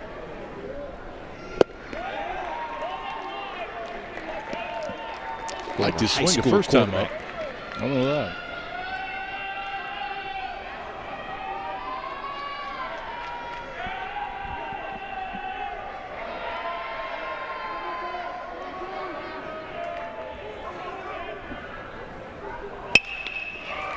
That ball is smoked over to first base, but scooped up there by Paxton, 2 down.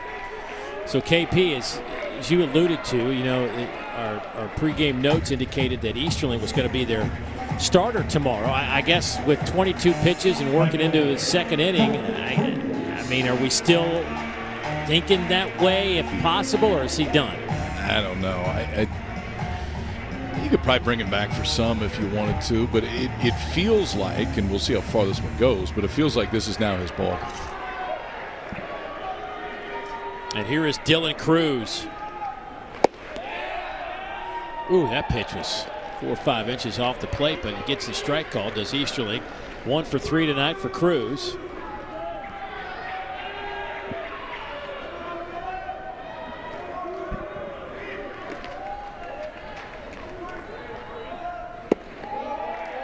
That one misses, 1-1.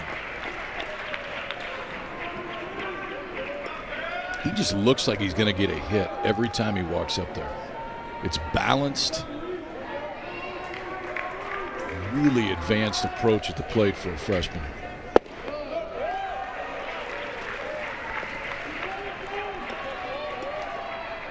Well, he has 5 home runs on the year. What's crazy about it is he had an RBI tonight, but he only has 7 RBIs on the season with 5 home runs.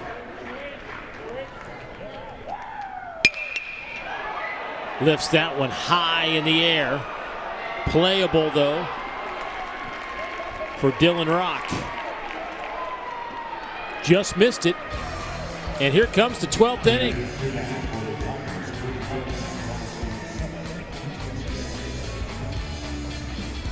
If you want to show the world the good you do, Cheerios can help to feed the good inside of you. And smiles don't have legs or wheels, but end up everywhere, which must really mean they travel right through the air. Happy hearts get fuller as goodness grows, like a snowball made of goodness that never slows. In the morning, if you think your whole day's a flop, feed the good inside of you, cause it never stops. Cheerios. This year, we're all just trying to stay afloat. Easy setup makes small business life a little smoother.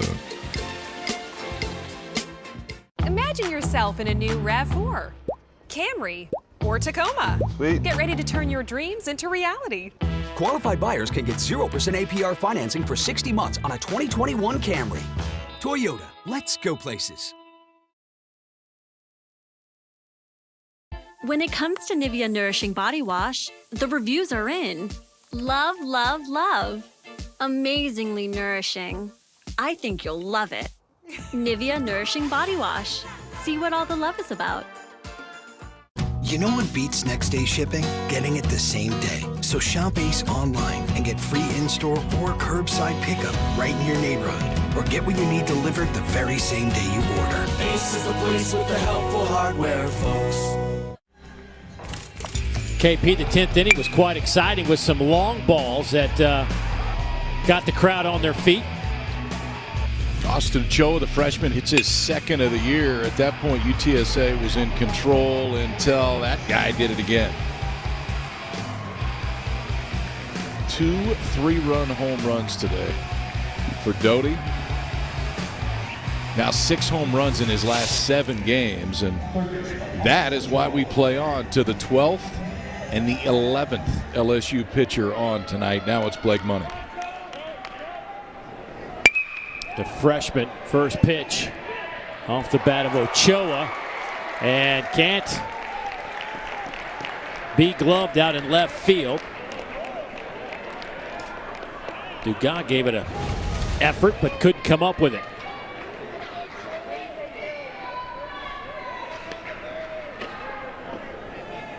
It was there in time. You get Ochoa, who doesn't start. Comes in late in this game as a pinch hitter. It's a 2-run home run and now a leadoff single here in the 12th. I think he's probably going to play tomorrow.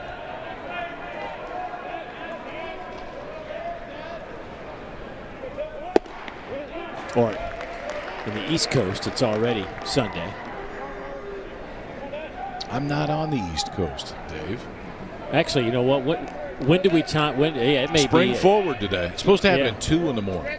Well, we may get to witness it live the way we're going. First time ever we've witnessed spring forward live. There's a bunt off the bat of Serdashny, and they get the out at first, move the runner over to second.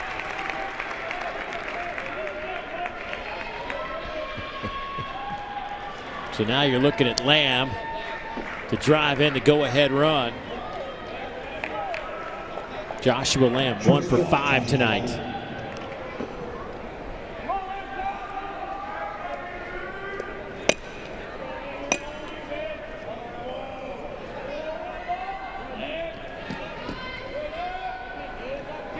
Blake Money on the mound at 6'7", 261. The freshman out of Spring Hill, Tennessee.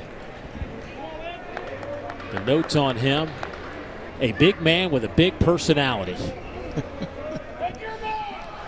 I had him in Williamsport years ago, Little League World Series. There's some names you don't forget. Blake Money's one of them. He's got a brother named Cash. That is not a joke.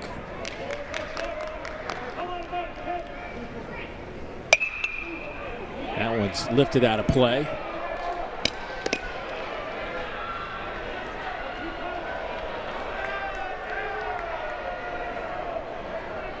What did Paul Manera say the other day? The second coming of Todd Peterson? We're looking at it. When he was talking about Blake Money? Yeah. We could all use more Todd Peterson in our lives.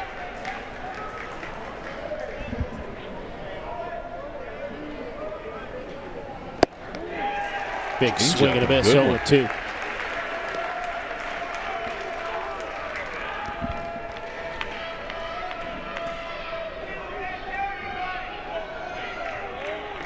Lamb's average sitting at 359, came in at 382, does have 1 homer on the year. Griffin Paxton, it's on deck. He has had a heck of a day. At the plate has Paxton. Ground ball out to short. Plays over to first, and there's Morgan again making a nice play to get the out.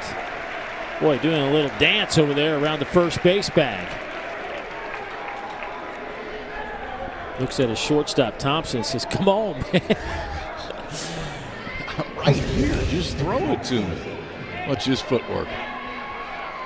It's Trey Morgan on the right side. I mean, he's got to switch all the way to the other side, and he was originally stretching with his left foot on the bag. And transfer, his right foot goes onto the bag as he moves that way and just keeps it on long enough. They're going to look at that. Yeah, they're going to look, I think, and see if he pulled his foot. It's hard to say on either one of those looks we just glanced at a moment ago.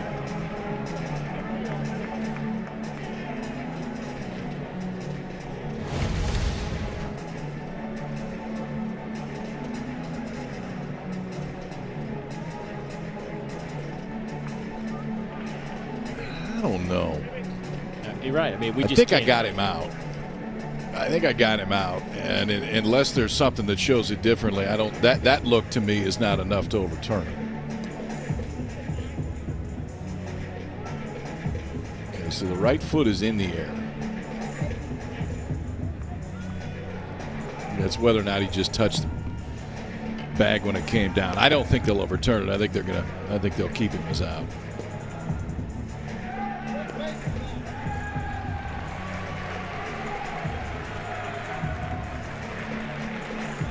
So that will stand, and that will be an out.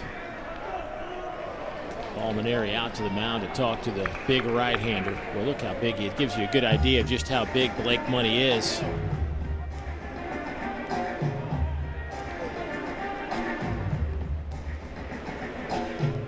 Blake came in ranked as the number 114th player in the country.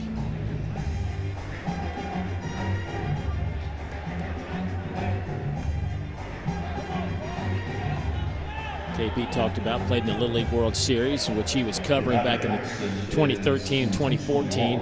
But he also got to play in the Little League All-Star Game, which was at the White House.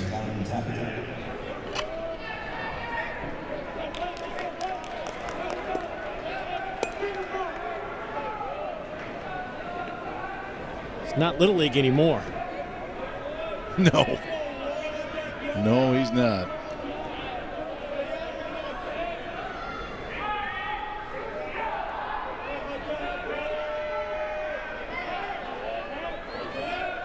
So Tapia will be the man at the plate for UTSA with 2 down. Tapia's 1 for 4, the 2-hole hitter. He had a single and an RBI back in the 9th inning.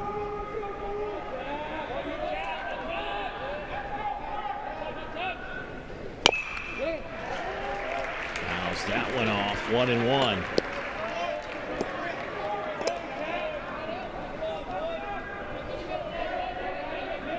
By the way, Paxton was intentionally walked, so he stands at first.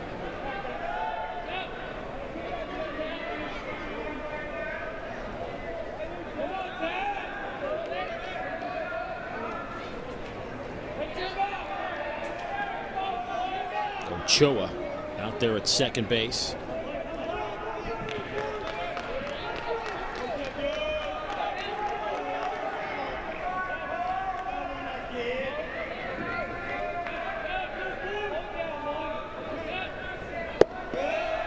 That one misses, 2-1.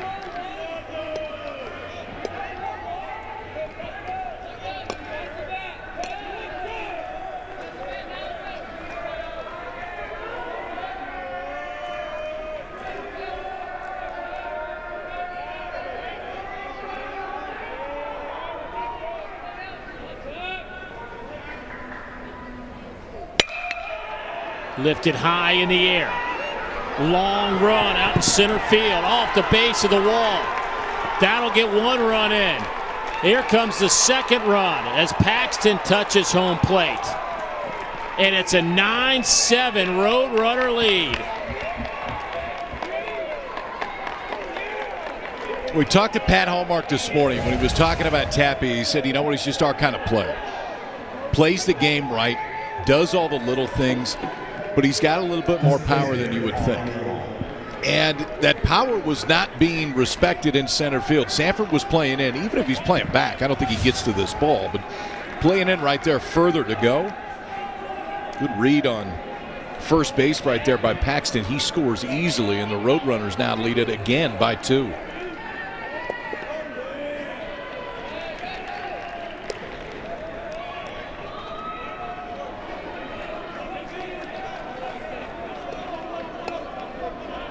Bergeron 1 for 4.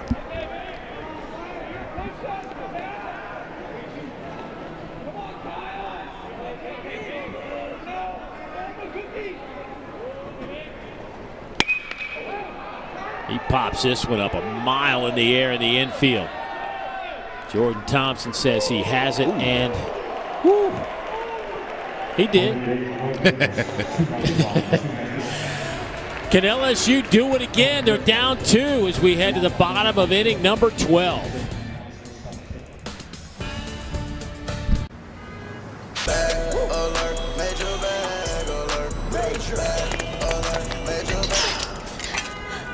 The Bacon Double Stack is back in the biggie bag for just $5. Only at Wendy's.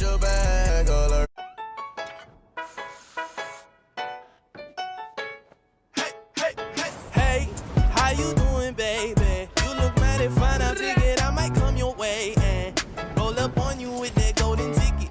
Shawty, can I get your digits? Maybe we can kick it. Hey, just wait till all my time is up. Just wait till all my. Just wait till all my. Smell irresistible. New Axe. To support a strong immune system, your body needs routine. Centrum helps your immune defenses every day with vitamin C, D, and zinc. Season after season. Ace your immune support with Centrum.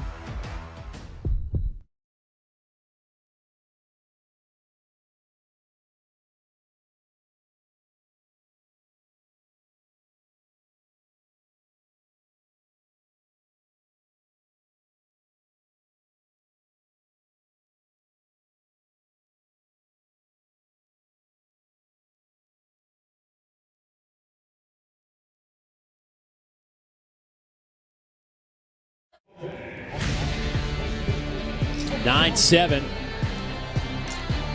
Texas San Antonio out in front of LSU. It's been some kind of game. Roadrunners keep hanging around, and see if they can close this one out. Reese Easterling working into the 12th inning. The junior from College Station, Texas. Transferred in from Stephen F. Austin. He will face Trey Morgan. Then it's Doty and Safford.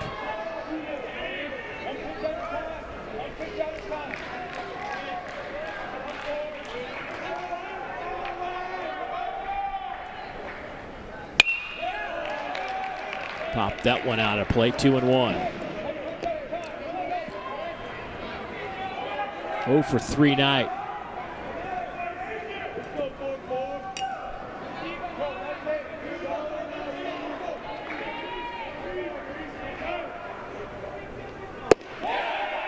Looks at a fastball. Good location.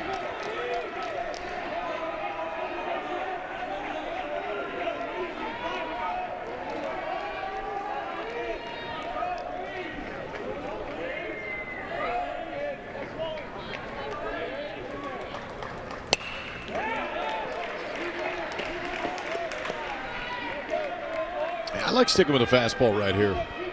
If I'm Easterling, the swings that I've seen that Morgan has taken tonight, the fastball, he's having a hard time handling fastballs, especially if they're elevated and in on his hands. Like that one. And that one's going to be tough for anybody to handle, but jokes up on that bat. He's everything advertised defensively at first base, I'll tell you that.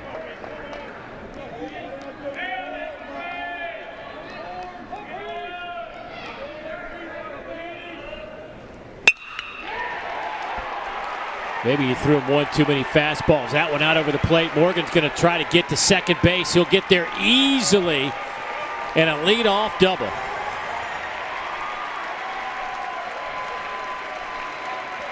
And here comes Cade Doty, the man of the weekend. I guess.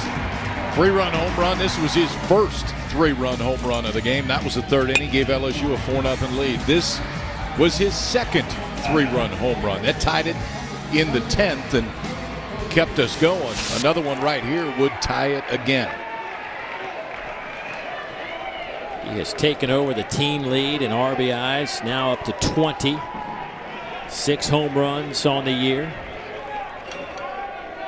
Can he do it again? That would be absolutely crazy. Start him off with a breaking ball off the plate.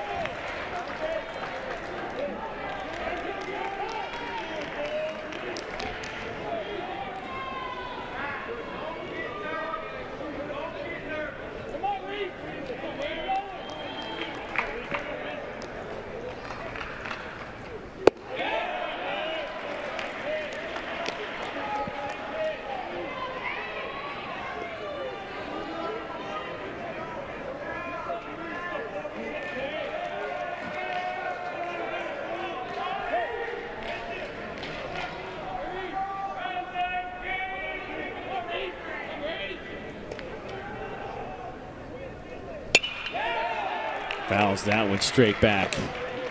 Boy, every pitch thrown his way. You just think he's going to barrel it.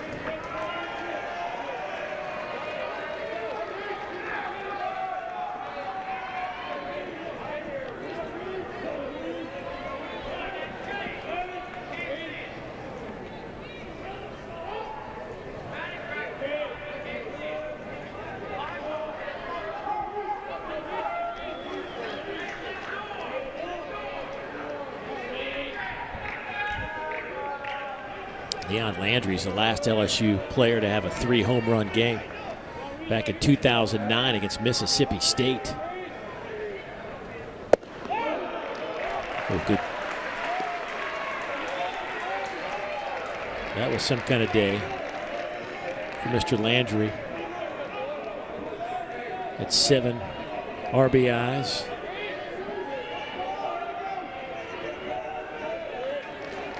Five for 6. With 3 home runs. That's a pretty good day. Pretty good at bat so far. 1-2, took a pretty good breaking ball off the plate. That time looks at a fastball to work it all the way to a full count.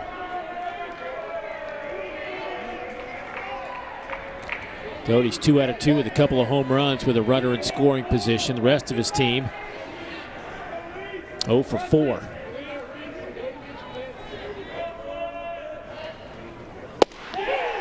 Swing and a miss. Out number 1. That's a big one right there for Easterling, especially with the night that Doty has had. 3-2 fastball just lets it go and really puts it in a great spot. Knee high, maybe a tick off the plate, but not much. But on the outside part, not an easy pitch for anybody to handle right there, but big strikeout for the first out of the inning right there for Easterling.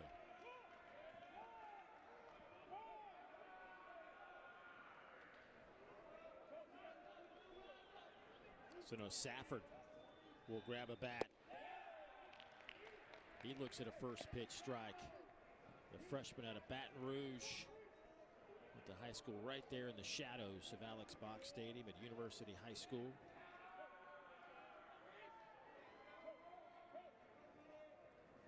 One for 9 on the year.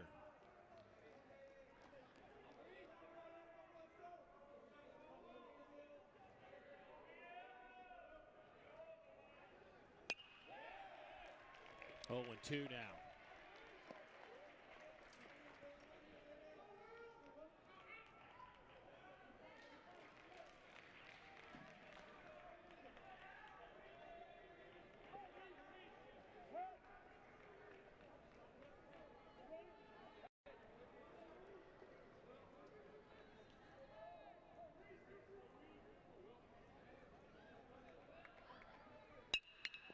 Ground ball off the foot of Easterling, right to his shortstop. The throw to first, got him. The old 1-6-3.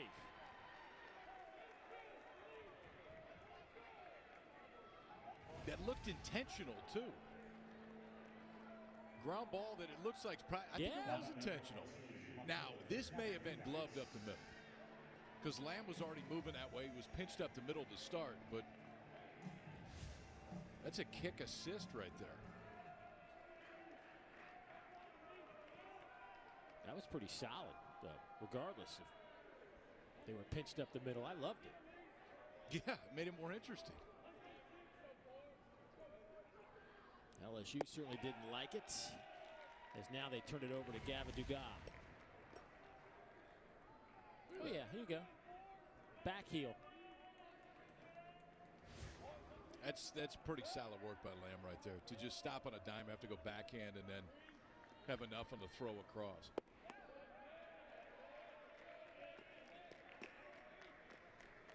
UTSA is going to cause some people. They're going to cause some people some problems this year, man, because they will fight, and they have fought this entire game. Offensively, there just wasn't anything there until late in the ball game, and then bang, everything kept going. And LSU would fight back, and UTSA had a haymaker to come back right back with it.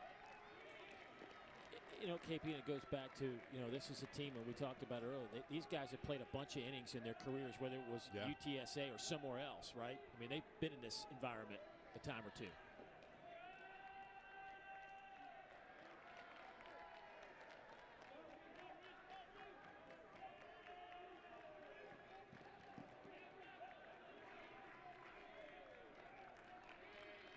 The 1-2 on the way to Dugas. Oh, good take.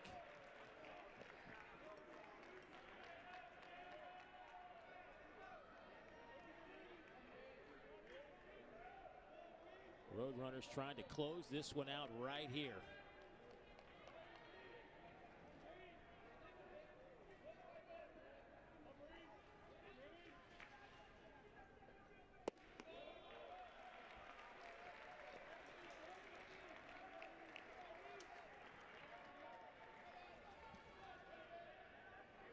These two teams will wrap up this series tomorrow, 2 o'clock Eastern.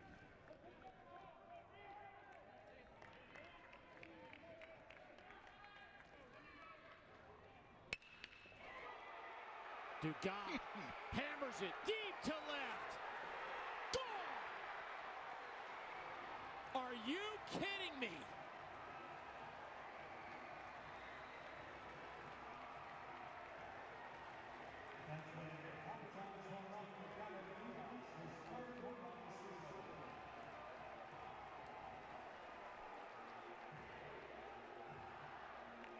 KP, Dugas knew it the moment he hit it. Yeah.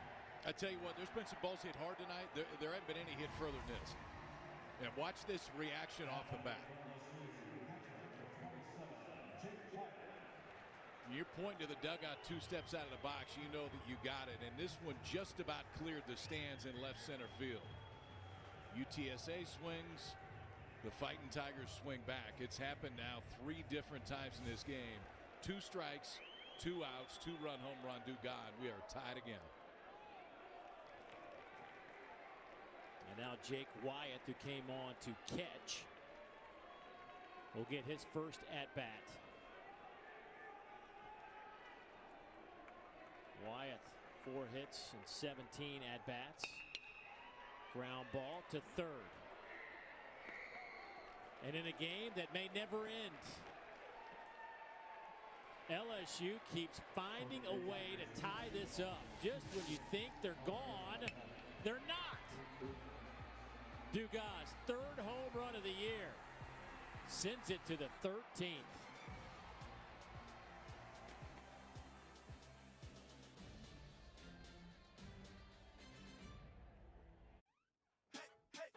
Hey, how you doing, baby? You look mighty fine. I figured I might come your way and roll up on you with that golden ticket. Shawty, can I get your Smell irresistible. New X. I don't know what happened. This? Nah, nothing happened. Nothing happened?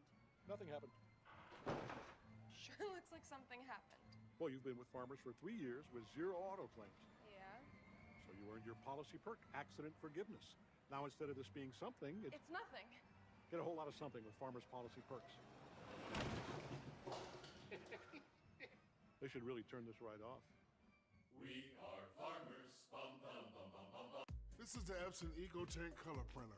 No more buying cartridges. Big ink tanks, lots of ink. Print about this many pages. The new Epson EcoTank. Just fill and chill. To support a strong immune system, your body needs routine. Centrum helps your immune defenses every day with vitamin C, D, and zinc. Season after season. Ace your immune support with Centrum.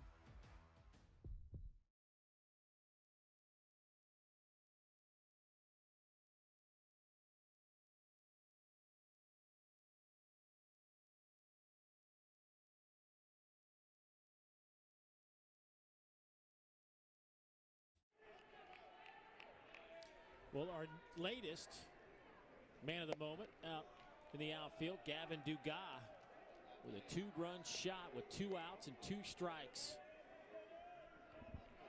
Pushes this one to the 13th inning. You know what that means, Dave? You're only an hour and a half away from daylight savings. That's right. You still got a chance. We're going to just blow right through it. I think there might have been a time or two in college where I was I think I might have blown right through it and didn't know.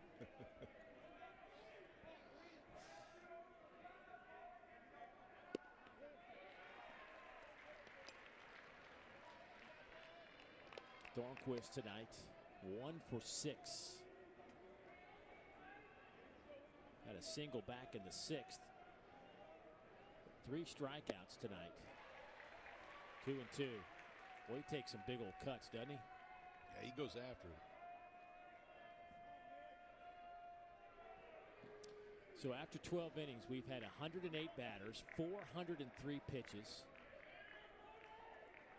Both teams have 9 runs and are 11 for 45 at the plate.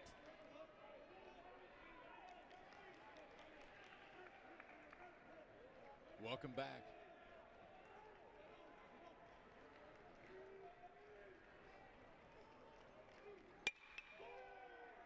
That ball is out to Dugas, who makes a catch this time. Boy, Thornquist found the barrel for sure. But Dugas makes a nice defensive play. He hit it hard. Dugas playing pretty deep out in left field, just a few steps in front of the warning track. Quiet head when he goes to this one, slides. Nice play by the left fielder after getting us into the 13th inning with a 2-run home run. Now, nice sliding catch for the first out.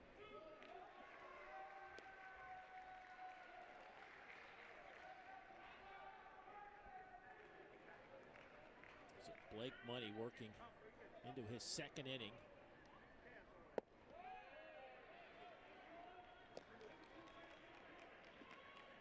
Bailey 0 for 5. 3 strikeouts tonight. Does have a walk.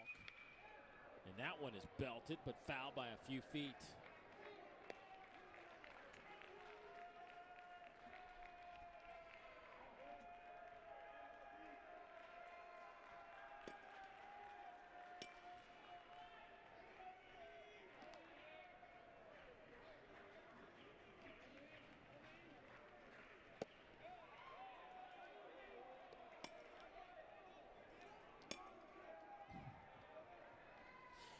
JP, I've been trying to avoid it, but I'll let Money throw this pitch on a 2-2 count. And he gets the strikeout. But the 4 guys behind home plate tonight have been beautiful. I don't know if you paid much attention to their. Oh yeah, oh yeah. Yeah, they had some cans stacked up a while ago. They did. Yeah. I just want to give them a shout out. They've been here. They're hanging tough. They've slowed down a little bit. They're running out of juice. They are. It's an interesting use of the face mask by old third from the left right there. Yeah. We've gone with the across the forehead look. Rock to third base. Throw across the diamond. And LSU coming up at the bottom of the 13th. They're hanging tough. Don't give up now, guys.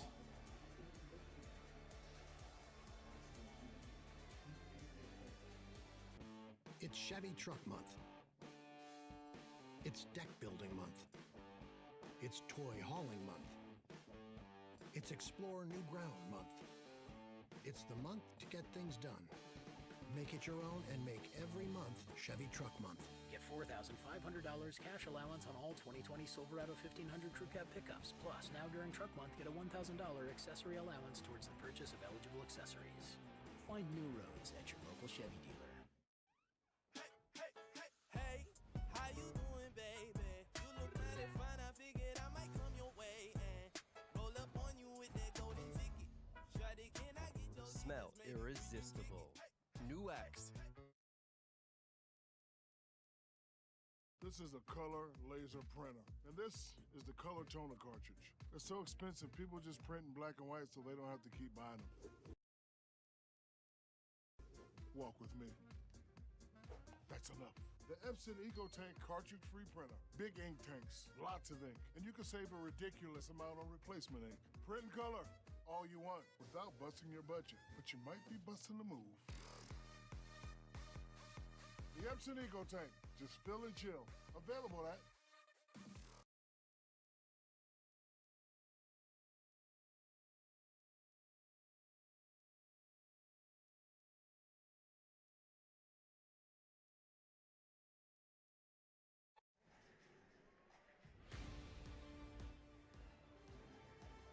Easterlinks Day is done. And UTSA going back to the bullpen one more time in a tie game. It's 9-9 in the bottom of the 13th inning. And John Chomko will get the baseball. Welcome to the game, the sophomore right-hander. Transferred in from Blinn Community College.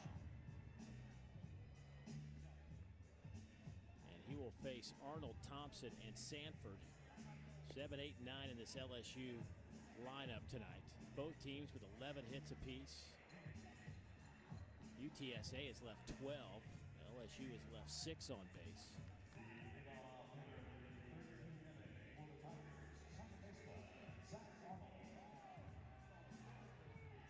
We had 4 runs through the first 7 innings. We have 14 runs in the last 6 innings, 5.5 innings, I should say.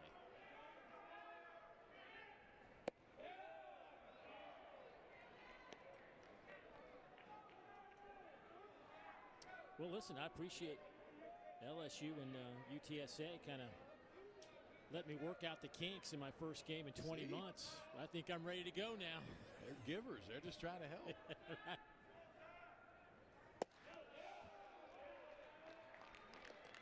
I appreciate your dead sprint to go make hot tea at 12:30 in the morning East Coast time in the 13th inning. I thought you were going to pull a hamstring getting out of there. Who said I didn't? Swing and a miss from Arnold, who's 1 for 5 tonight.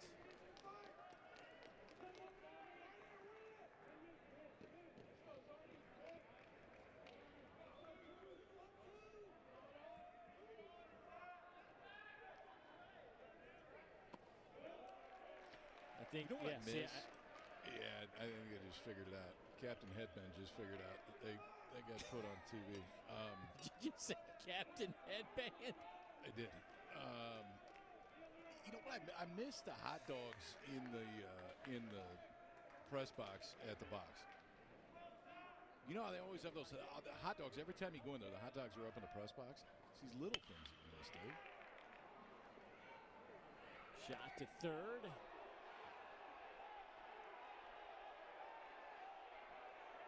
Hold on, we're going to take a look here, boys. First base umpire Eddie Newsom says we're going to go look at it, but he has him as an out currently. Did Paxton's foot leave the bag?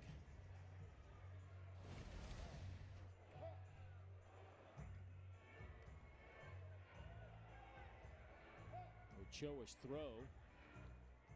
Nice. That wasn't even close.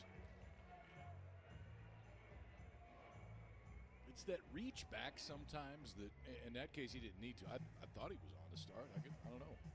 Maybe that looks a little bit different. That last look is the better look at it. The first one, you couldn't tell. It looked like his foot was there. The last one showed There may have been a little bit of separation.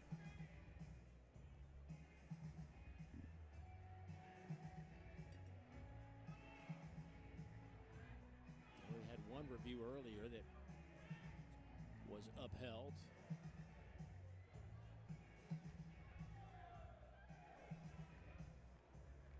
It's just hard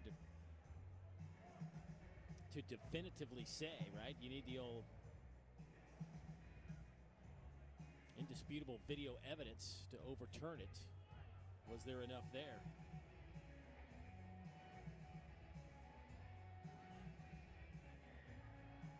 What say you, Dave Neal? Well,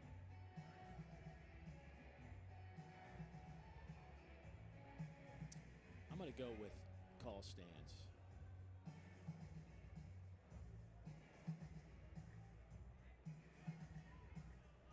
That's what I'm going to go with.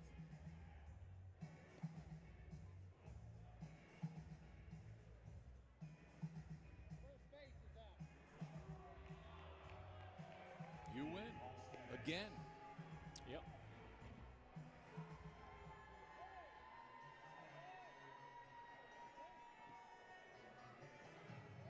Now batting for the Tigers, shortstop Jordan Thompson.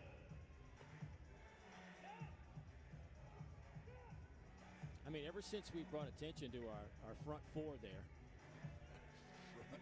the energy level has definitely increased because I thought they were fading. I just want to give them a shout out. I didn't anticipate that it would inspire. Adrenaline. But that's what I do. I inspire people, KP. You're the only one who's missed that boat. Yep. Well, just keep trying. You'll get there someday. See if I can inspire Thompson to get his first hit of the game. He's 0 for 5. There's Captain Headband.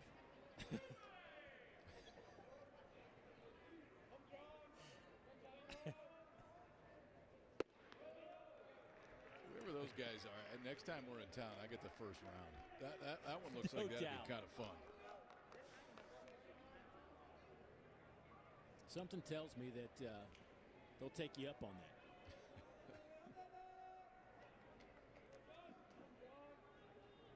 I also have a feeling that wouldn't be the only round. This ball is peppered to left center. Will the park hold it? No, we are done. LSU with a walk-off. Jordan Thompson, his 4th of the year, ends this one. LSU is now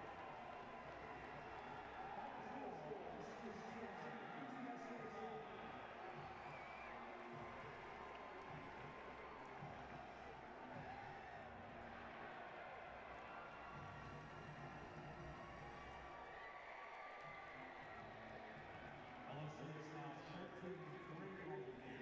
UTSA is 5-5. 4 hours and 40 minutes to find a winner. And I guess I inspired Thompson with his first hit, KP. California kid, man, a freshman right here with a walk-off home run. And I don't care if it's 25% capacity, if some have already gone home. That's a moment that young man will never forget. At that ballpark with that fan base and the way that this game went back and forth.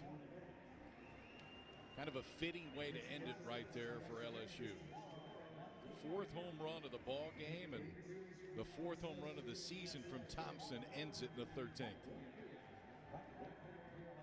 And our boys are bringing the juice. After 4.5 hours, they were with him the whole way.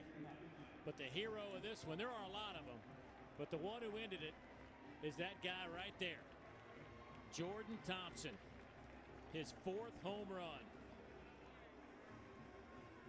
These two teams will wrap up this series tomorrow at 2 o'clock Eastern, but what a game 2.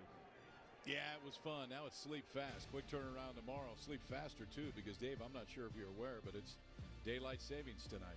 I missed you, buddy. It's good to see you again. Yep, good times, as always. A thriller in Baton Rouge. LSU wins it 10-9. So for Kyle Peterson, the rest of our crew, I'm Dave Neal saying thanks for staying with us. Hope you enjoyed it. So long from the box.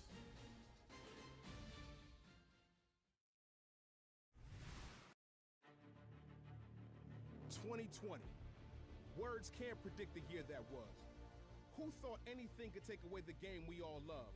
All regular season sports, all championship events currently suspended.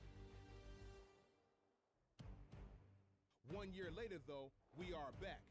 It looks a little different. It sounds a little different. But that orange ball still bounces the same. Listen close. There's a beautiful melody being played by the natural sounds of the game, appropriate for us to be in Music City, Tennessee. The energy is palpable. The fans from afar are counting on you, and you can hear the haters doubting you. Blue Bloods have given way to some of the new blood. This is a little different, though. You gotta prove it every day you suit up. It's not complicated. Win or go home. This is just what it is. So, dearly beloved, we are gathered here without many fans to cheer, but to revel in the flash and the flare of a premier tournament chock full of passion and tears, and to show and prove who's really the champ this year. Get ready for the SEC tournament. And then there were two in the Music City. The semifinals have come and gone, and we know this. Whoever wins it on Sunday will be the first time in some time that particular program has won the SEC Tournament Championship. Two teams are left standing. The three of us aren't going anywhere. With you every step of the way to this point, Dari Noka, Pat Bradley, Damian Fishback, gentlemen. Great to see you. Great to see you. Good to see you here with us, hanging out with us. It's been a good week to this point, and it was straight chalk, as we've said numerous times. First time since 2014, the top four seeds with the top four and only four left standing on a Saturday, including number one seed, Alabama, the one seed for the first time as a regular season champ since 2002. Tennessee, the four, looking for a third straight trip to the SEC Tournament Championship, and Jaden Springer got one heck of a bounce. Well, actually, that was not Springer at that particular point. That was Santiago Vescovi with the bounce, and then Javon Quinterly. Boy, has he played well. Yeah, he's played phenomenal basketball, competing with J.D. Notae for Sixth Man of the Year. I thought that Tennessee also played inspired basketball, and particularly with that prolific pace, Dari. Indeed, they were not afraid to get up and down. Vescovi to Jaden Springer. Tennessee up a touchdown on Bama, then Keon Johnson with a lay-in. He played lights out. He was attacking the basket. They owned the paint early on in that game. He had 20 in the game. My goodness, Eve Pons, who had the 9 blocks on Friday, a couple of them on Saturday, none better than that one. He almost hit his head on the rim, Dar. He did, and he swatted that from the SEC's Player of the Year, Herb Jones. And then Javon Quinterly, no. Herb Jones, yes. 36-28, your score in favor of Tennessee. Then John Petty Jr., he was just 3 of 11 from outside there. He did not shoot particularly well. But that was a good one right there, John. 9-point Tennessee lead at the break, second half. Herb Jones drives. He's fouled by Josiah Jordan-James, which was his fourth. So depth for Tennessee becoming an issue. Remember, no John Fulkerson with the facial injuries. How about the pass from Herb Jones? Beautiful. That's why he's SEC Player of the Year, defending, passing, knocking down shots. He is a winner. Bama chipping away after being down as many as 15 points. Look at Jones get to the basket. That's not math, not science, but what, Pat? That's English. Jones had 21, tying a career high.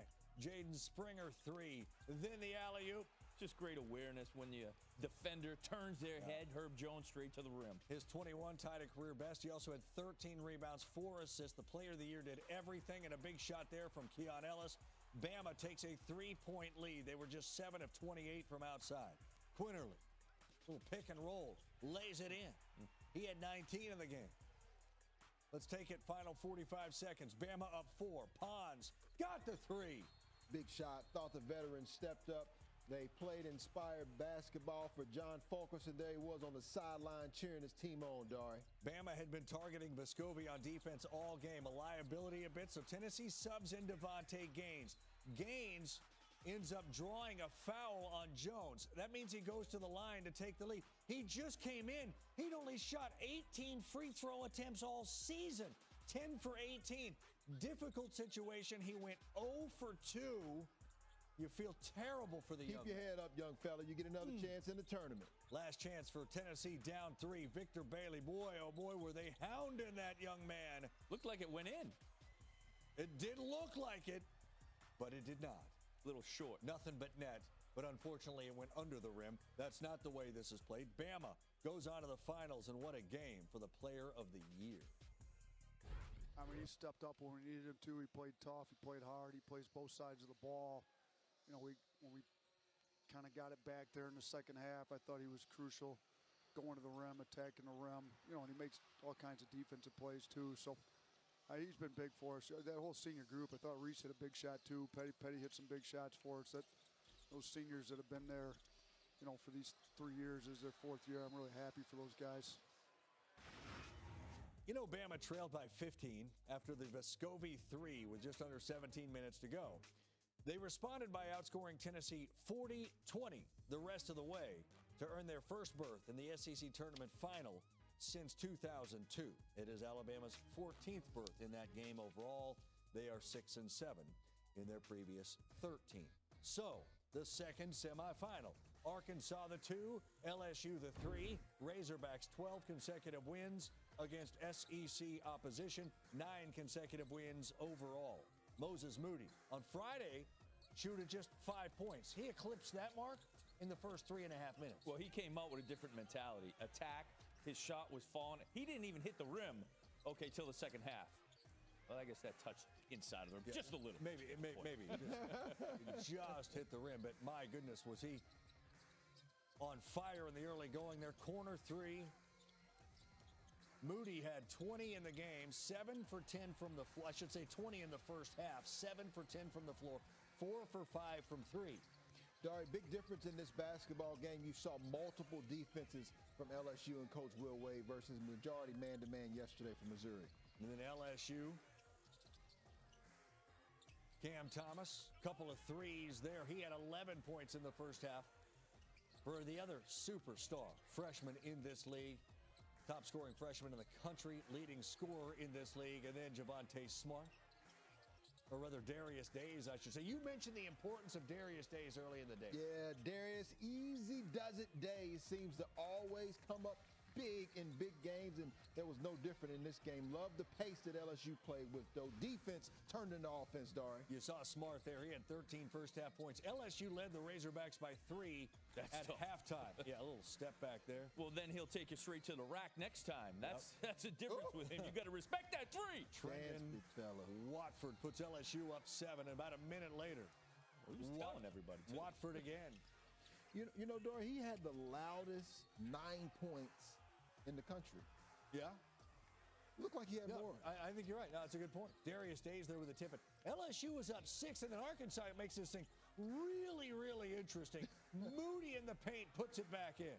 Imagine that. Free throw made it a one-possession game. Seconds later, JT Note, look at him get the steal, and then up ahead to Justin Smith. All of a sudden, that 6-point lead had dissolved to 1, and still plenty of time left. Ensuing LSU possession. If you're going to throw a double team at him, you can't give him his strong right hand. Smart, awfully good. Wow, what a shot. LSU goes back up 3. Arkansas needs a 3 to tie. Here you feel bad for this young man because JD Note, as good as he played in this couple of games, bad turnover there, and LSU survives 78-71. And in doing so, they shoot 47% from 3, and the Razorbacks were ice cold. They took care of business at the line as well, as you can see. Second chance points were certainly impactful in this game as well for LSU. They dominated what were some certainly key categories against the Razorbacks. Second chance points, by the way, you see just the 6 for Arkansas, and LSU gets the win. So Arkansas, first loss in their last 13 games against SEC opposition. Had to stop somewhere. Didn't have to, but it did in this game. So LSU goes on to the conference championship game. They will face Alabama. Ooh.